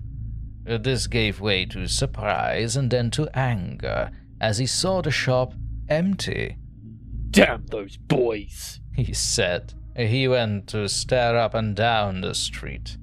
He came in again in a minute, kicked a door to with his foot spitefully, and went muttering back to the house door. I came forward to follow him, and at the noise of my movement he stopped dead. I did so too, startled by his quickness of ear. He slammed the house door in my face. I stood hesitating. Suddenly, I heard his quick footsteps returning, and the door reopened. He stood looking about the shop like one who was still not satisfied. Then, murmuring to himself, he examined the back of the counter and peered behind some fixtures. Then he stood doubtful. He had left the house door open, and I slipped into the inner room. It was a queer little room, poorly furnished and with a number of big masks in the corner. On the table was his belated breakfast, and it was a confoundedly exasperating thing for me, Kemp, to have to sniff his coffee and stand watching while he came in and resumed his meal. And his table manners were irritating. 3 doors opened into the little room, one going upstairs and one down, but they were all shut. I could not get out of the room while he was there. I could scarcely move because of his alertness, and there was a draft down my back. Twice I strangled a sneeze just in time. The spectacular qualities of my sensations was curious and novel, but for all that, I was heartily tired and angry long before he had done his eating. But at last he had made an end, and putting his beggarly crockery on the black tin tray upon which he had had his teapot, and gathering all the crumbs up on the mustard-stained cloth, he took the whole lot of things after him. His burden prevented his shutting the door behind him, as he would have done. I never saw such a man for shutting doors, and I followed him into a very dirty underground kitchen and scullery. I had the pleasure of seeing him begin to wash up, and then, finding no good in keeping down there, and the brick floor being cold on my feet, I returned upstairs and sat in his chair by the fire. It was burning low, and scarcely thinking, I put on a little coal. The noise of this brought him up at once, and he stood aglare. He peered about the room, and was within an ace of touching me. Even after that examination, he scarcely seemed satisfied. He stopped in the doorway and took a final inspection before he went down. I waited in that little parlor for an age, and at last he came up and opened the upstairs door. I just managed to get by him. On the staircase he stopped suddenly, so that I very nearly blundered into him. He stood looking back right into my face, and listening. "I could have sworn," he said. His long, hairy hand pulled at his lower lip. His eye went up and down the staircase. Then he grunted and went on up again.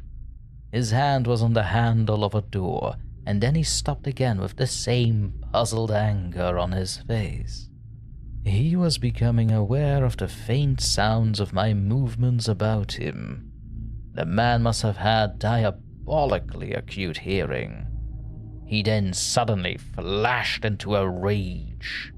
"If there's anyone in this house," he cried with an oath, and left the threat unfinished. He put his hand in his pocket, failed to find what he wanted, and rushing past me went blunderingly, noisily, and pugnaciously downstairs. But I did not follow him. I sat on the head of the staircase until his return. Presently he came up again, still muttering. He opened the door of the room, and before I could enter, slammed it in my face. I resolved to explore the house, and spend some time in doing so as noiselessly as possible. The house was very old and tumbled down, damp so that the paper in the attics was peeling from the walls, and rat-infested. Some of the door handles were stiff, and I was afraid to turn them. Several rooms I did inspect were unfurnished, and others were littered with theatrical lumber, bought second-hand, I judged from its appearance. In one room next to his, I found a lot of old clothes. I began routing among these, and in my eagerness forgot again the evident sharpness of his ears. I heard a stealthy footstep, and, looking up just in time, saw him peering in at a tumbled heap and holding an old-fashioned revolver in his hand. I stood perfectly still while he stared about open-mouthed and suspicious. "It must have been her," he said slowly. "Damn her." He shut the door quietly, and immediately I heard the key turn in the lock. Then his footsteps retreated. I realized abruptly that I was locked in. For a minute I did not know what to do. I walked from door to window and back and stood perplexed. A gust of anger came upon me, but I decided to inspect the clothes before I did anything further, and my first attempt brought down a pile from the upper shelf. This brought him back, more sinister than ever. That time he actually touched me, jumped back with amazement, and stood astonished in the middle of the room. Presently he calmed a little. "Rats," he said in an undertone, fingers on lips. He was evidently a little scared. I edged quietly out of the room, but a plank creaked. Then the infernal little brute started going all over the house, revolver in hand, unlocking door after door and pocketing the keys. When I realized what he was up to, I had a fit of rage. I could hardly control myself sufficiently to watch my opportunity. By this time, I knew he was alone in the house, and so I made no more ado and knocked him on the head. "Knocked him on the head?" exclaimed Kemp. Yes, stunned him as he was going downstairs, hit him from behind with a stool that stood on the landing. He went downstairs like a bag of old boots. "But I say, the common conventions of humanity are all very well for common people.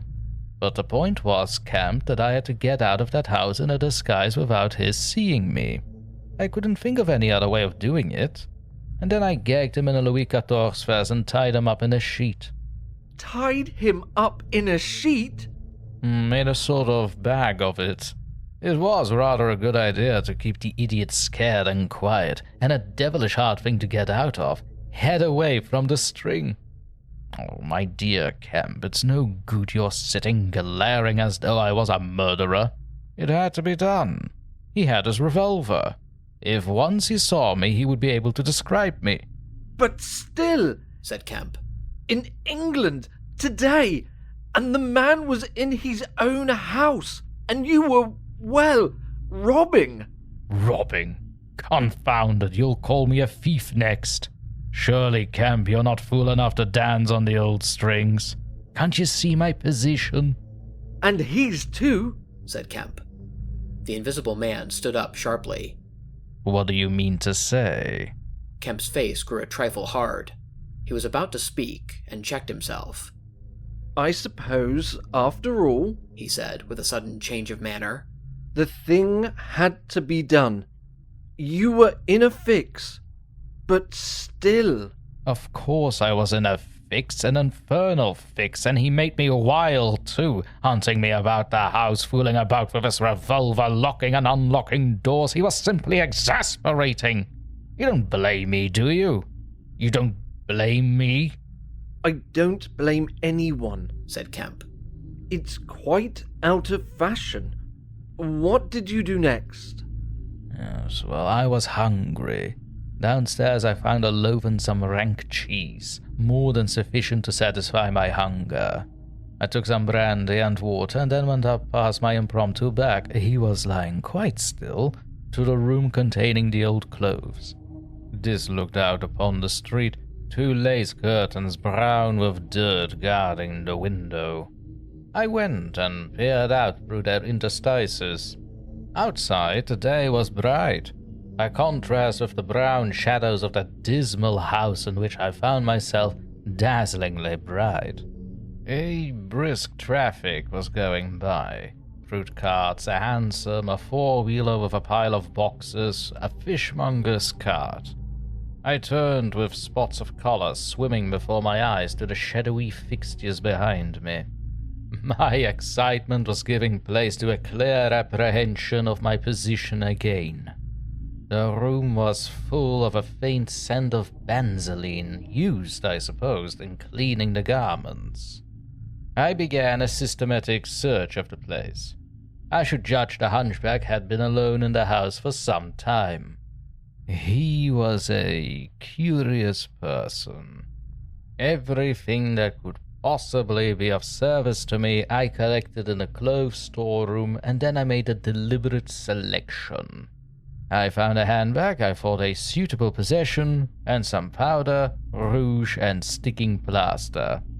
I had thought of painting and powdering my face and all there was to show of me, in order to render myself visible, but the disadvantage of this lay in the fact that I should require turpentine and other appliances and a considerable amount of time before I could vanish again. Finally, I chose a mask of a better type, slightly grotesque, but no more so than many human beings. Dark glasses, greyish whiskers, and a wig. I could find no underclothing, but that I could buy subsequently, and for the time I swathed myself in calico dominoes and some white cashmere scarves. I could find no socks, but the hunchback's boots were rather a loose fit and sufficed. In a desk in the shop were 3 sovereigns and about 30 shillings worth of silver, and in a locked cupboard I burst in the inner room were 8 pounds in gold. I could go forth into the world again, equipped. Then came a curious hesitation. Was my appearance really credible? I tried myself with a little bedroom looking glass, inspecting myself from every point of view to discover any forgotten chink, but it all seemed sound. I was grotesque to the theatrical pitch, a stage miser, but I was certainly not a physical impossibility.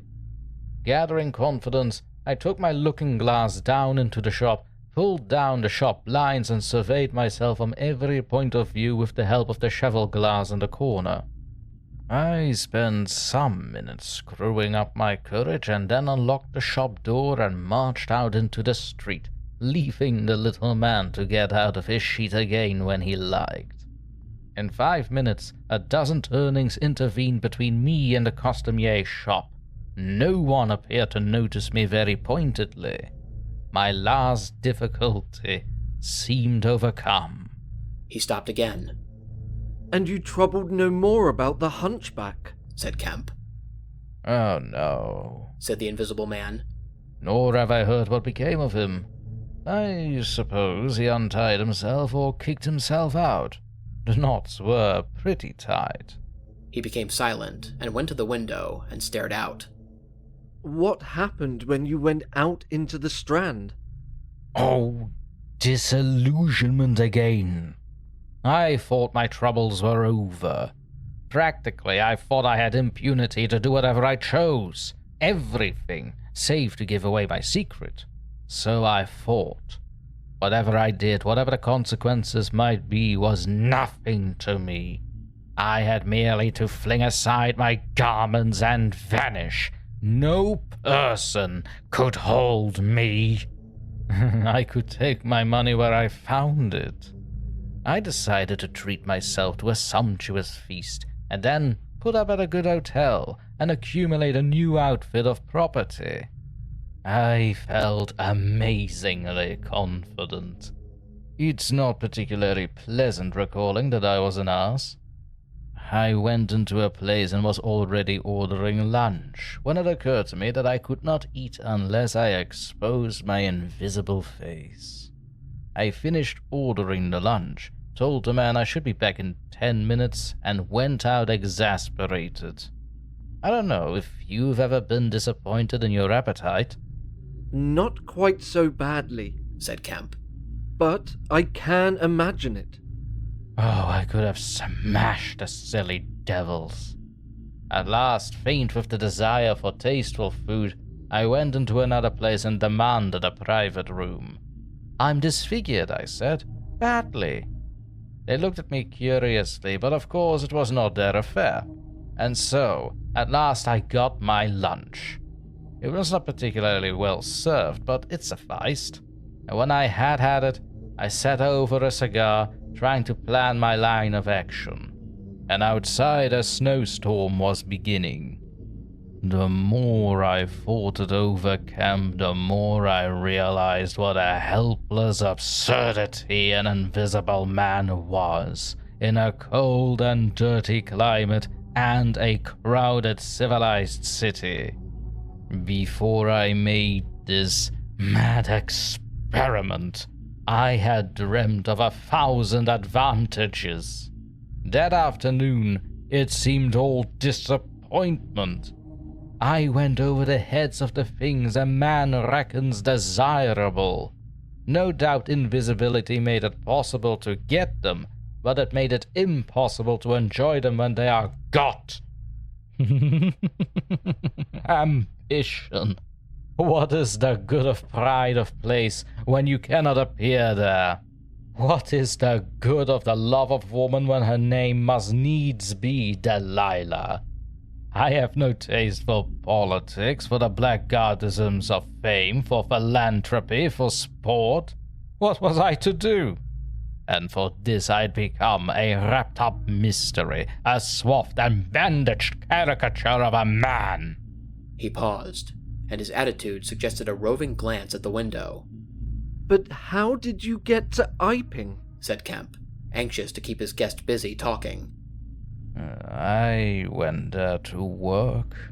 I had one hope. It was a half idea. I have it still. It is a full-blown idea now. A way of getting back, of restoring what I have done, when I choose. When I have done all I mean to do invisibly. And that is what I chiefly want to talk to you about now. You went straight to Iping? Yes.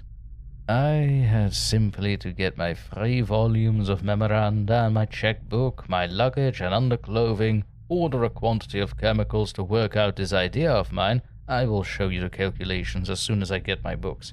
And then I started. Oh, Jove! I remember the snowstorm now and the accursed bother it was to keep the snow from damping my pasteboard nose. At the end, said Kemp, the day before yesterday, when they found you out, you rather, to judge by the papers. I did, rather. Did I kill that fool of a constable? No, said Kemp.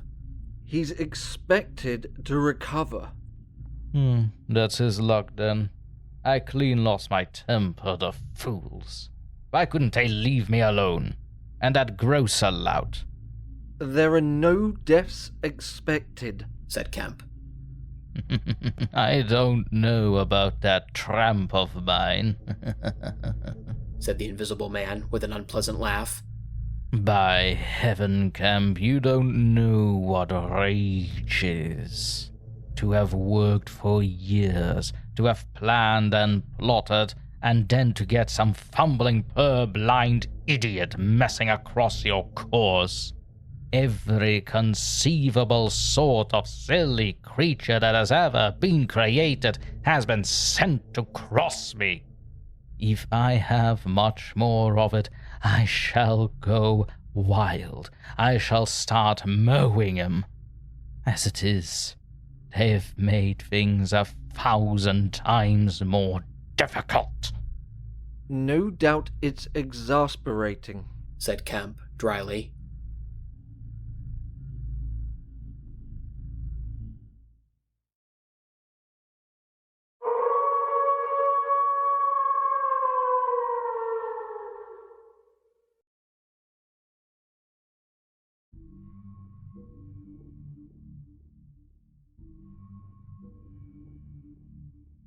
Chapter 24.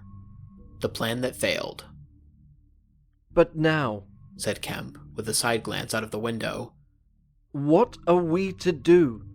He moved nearer his guest as he spoke, in such a manner as to prevent the possibility of a sudden glimpse of the 3 men who were advancing up the hill road, with an intolerable slowness, as it seemed to Kemp. What were you planning to do when you were heading for Port Burdock? Had you any plan? I was going to clear out of the country, but I have altered that plan rather since seeing you. I thought it would be wise, now the weather is hot and invisibility possible, to make for the south, especially as my secret was known and everyone would be out on the lookout for a masked and muffled man. You have a line of steamers from here to France. My idea was to get on board one and run the risks of the passage. Thence I could go by train into Spain, or else get to Algiers. It would not be difficult. There a man might always be invisible, and yet live, and do things. I was using that tramp as a money box and luggage carrier, until I decided how to get my books and things sent over to meet me. That's clear. And then the filthy brute must needs try and rob me. He has hidden my books, Kemp, hidden my books. If I can lay my hands on him. Best plan to get the books out of him first. But where is he? Do you know? He's in the town police station, locked up by his own request, in the strongest cell in the place. said the Invisible Man. But that hangs up your plans a little. We must get those books. Those books are vital. Certainly, said Kemp, a little nervously, wondering if he heard footsteps outside. Certainly, we must get those books, but that won't be difficult if he doesn't know they're for you. No, said the Invisible Man, and thought. Kemp tried to think of something to keep the talk going, but the Invisible Man resumed of his own accord. Blundering into your house, Kemp, he said, changes all my plans. For you are a man that can understand. In spite of all that has happened, in spite of this publicity, of the loss of my books, of what I have suffered, there still remains great possibilities. Huge possibility. You have told no one I'm here, he asked abruptly. Kemp hesitated. That was implied, he said. No one, insisted Griffin. Not a soul. Ah, now. The Invisible Man stood up, and sticking his arms akimbo, began to pace the study. I made a mistake, Kemp. A huge mistake in carrying this thing through alone. I have wasted strength, time, opportunities. Alone. Oh, it is wonderful how little a man can do alone. To rob a little, to hurt a little, and then there is the end. What I want, Kemp, is a goalkeeper, a helper and a hiding place, an arrangement whereby I can sleep and eat and rest in peace and unsuspected. I must have a confederate. With a confederate, with food and rest, 1,000 things are possible. Hitherto I've gone on vague lines. We have to consider all that invisibility means, all that it does not mean. It means little advantage for eavesdropping and so forth. One makes sounds. It's of little help, a little help perhaps, in housebreaking and so forth. Once you've caught me, you could easily imprison me. But on the other hand, I am hard to catch. This invisibility, in fact, is only good in two cases. It's useful in getting away. It's useful in approaching. It's particularly useful, therefore, in killing. I can walk around a man, whatever weapon he has, choose my point, strike as I like, dodge as I like, escape as I like. Kemp's hand went to his mustache. Was that a movement downstairs? And it is killing we must do, Kemp. It's killing we must do, repeated Kemp. I'm listening to your plan, Griffin, but I'm not agreeing. Mind. Why killing? Not wanton killing, but a judicious slaying. The point is, they know there is an invisible man, as well as we know there is an invisible man. And that invisible man, Kemp, must now establish a reign of terror. Yes, no doubt it's startling, but I mean it. A reign of terror. He must take some town like your Burdock and terrify and dominate it. He must issue his orders. He can do that in 1,000 ways. Scraps of papers thrust under doors would suffice. And all who disobey his orders, he must kill. And kill all who defend them. Humph, said Kemp, no longer listening to Griffin, but to the sound of his front door opening and closing. It seems to me, Griffin, he said, to cover his wandering attention, that your confederate would be in a difficult position. No one would know he was a confederate, said the invisible man eagerly. And then suddenly, hush! What's that downstairs? Nothing, said Kemp, and suddenly began to speak loud and fast. I don't agree to this, Griffin, he said. Understand me, I don't agree to this. Why dream of playing a game against the race? How can you hope to gain happiness? Don't be a lone wolf. Publish your results. Take the world, take the nation at least, into your confidence. Think what you might do with 1,000,000 helpers. The invisible man interrupted, arm extended. There are footsteps coming upstairs, he said in a low voice. Nonsense, said Kemp. Let me see, said the invisible man, and advanced, arm extended, to the door. And then things happened very swiftly. Kemp hesitated for a second, and then moved to intercept him. The invisible man started and stood still. Traitor! cried the voice, and suddenly the dressing gown opened, and sitting down, the unseen began to disrobe. Kemp made 3 swift steps to the door, and forthwith the invisible man, his legs had vanished, sprang to his feet with a shout. Kemp flung the door open. As it opened, there came a sound of hurrying feet downstairs, and voices. With a quick movement, Kemp thrust the invisible man back, sprang aside, and slammed the door. The key was outside, and ready. In another moment, Griffin would have been alone in the Belvedere study, a prisoner. Save for one little thing. The key had been slipped in hastily that morning. As Kemp slammed the door, it fell noisily upon the carpet. Kemp's face became white. He tried to grip the door handle with both hands. For a moment, he stood lugging. Then the door gave 6 inches, but he got it closed again. The second time, it was jerked a foot wide, and the dressing gown came wedging itself into the opening. His throat was gripped by invisible fingers, and he left his hold on the handle to defend himself. He was forced back, tripped, and pitched heavily into the corner of the landing. The empty dressing gown was flung on the top of him. Halfway up the staircase was Colonel Adie, the recipient of Kemp's letter, the chief of the Burdock police. He was staring aghast at the sudden appearance of Kemp, followed by the extraordinary sight of clothing tossing empty in the air. He saw Kemp felled and struggling to his feet. He saw him rush forward and go down again, felled like an ox. Then, suddenly, he was struck violently by nothing. A vast weight, it seemed, leapt upon him, and he was hurled headlong down the staircase, with a grip on his throat and a knee in his groin.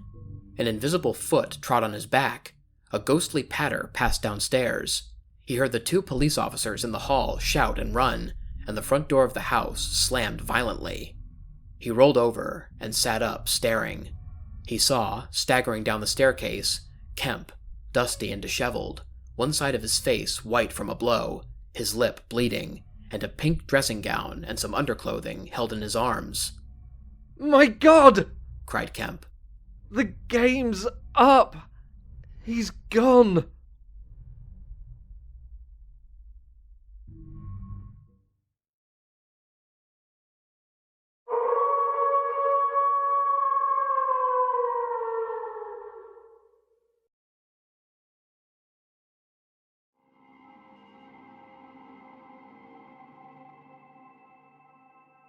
Chapter 25. The Hunting of the Invisible Man. For a space, Kemp was too inarticulate to make Adie understand the swift things that had just happened. They stood on the landing, Kemp speaking swiftly, the grotesque swathings of Griffin still on his arm, but presently, Adie began to grasp something of the situation. "He is mad," said Kemp. "Inhuman. He is pure selfishness. He thinks of nothing but his own advantage, his own safety. I have listened to such a story this morning of brutal self-seeking. He has wounded men. He will kill them unless we can prevent him. He will create a panic. Nothing can stop him. He is going out now, furious." "He must be caught," said Adie. "That is certain." "But how?" cried Kemp, and suddenly became full of ideas. "You must begin at once. You must set every available man to work. You must prevent his leaving this district. Once he gets away, he may go through the countryside as he wills, killing and maiming. He dreams of a reign of terror. A reign of terror, I tell you. You must set a watch on the trains and the roads and shipping. The garrison must help. You must wire for help. The only thing that may keep him here is the thought of recovering some books of notes he counts of value. I will tell you that.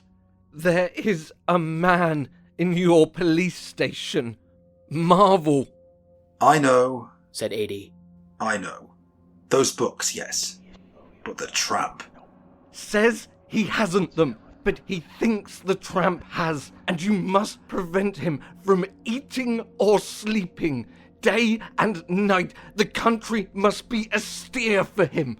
Food must be locked up and secured, all food, so that he will have to break his way to it.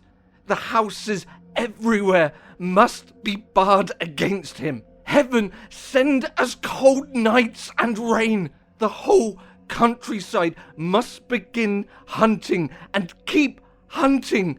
I tell you, Adie, he is a danger, a disaster, unless he is pinned and secured. It is frightful to think of the things that may happen." "What else can we do?" said Adie. "I must go down at once and begin organising. But why not come? Yes, you come too. Come, and we must hold a sort of council of war. Get Hops to help, and the railway managers. By Jove, it's urgent. Come along, tell me as we go. What else is there we can do? Put that stuff down." In another moment, Adie was leading the way downstairs. They found the front door open, and the policeman standing outside, staring at empty air. "He's got away, sir," said one. "We must go down to the central station at once," said Adie. "One of you go on down, and get a cab to come up and meet us, quickly." And now, Kemp, what else? Dogs, said Kemp. Get dogs.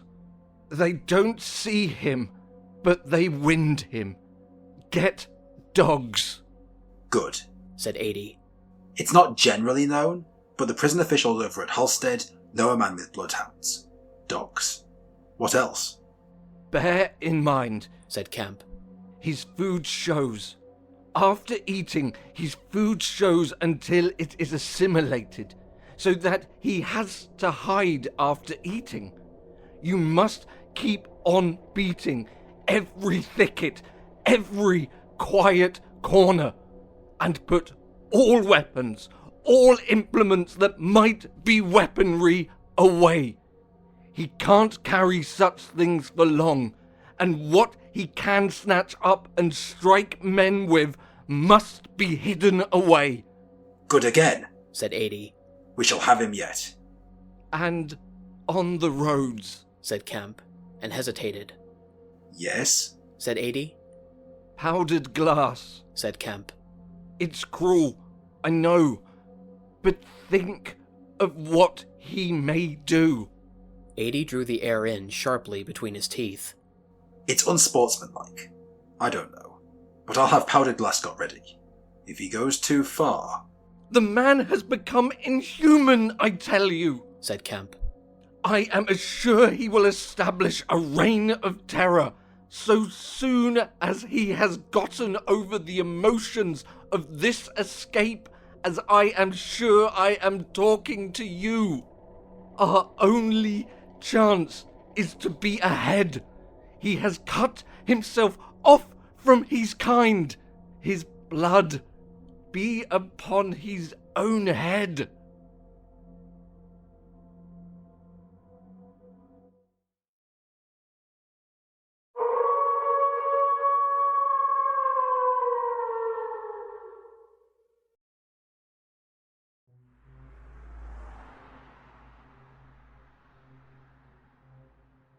Chapter 26. The Wicksteed Murder. The Invisible Man seems to have rushed out of Kemp's house in a state of blind fury. A little child playing near Kemp's gateway was violently caught up and thrown aside so that its ankle was broken, and thereafter, for some hours, the Invisible Man passed out of human perceptions. No one knows where he went nor what he did, but one can imagine him hurrying through the hot June forenoon up the hill and onto the open downland behind Port Burdock, raging and despairing at his intolerable fate, and sheltering at last, heated and wary, amid the thickets of Hintondean, to piece together again his shattered schemes against his species. That seems the most probable refuge for him, for there it was he reasserted himself in a grimly tragical manner about 2 p.m. One wonders what his state of mind may have been during that time, and what plans he devised.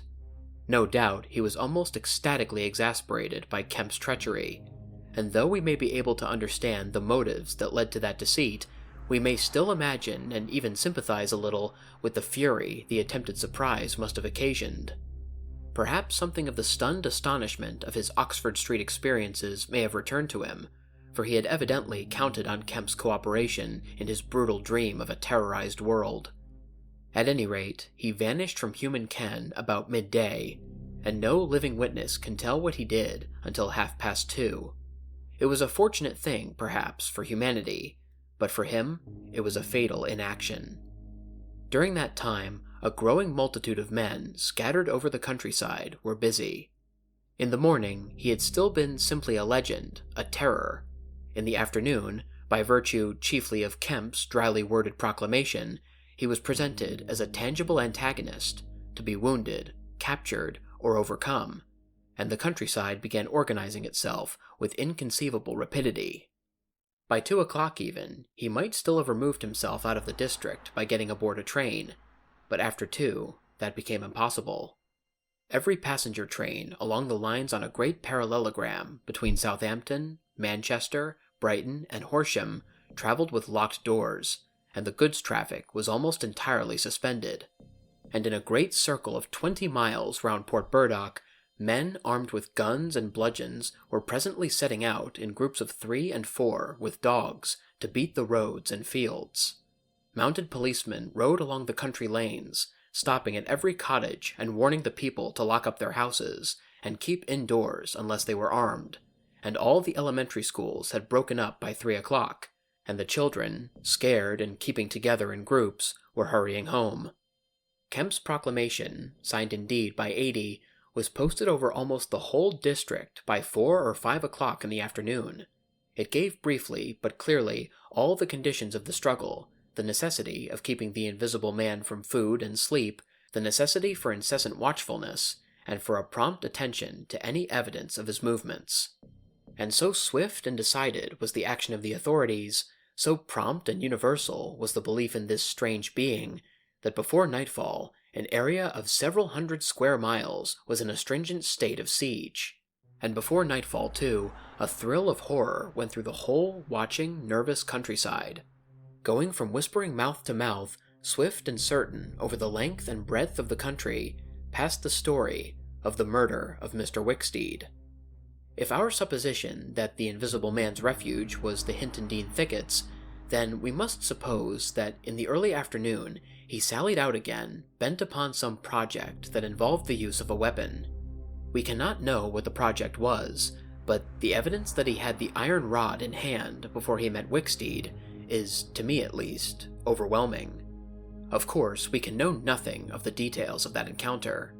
It occurred on the edge of a gravel pit, not 200 yards from Lord Burdock's lodge gate. Everything points to a desperate struggle. The trampled ground, the numerous wounds Mr. Wicksteed received, his splintered walking stick, but why the attack was made, save in a murderous frenzy, it is impossible to imagine. Indeed, the theory of madness is almost unavoidable. Mr. Wicksteed was a man of 45 or 46, steward to Lord Burdock, of inoffensive habits and appearance, the very last person in the world to provoke such a terrible antagonist. Against him, it would seem the Invisible Man used an iron rod dragged from a broken piece of fence. He stopped this quiet man, going quietly home to his midday meal, attacked him, beat down his feeble defenses, broke his arm, felled him, and smashed his head to a jelly. Of course, he must have dragged this rod out of the fencing before he met his victim. He must have been carrying it ready in his hand. Only 2 details beyond what has already been stated seem to bear on the matter. One is the circumstance that the gravel pit was not in Mr. Wicksteed's direct path home, but nearly a couple of 100 yards out of his way. The other is the assertion of a little girl to the effect that, going to her afternoon school, she saw the murdered man trotting in a peculiar manner across a field towards the gravel pit. Her pantomime of his action suggests a man pursuing something on the ground before him and striking at it ever and again with his walking stick. She was the last person to see him alive. He passed out of her sight to his death, the struggle being hidden from her only by a clump of beech trees and a slight depression in the ground. Now this, to the present writer's mind at least, lifts the murder out of the realm of the absolutely wanton. We may imagine that Griffin had taken the rod as a weapon indeed, but without any deliberate intention of using it in murder. Wicksteed may then have come by and noticed this rod inexplicably moving through the air. Without any thought of the Invisible Man, for Port Burdock is 10 miles away, he may have pursued it. It is quite conceivable that he may not even have heard of the Invisible Man. One can then imagine the Invisible Man making off, quietly, in order to avoid discovering his presence in the neighborhood, and Wicksteed, excited and curious, pursuing this unaccountably locomotive object, finally striking at it. No doubt, the Invisible Man could easily have distanced his middle-aged pursuer under ordinary circumstances, but the position in which Wicksteed's body was found suggests that he had the ill luck to drive his quarry into a corner between a drift of stinging nettles and the gravel pit. To those who appreciate the extraordinary irascibility of the Invisible Man, the rest of the encounter will be easy to imagine. But this is pure hypothesis. The only undeniable facts, for stories of children are often unreliable, are the discovery of Wicksteed's body, done to death, and of the blood-stained iron rod flung among the nettles. The abandonment of the rod by Griffin suggests that in the emotional excitement of the affair, the purpose for which he took it, if he had a purpose, was abandoned. He was certainly an intensely egotistical and unfeeling man, But the sight of his victim, his first victim, bloody and pitiful at his feet, may have released some long-pent fountain of remorse, which, for a time, may have flooded whatever scheme of action he had contrived. After the murder of Mr. Wicksteed, he would seem to have struck across the country towards the downland. There's a story of a voice heard about sunset by a couple of men in a field near Fernbottom. It was wailing and laughing, sobbing and groaning, and ever again it shouted. It must have been queer hearing. It drove up across the middle of a clover field and died away towards the hills. That afternoon, the Invisible Man must have learnt something of the rapid use Kemp had made of his confidences. He must have found houses locked and secured. He may have loitered about railway stations and prowled about inns, and no doubt he read the proclamations and realized something of the nature of the campaign against him.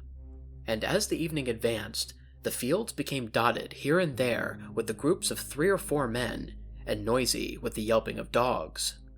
These men-hunters had particular instructions in the case of an encounter as to the way they should support one another, but he avoided them all. We may understand something of his exasperation, and it could have been none the less because he himself had supplied the information that was being used so remorselessly against him. For that day, at least, he lost heart. For nearly 24 hours, save when he turned on Wicksteed, he was a hunted man. In the night, he must have eaten and slept, for in the morning he was himself again, active, powerful, angry, and malignant, prepared for his last great struggle against the world.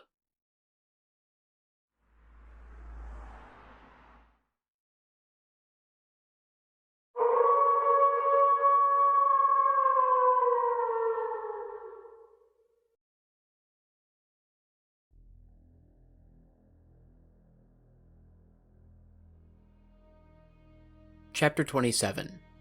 The Siege of Kemp's House. Kemp read a strange missive, written in pencil on a greasy sheet of paper. You have been amazingly energetic and clever. This letter ran. Though what you stand to gain by it I cannot imagine. You are against me. For a whole day you have chased me. You have tried to rob me of a night's rest. But I have had food in spite of you. I have slept in spite of you, and the game is only beginning. The game is only beginning. There is nothing for it but to start the terror. This announces the first day of the terror. Port Burdock is no longer under the Queen. Tell your colonel of police and the rest of them it is under me, the Terror. This is day 1 of year 1 of the new epoch, the epoch of the Invisible Man. I am Invisible Man the First. To begin with the rule will be easy. The first day, there will be one execution for the sake of example, a man named Kemp. Death starts for him today. He may lock himself away, hide himself away, get guards about him, put on armor if he likes. Death, the unseen death, is coming. Let him take precautions. It will impress my people. Death starts from the pillar box by midday. The letter will fall in as the postman comes along, then off. The game begins. Death starts. Help him not, my people, lest death fall upon you also. Today, Kemp is to die. Kemp read this letter twice. It's no hoax, he said. That's his voice, and he means it. He turned the folded sheet over and saw on the addressed side of it the postmark Hintendine and the prosaic detail 2D to pay. He got up slowly, leaving his lunch unfinished. The letter had come by the 1 o'clock post, and went into his study. He rang for his housekeeper and told her to go round the house at once, examine all the fastenings of the windows, and close all the shutters. He closed the shutters of his study himself. From a locked drawer in his bedroom, he took a little revolver, examined it carefully, and put it into the pocket of his lounge jacket. He wrote a number of brief notes, one to Colonel Adie, gave them to his servant to take, with explicit instructions as to her way of leaving the house. There is no danger, he said, and added a mental reservation. To you? He remained meditative for a space after doing this, and then returned to his cooling lunch. He ate with gaps of thought. Finally, he struck the table sharply. We will have him, he said. And I am the bait. He will come too far. He went up to the Belvedere, carefully shutting every door after him. It's a game, he said. An odd game, but the chances are all for me. Mr. Griffin, in spite of your invisibility, Griffin contra mundum, with a vengeance. He stood at the window, staring at the hot hillside. He must get food every day, and I don't envy him. Did he really get sleep last night? Out in the open somewhere, secure from collisions? I wish we could get some good, cold, wet weather instead of the heat. He may be watching me now. He went close to the window. Something rapped smartly against the brickwork over the frame and made him start violently back. I'm getting nervous, said Kemp. But it was 5 minutes before he went to the window again. It must have been a sparrow, he said. Presently, he heard the front doorbell ringing and hurried downstairs. He unbolted and unlocked the door, examined the chain, put it up, and opened cautiously without showing himself. A familiar voice hailed him. It was Adie. Your servant's been assaulted, Kemp, he said round the door. What? Exclaimed Kemp.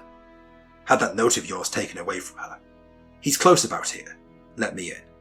Kemp released the chain, and Adie entered through as narrow an opening as possible. He stood in the hall, looking with infinite relief at Kemp refastening the door. Note was snatched out of her hands. Scared her horribly. She's down at the station. Hysterics. He's close here. What was it about? Kemp swore. What a fool I was, said Kemp. I might have known. It's not an hour's walk from Hintondean. Already!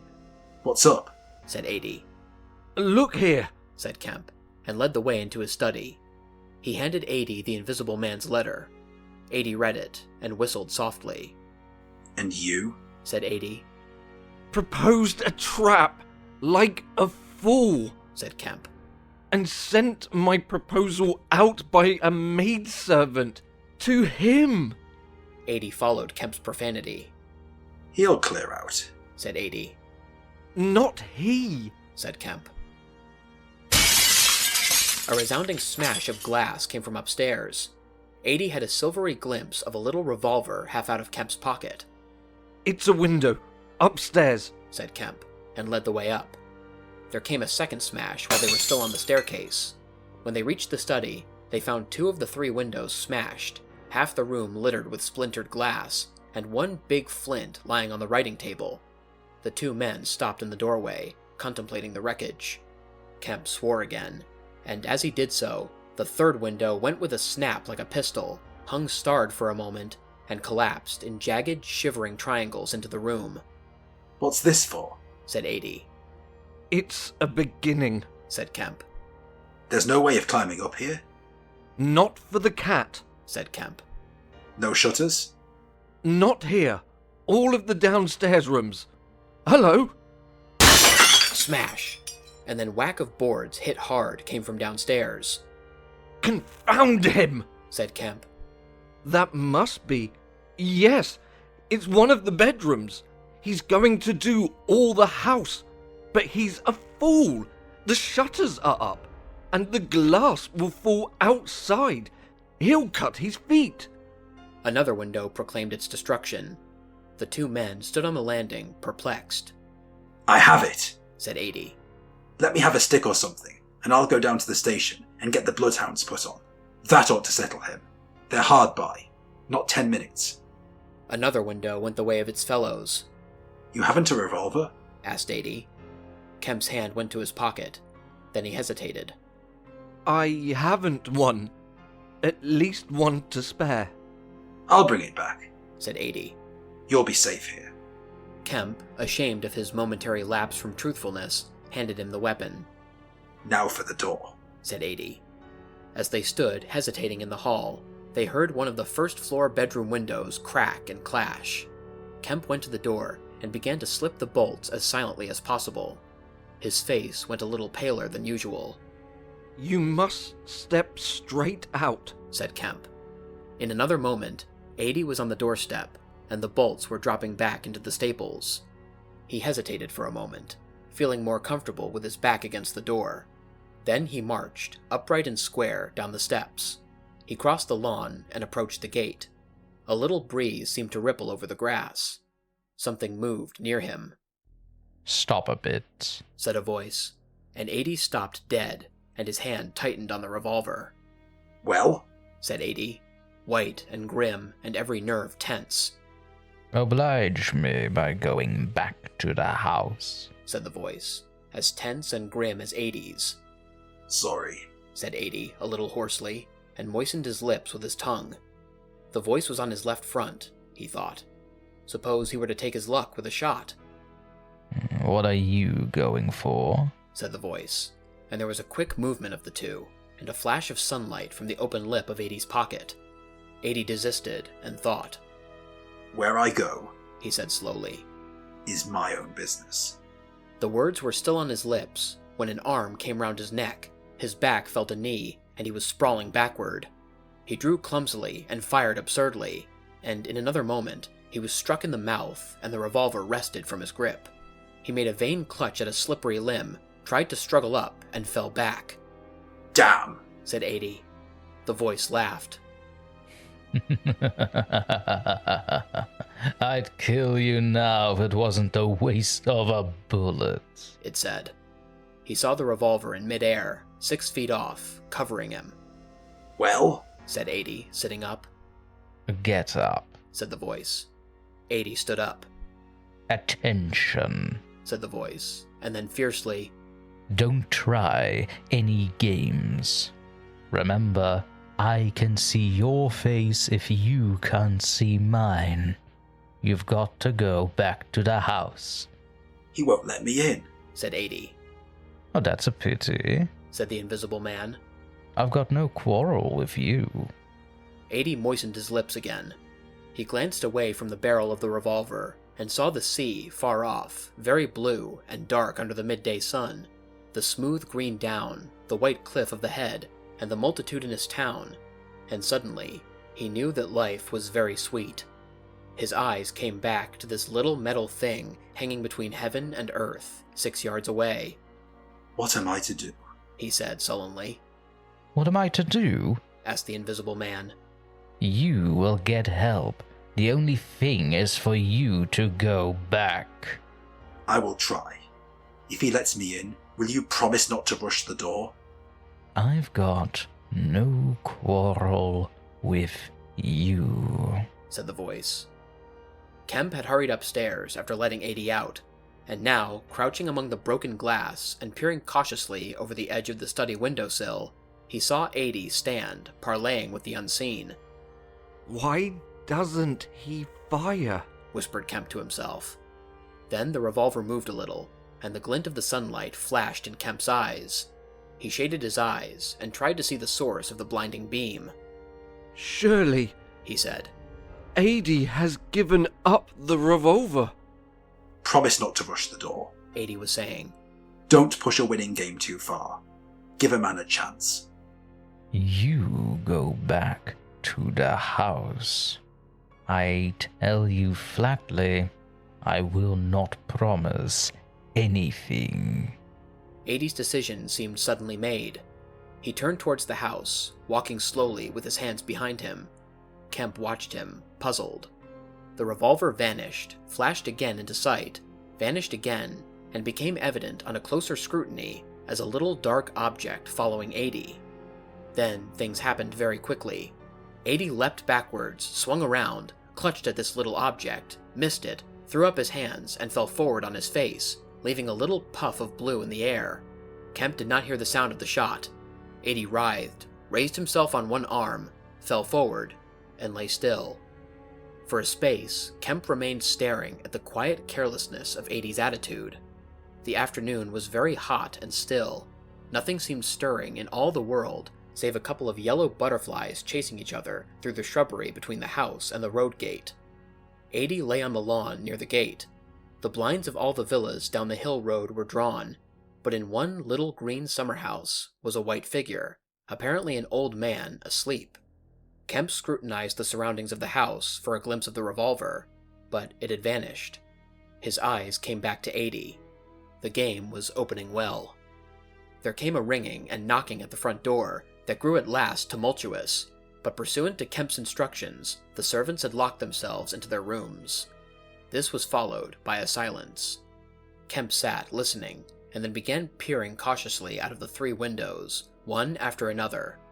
He went to the staircase head and stood, listening uneasily. He armed himself with his bedroom poker and went to examine the interior fastenings of the ground floor windows again. Everything was safe and quiet. He returned to the belvedere. 80 lay motionless over the edge of the gravel just as he had fallen. Coming along the road by the villas were the housemaid and 2 policemen. Everything was deadly still. The 3 people seemed very slow in approaching. He wondered what his antagonist was doing. He started. There was a smash from below. He hesitated and went downstairs again. Suddenly, the house resounded with heavy blows and the splintering of wood. He heard a smash and the destructive clang of the iron fastenings of the shutters. He turned the key and opened the kitchen door. As he did so, the shutters, split and splintering, came flying inward. He stood aghast.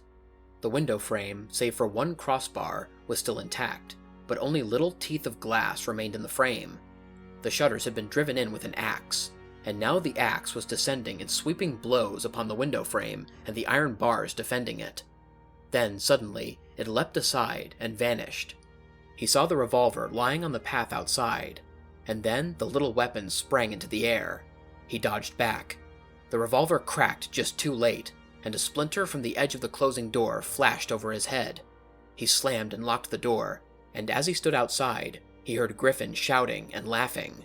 Then the blows of the axe, with its splitting and smashing consequences, were resumed. Kemp stood in the passage, trying to think. In a moment, the invisible man would be in the kitchen. This door would not keep him a moment. And then... a ringing came at the front door again. It would be the policeman. He ran into the hall, put up the chain, and drew the bolts. He made the girl speak before he dropped the chain, and the 3 people blundered into the house in a heap, and Kemp slammed the door again. "The invisible man," said Kemp. "He has the revolver, with 2 shots left. He's killed 80. Shot him anyhow. Didn't you see him on the lawn? He's lying there." "Who?" said one of the policemen. 80, said Kemp. "We came in the back way," said the girl. "What's that smashing?" asked one of the policemen. "He's in the kitchen. Or he will be. He has found an axe."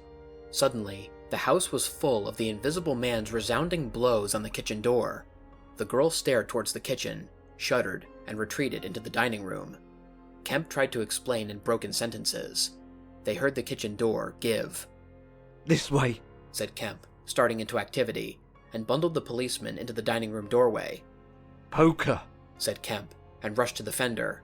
He handed the poker he had carried to the policeman, and the dining room one to the other. He suddenly flung himself backward.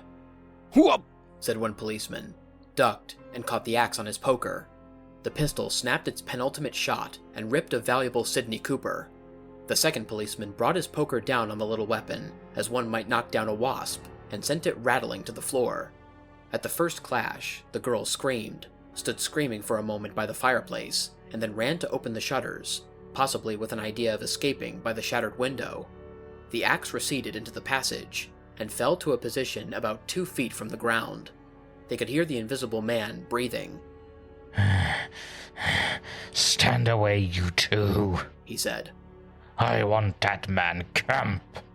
We want you, said the first policeman, making a quick step forward and wiping with his poker at the voice. The invisible man must have started back, and he blundered into the umbrella stand. Then, as the policeman staggered with a swing of the blow he had aimed, the invisible man countered with the axe. The helmet crumpled like paper, and the blow sent the man spinning to the floor at the head of the kitchen stairs. But the second policeman, aiming behind the axe with his poker, hit something soft that snapped. There was a sharp exclamation of pain, and then the axe fell to the ground. The policeman wiped again at vacancy and hit nothing. He put his foot on the axe and struck again. Then he stood, poker clubbed, listening intent for the slightest movement. He heard the dining room window open, and a quick rush of feet within. His companion rolled over and sat up, with the blood running down between his eye and ear. Where is he? Asked the man on the floor. Don't know. I've hit him. He's standing somewhere in the hall. Unless he slipped past you. Dr. Kemp. Sir. Pause. Dr. Kemp, cried the policeman again. The second policeman began struggling to his feet. He stood up. Suddenly, the faint pad of bare feet on the kitchen stairs could be heard. Yep! Cried the first policeman, and incontinently flung his poker. It smashed a little gas bracket. He made as if he would pursue the invisible man downstairs. Then he thought better of it, and stepped into the dining room. Dr. Kemp, he began, and stopped short. Dr. Kemp's a hero, he said, as his companion looked over his shoulder. The dining room window was wide open, and neither housemaid nor Kemp was to be seen. The second policeman's opinion of Kemp was terse and vivid.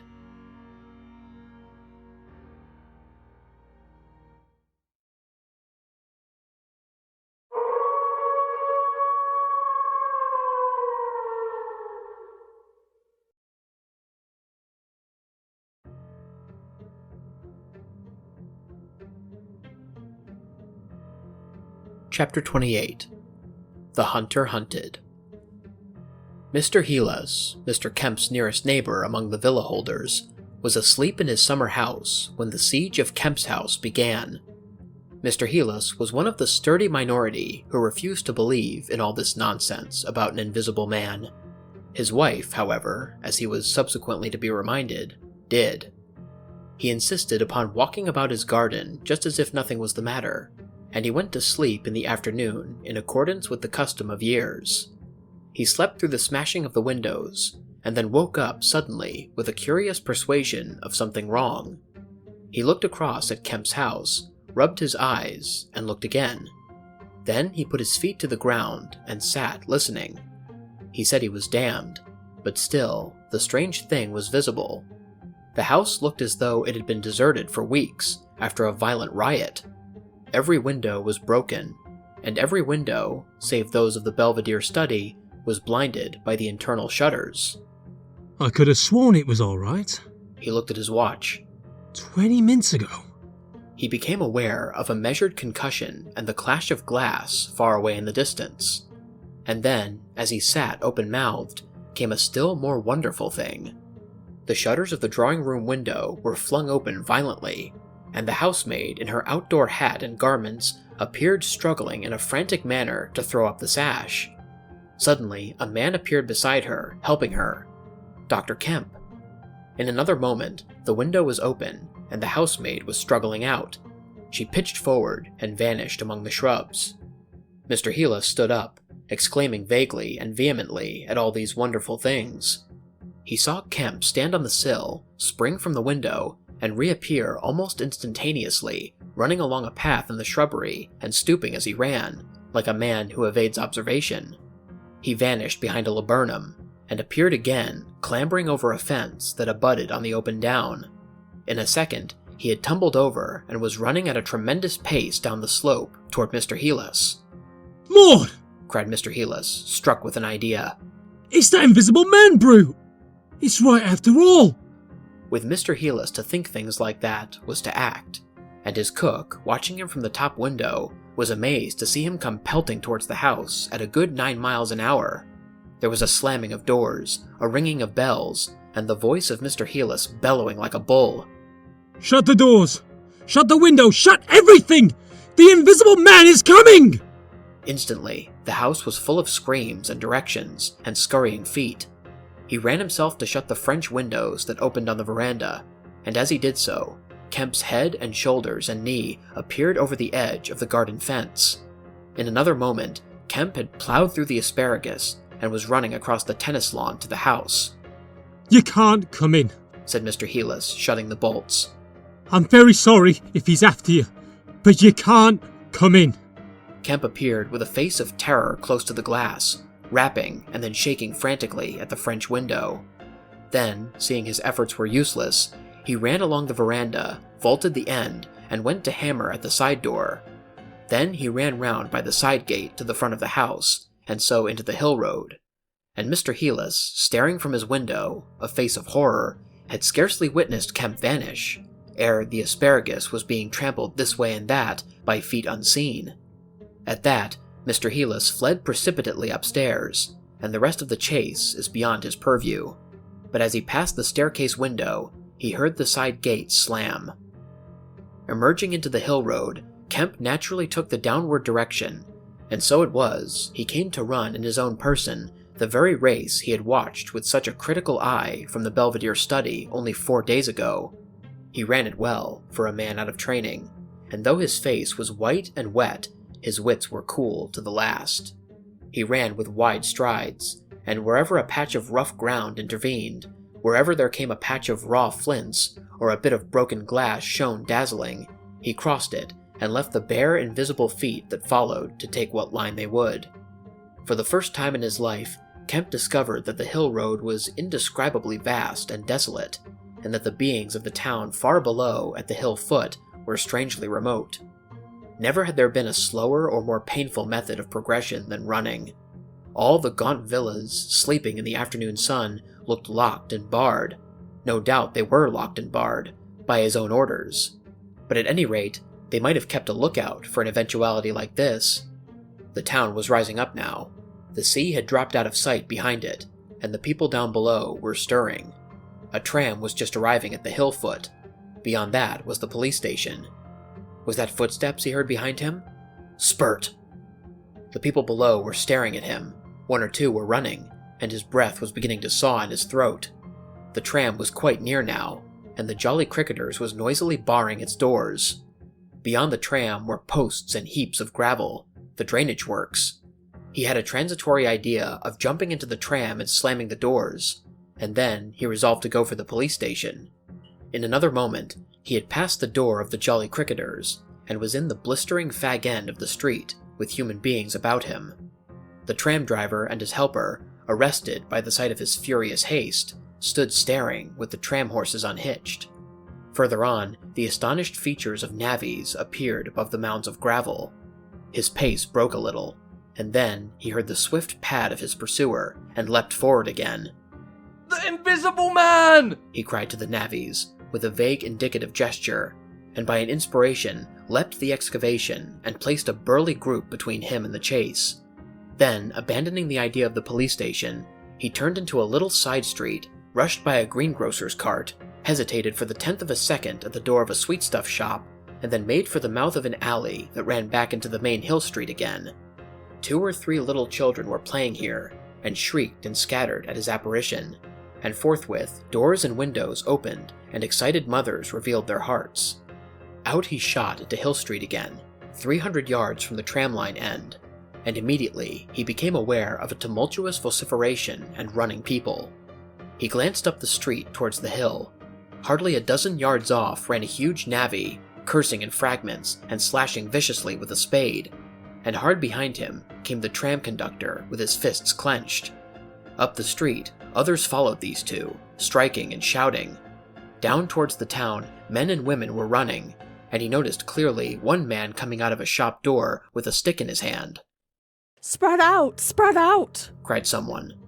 Kemp suddenly grasped the altered condition of the chase. He stopped and looked round, panting. "He's close here!" he cried. "Form a line across!" He was hit hard under the ear, and went reeling, trying to face round towards his unseen antagonist. He just managed to keep his feet, and he struck a vein counter in the air. Then he was hit again under the jaw and sprawled headlong on the ground. In another moment, a knee compressed his diaphragm, and a couple of eager hands gripped his throat, but the grip of one was weaker than the other. He grasped the wrists, heard a cry of pain from his assailant, and then the spade of the navvy came whirling through the air above him and struck something with a dull thud. He felt a drop of moisture on his face. The grip at his throat suddenly relaxed, and with a convulsive effort, Kemp loosed himself, grasped a limp shoulder, and rolled uppermost. He gripped the unseen elbows near the ground. "I've got him!" screamed Kemp. "Help! Help! Hold! He's down! Hold his feet!" In another second, there was a simultaneous rush upon the struggle, and a stranger coming into the road suddenly might have thought an exceptionally savage game of rugby football was in progress. And there was no shouting after Kemp's cry, only a sound of blows and feet and heavy breathing. Then came a mighty effort, and the invisible man threw off a couple of his antagonists and rose to his knees. Kemp clung to him in front like a hound to a stag, and a dozen hands gripped, clutched, and tore at the unseen. The tram conductor suddenly got the neck and shoulders and lugged him back. Down went the heap of struggling men again and rolled over. There was, I'm afraid, some savage kicking. Then suddenly, a wild scream of Mercy! Mercy! that died down swiftly to a sound like choking. "Get back, you fools!" cried the muffled voice of Kemp, and there was a vigorous shoving back of stalwart forms. "He's hurt! I tell you, stand back!"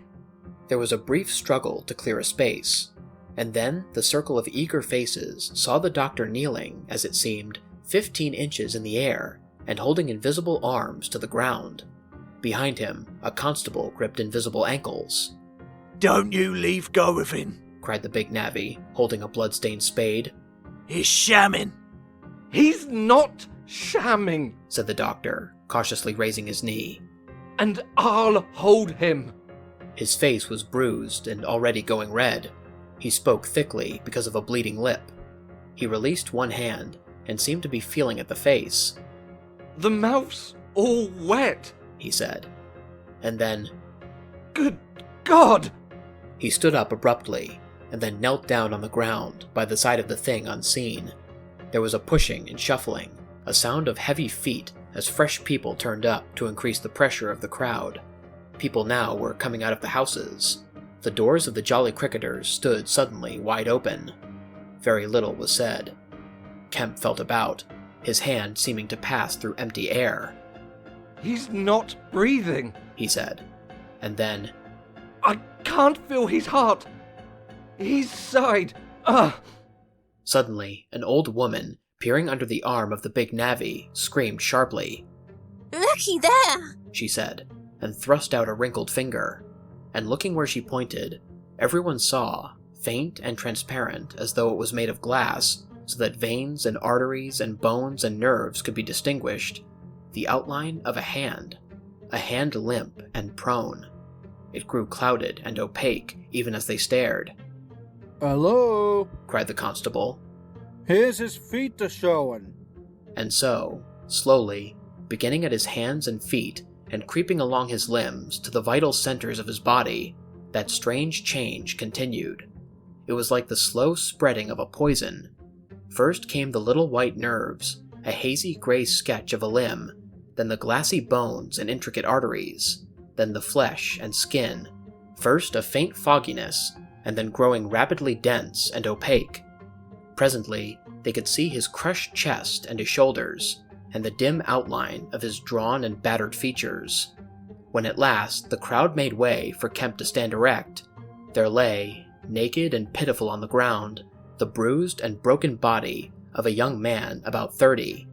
His hair and brow were white, not gray with age, but white with the whiteness of albinism, and his eyes were like garnets. His hands were clenched, his eyes wide open, and his expression was one of anger and dismay. "Cover his face," said a man. "For God's sakes, Cover that face! And 3 little children, pushing forward through the crowd, were suddenly twisted round and sent packing off again. Someone brought a sheet from the Jolly Cricketers, and having covered him, they carried him into that house. And there it was, on a shabby bed in a tawdry, ill-lighted bedroom, surrounded by a crowd of ignorant and excited people, broken and wounded, betrayed and unpitied, that Griffin, the first of all men to make himself invisible, Griffin, the most gifted physicist the world has ever seen, ended in infinite disaster his strange and terrible career.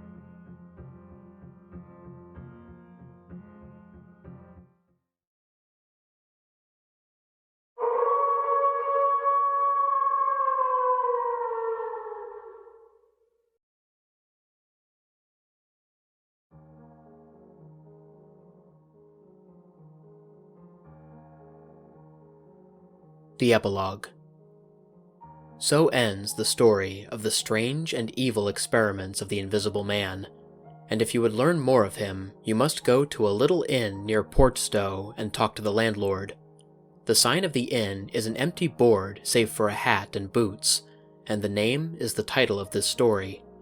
The landlord is a short and corpulent little man, with a nose of cylindrical proportions, wiry hair, and a sporadic rosiness of visage.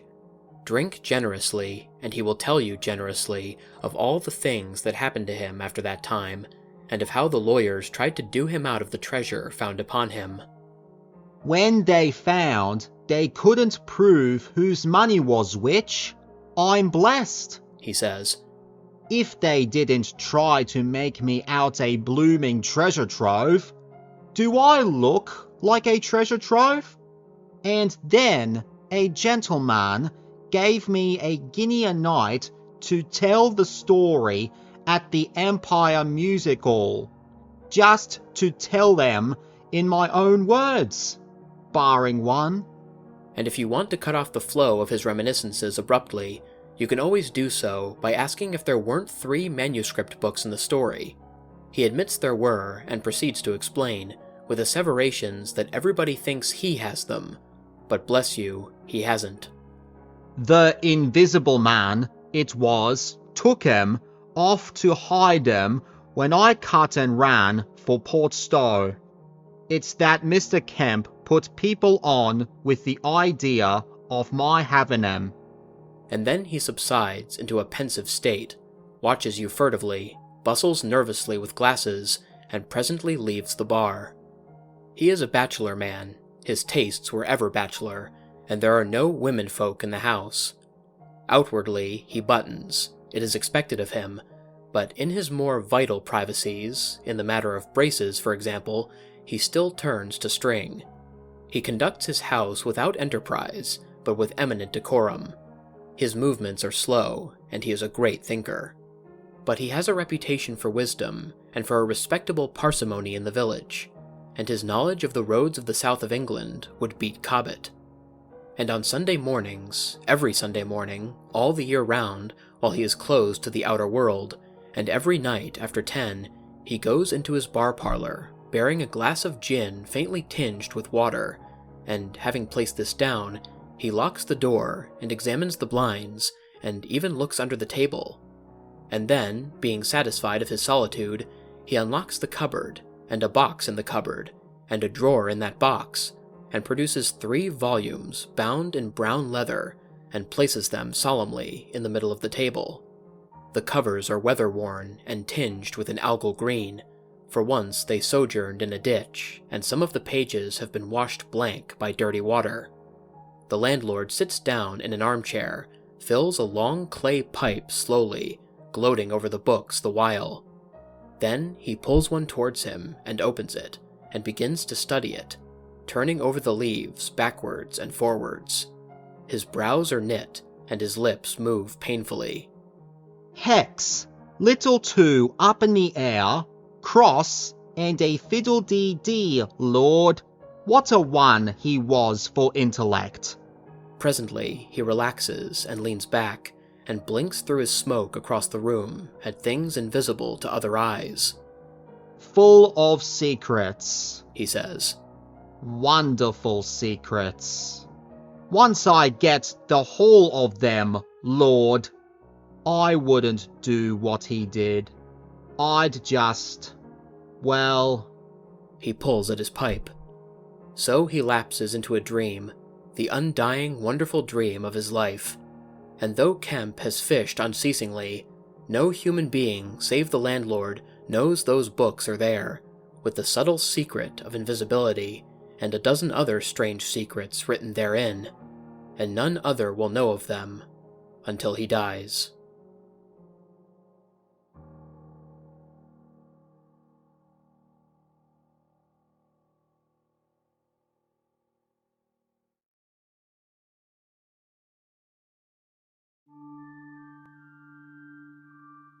What's up, everybody? Lone Wolf here. I hope you guys enjoyed listening to tonight's video. In case anyone is interested, all of the various elements used in this video, including pictures, music, sound effects, and stories, will be linked in the description below. Anyways, if you guys enjoyed the video, please feel free to like, share, and subscribe if you haven't already. Also, click the bell for notifications so you don't miss a new video. If anybody has any personal stories or story recommendations for me, or any advice to help improve the channel, there will be links to all of my social media platforms in the description. I'm mostly active on Twitter and on Instagram, but I also have an email, a Discord server, and a TikTok account that you can message me on as well. Until next time, stay spooky. And remember, the hunt begins when the moon is full.